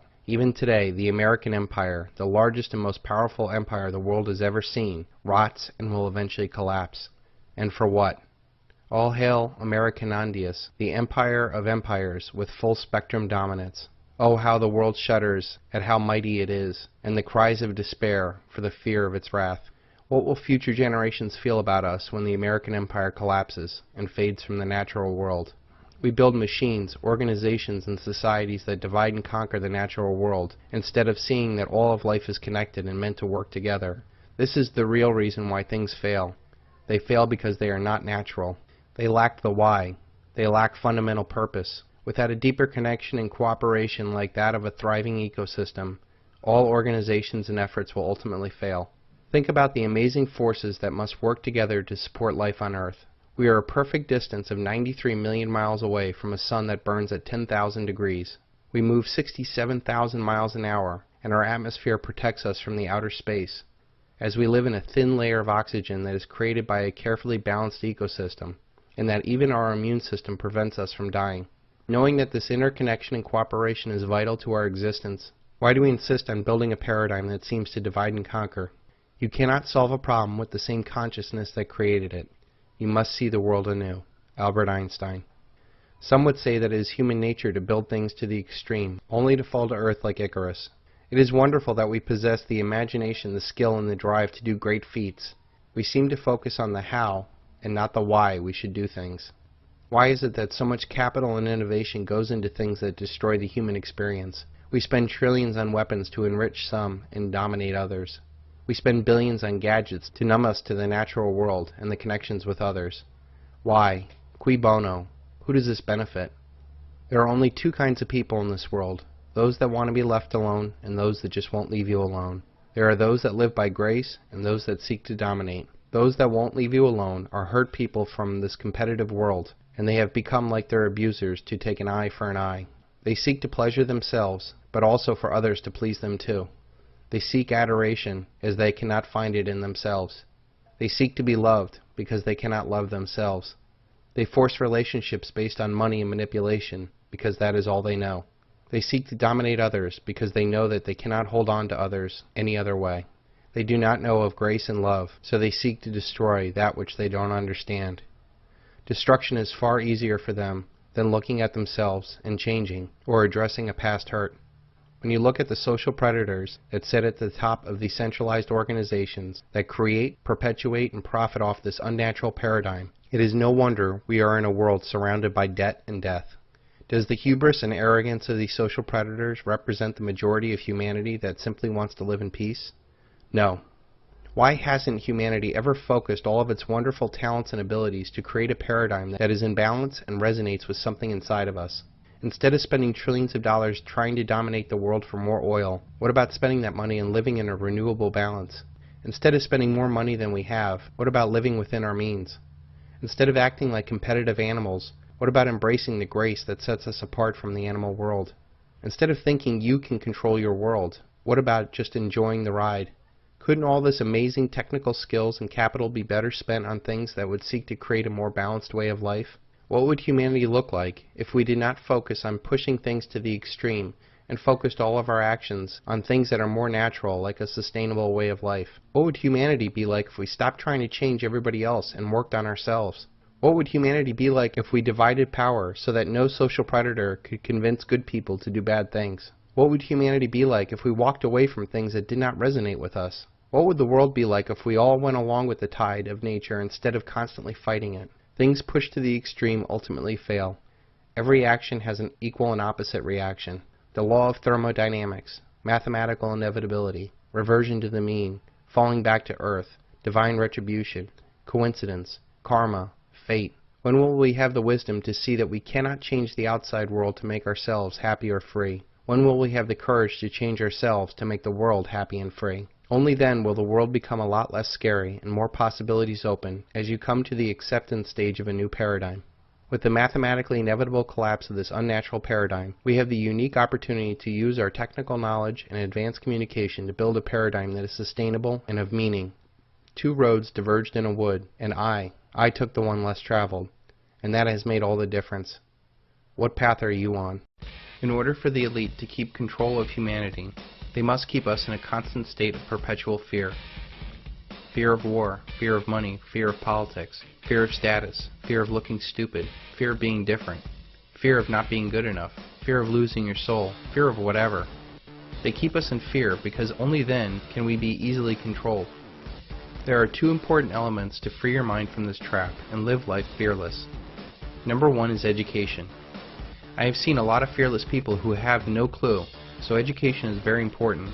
The elite will teach us sex education, drug education, death education, and political correctness in the 3rd, 4th, and 5th grades. But they'll never teach us how our money works or what our founding fathers really fought for. This institutional ignorance is done to keep our heads down so that you're easily controlled. They do such a good job of this in school that you eventually keep yourself down. You don't really fear war, markets, or anything else as much as you fear the unknown. This educational journey that you're taking right now is taking the scariness out of the world. By understanding economics, politics, and psychology, you start to see that the world is less scary. I prefer dangerous freedom to peaceful slavery. Thomas Jefferson. Just like if you saw the behind the scenes of a scary movie, you would start to learn how fake that scary movie was. Well, that is what this project is all about. A big behind the scenes look at our very scary world. What could be more scary than the horrific possibility of a worldwide dollar collapse? This single event will have more effect on humanity than any other single event in human history. Quadrillions in wealth will be destroyed. All commerce will end because there will be no money to do business with. Food and fuel will stop being transported. Social chaos will ensue, leading to massive uprisings in all corners of the world. Nations will most likely go to war over natural resources. In short, our highly connected world will fall apart and millions, if not billions of people will die of starvation, disease, and war. Pretty scary stuff, huh? It is only scary if you're not aware and prepared. The second thing that is most important for you to become fearless is to really believe in yourself. This is not some Stuart Smalley daily affirmation, although this guy is now a United States Senator. It is a real, deep, educated belief in yourself. The kind of belief that you will only listen to your inner voice and ignore all other voices that are trying to hold you down. To really believe that you are special, that you do have a purpose, that you're not going to let anyone or anything hold you back from your destiny. Having the ability of the trivium to rationally observe, logically think about a solution, and having the ability to explain and persuade other people about your idea will get you through a majority of life's problems, or at least keep you ahead of the crowd. It's kind of crazy to think that most people in your own personal life really don't want you to succeed. They don't do this because they're really against you. They do this because they're not really for themselves. They're afraid that somehow your success will make them look or feel bad. Misery does love company. When you see that the ones that are trying to hold you back are fearful little people, it makes it so much easier to step out on your own. The reality is there are a lot more forces out there that are for you than there are forces against you. Your job is simple. Decide and commit to what you are going to be and walk that path the best that you can. Once you walk fearless, people will recognize this in you and help you realize your goals. I am living proof of this, and I hope to inspire others to take this journey too. A journey of 1,000 miles starts with a single step. Lao Tzu. Once you're aware and prepared, getting to your desired goal is as simple as taking that first step in confidence. Write down where you want to be and what kind of life you want to live. Really take some time to think about what your ultimate goal in life is. It might help to think what would make you a compelling movie if you were the main character, or what would you want to be on your deathbed. It doesn't have to be huge, but it has to be real with you. What would your life look like if you were fearless? What would your family look like if you lived life with passion? What would our communities look like if you inspired others? What would our nation look like if we were once again the land of the free and home of the brave? When you see this progression, you see that we're not really fighting to change the world to make us free or happy. The answer has always been inside of us. We are the masters of our own mind and world. It is impossible to think that 7 billion people trying to manipulate others on what people should do is a rational plan for happiness. No one knows what will make themselves happy, much less anyone else. If we saw that in our own mind is our freedom and happiness, and left others to find their happiness, the world would be a better place. Once you fully accept this as your definite chief aim, no one on earth can hold you back. And only then will you be able to live life fearless. You may or may not be surprised to learn that I actually had 4 Facebook accounts. The main one was for my wife, so that she could have a husband in the Facebook world. The other 3 were accounts that I had set up for Don't Tread on Me and the Sons of Liberty Academy. I never really used them, but they were there. The only high point I ever had of the whole experience was my first birthday with Facebook, when I received over 100 happy birthdays from people all over the world. The reality of the whole Facebook experience is that it never really seemed real. Despite how many friends you have on Facebook, the fact is we are very lucky to have a handful of real friends in our lives. Having more superficial electronic contact with others does not improve our lives. If anything, it detracts from it, as life becomes less human. LOL pales in comparison to the real laugh out loud of sharing an experience with a friend. The more LOLs we share, the less it means. Sooner or later, everything is just an electronic dance of acronyms trying to fulfill some missing part of your soul. When consumerism was first sold to the world, it was designed to get us to buy stuff we don't need in an effort to feel better than others. Soon, everyone determined their worth not by the strength of our relationships, but by what we were able to consume. You give up relationships to work more, to have a better life. The more we worked, the more we bought. The further in debt we went. The combination of work and debt made our relationships worse, which compelled us to work more and buy more. This self-fulfilling loop spun out of control in our society for decades as people worked harder and harder to look or feel good. Consumerism was a psychological process led by Edward Bernays, Sigmund Freud's nephew, to keep post-World War II industries humming after the war. Industrialists employed Madison Avenue to transform society from sensible people with strong relationships into superficial spenders looking for the next high. Advertising links our subconscious desires with products. Take the cigarette, for example. Subconsciously, it is a form of power and rebellion. The reality is, it is a weakness. Soon we began to buy products not for the utility of the product, but to say to the world, I bought this, and the ad says that I'm cool. And while everyone you know may own the fanciest clothes and the best cars, you will own the companies that sell them. If you want to know what heaven really is, Murray, try being God. The bankers that backed all this up needed this spending to create more debt in order for their Keynesian Ponzi scheme not to collapse.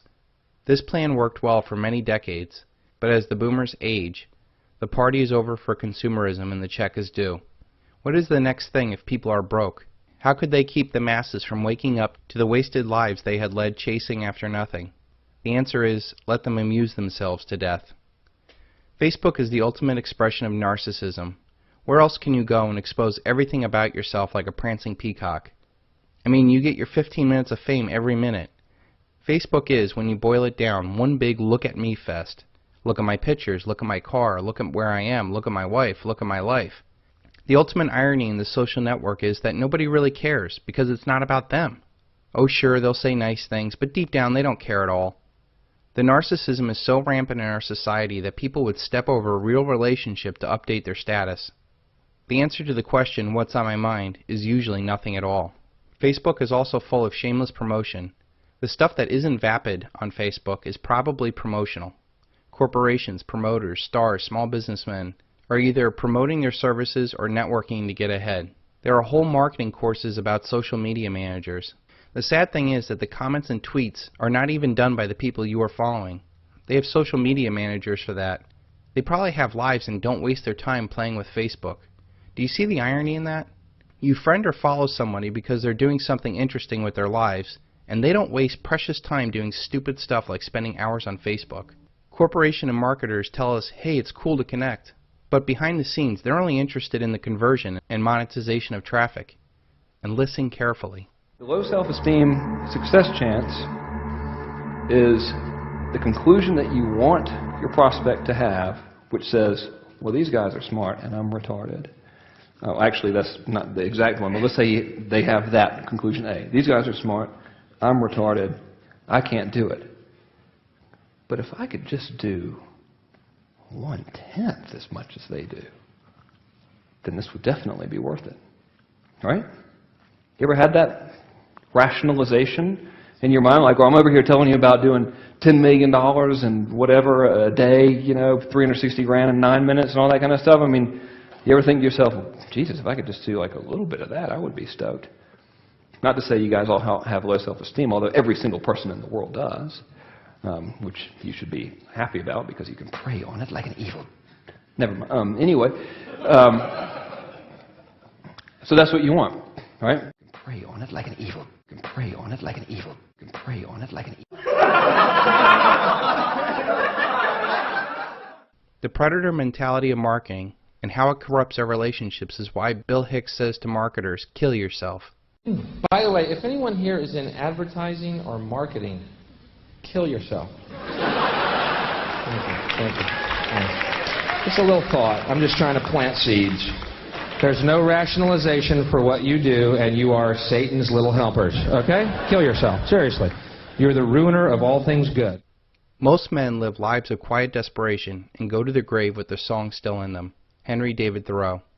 Facebook is also voyeuristic. Everybody wants to see if so-and-so got fat or what their kids look like. This allows you to look into people's lives, but it never really tells the story of their lives. Behind all the smiles lies a quiet sense of desperation. It may be money issues or relationships or disease or work issues. We all have it. We all have a deeper life that we would share with real friends, but not with your Facebook friends. If you cannot be open with a person, why even let them in your life? Why would you let them look in?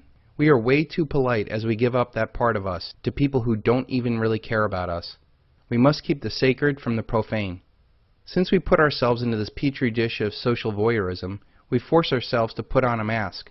We intentionally mask what we really feel for many reasons. We may not want to upset someone, or we may want to impress somebody. The problem comes when we wear a mask so much that we lose who we really are. This may stifle some desire to do something, or to be who you really want to be. Since we wear this mask, people who we do let into our lives only know the mask. Then you become too afraid to be who you really are, for fear of scaring them off. This ultimately leads to unfulfilling relationships or worse. Now before you Facebook people get all upset, Facebook does have some good qualities. Yes, it is cool to connect with old friends and share pictures. Your Facebook life is reflective of your real life.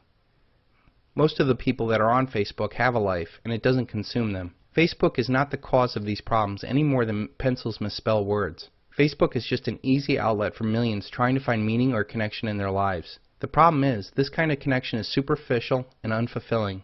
What Facebook is to emotional social fulfillment is what porn is to an emotional sexual fulfillment.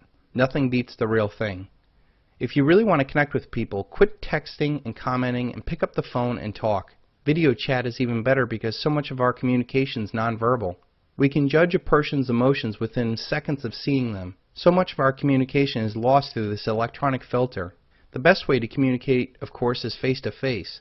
The best conversations I've ever had in my life occurred when I got together to have a drink and just talk. These connections energize us because it is what we are meant to be doing. We are visual, emotional, and spiritual beings wanting to connect on a deeper level with meaning and purpose. If your life does not have meaning or purpose, look at the friends you keep. Facebook acts as a tool towards that purpose. It is a sad substitute for the real thing. Real communication about real issues is hundreds of times more powerful than the non-emotional niceties that pass for communication on Facebook. Do you realize there's a whole generation of humans that thinks this is normal? The criminal elite know that if they take away the meaning of words, it incapacitates our thought. If you cannot speak, you cannot think. If you cannot think, you cannot figure things out. If you cannot figure things out, you will never see that you're a slave. If you cannot see that you're a slave, you'll never rebel. If you cannot rebel, you'll never be free.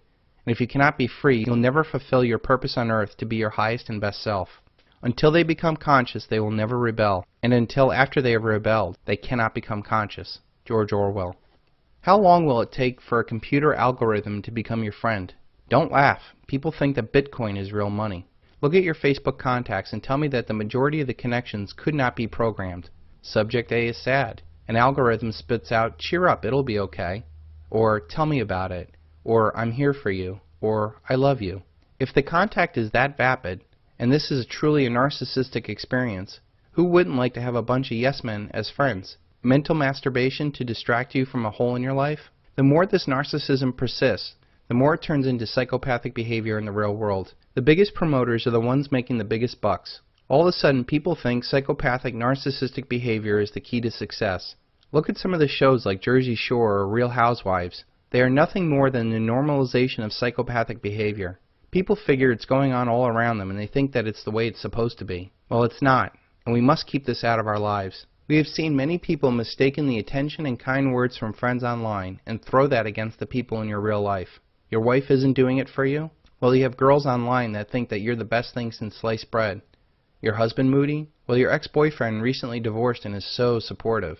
These serve as temptations that we just don't need in our already stressful lives. This bleed into the real life is where the electronic experience gets dangerous. How many times have you been in the room with someone and they're checking their email while they're talking to you? The constant rush of connection has become all too prevalent in our lives. I fear if things don't change soon, we'll become isolated little bits of nothing. First, we became disconnected from nature and never really saw the amazing sight our world has to offer. We hardly look at the stars anymore and see how small we really are. Then the family got ripped apart when the father left home for a job to provide for his family. Then the wife had to enter the workforce to keep up with inflation and the Joneses. Now children are even separated from their friends from this electronic void of never knowing what a true friend is. What chance will they have in life? What kind of future are we building? Instead of seeing how small we are in the real world, we are pushed to us being the center of a narcissistic virtual world. Then there is the burnout experience from all this constant back and forth. Responding to people's comments, likes, and dislikes is tiring. Then you have to think, did I say this right? How will they take this? I can imagine at some point this becomes real work to balance all these quote-unquote friends. Everyone is always looking over your shoulder and all in your business. If anything, wouldn't it get boring? Don't we have anything better to do? One other thought I would like to explore is how many of your friends are because of circumstances or real friends. We are friends with schoolmates, co-workers, families, and neighbors by circumstances. They're in your life and they're agreeable enough to spend time with. For the most part, you never really get to know them, or you really don't want to get to know them. If you're not living with these people, how many would you still pursue in real life? One interesting thing that I found working on this project and consulting with people, I tend to have deeper conversations with the one-on-one calls that I do than most people have in their real lives. I have no time for superficiality and often ask tough questions and challenge people. It instantly breaks through the mask we all wear. It gets to the real issue and the real person asking it. I think once you get beyond the mask, you can become real friends and have deeper relationships. You should not be afraid to try this with your people in your life. You will either have less negative people in your life, or you will have deeper relationships with the ones that you love. I predict that there will come a time when people will quit all this vapid social networking and reestablish a real life. I believe that the crash of the dollar will coincide with this. We will no longer be able to get something for nothing and give up everything real for that nothing. Then we will have a new day where we can get back to something that really matters. A smaller, slower, more local life is in your future. That, of course, is after a massive social upheaval. Those that have the strongest real relationships will be the ones most likely to succeed. Do yourself a favor today. Go into your Facebook account settings and deactivate Facebook. Don't worry, everything will be safe for a couple months. Blow past the creepy Mary and John will miss you pictures, and post a link to this video as the reason why you're doing it. See how many people even notice that you're missing. See if someone will try to actually find you in the real world and contact you. If they do, they're probably a real friend and someone you should really get to know better. I started to say a prayer out loud, and it was something like, oh God, please, if you can help us out of this situation, I'll be very grateful, and I'll do what I can, to repay you for this debt that I will owe you. And I remember Pat saying, O'Neill, quit praying. God is not the one to help you now. This is reality. This is what we need to focus on. I don't want you to go into some la-la land, not pay attention, and then get killed.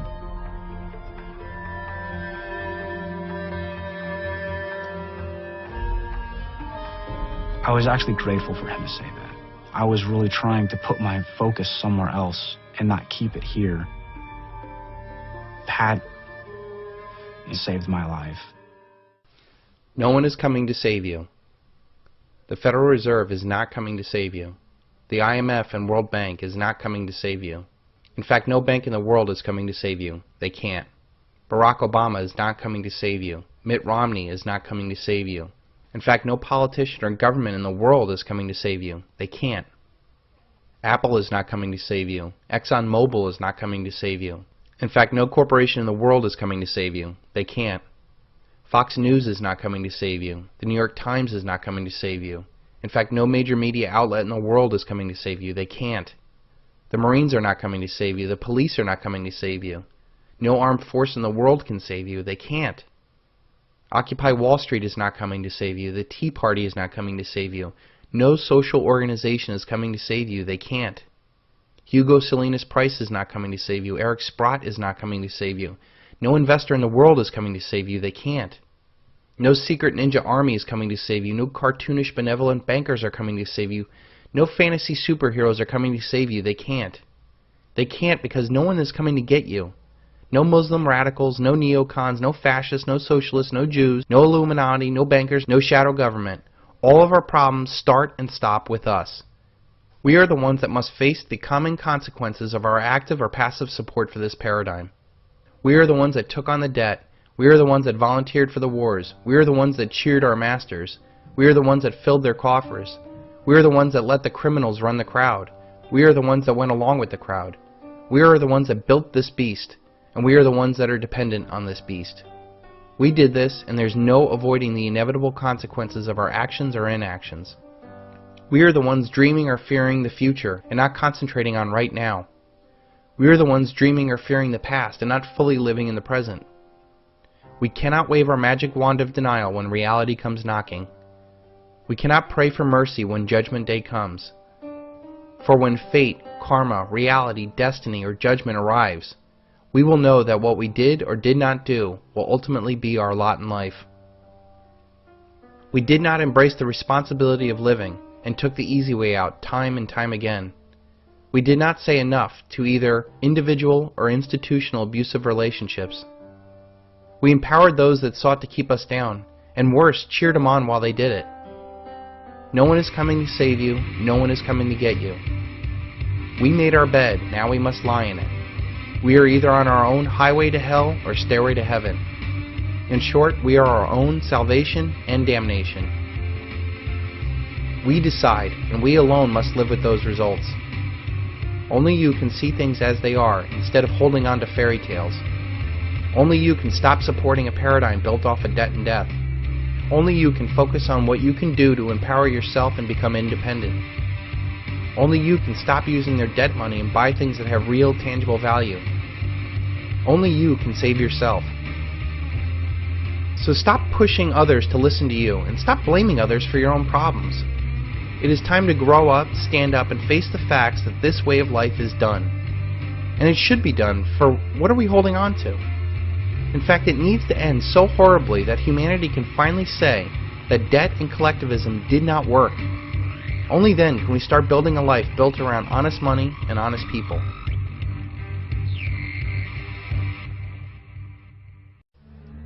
I did everything you asked of me, and now I'm not good enough? I went to school, studied long hours, worked hard, interned.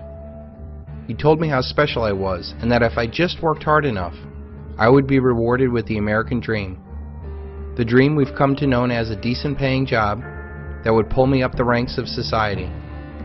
You told me to invest in my education, but I have nothing to show but thousands of dollars worth of debt and a piece of paper that says I'm smart. I did all of those things, and now you say that I'm not good enough? The best jobs I can find are jobs which not only do not resonate with who I am, they make me feel underpaid, underappreciated, and with no purpose, place, or direction. I cannot buy a house, I cannot buy a car, I can't even start a family. But I now see what the problem is. You wanted me to follow your path because it benefits you. Debt, consumerism, sacrificing family for work was something that worked for your generation. I now see that unless we follow your path, your world will end. Who will buy your assets? Who will pay your Social Security? Who will fight your wars? Who will rent your properties if not my generation? We see the big picture now, and we are aware of how this world works. We now see that listening to that inner voice that we all have inside of us, in order to pursue our dreams, is the true path of becoming your highest and best self.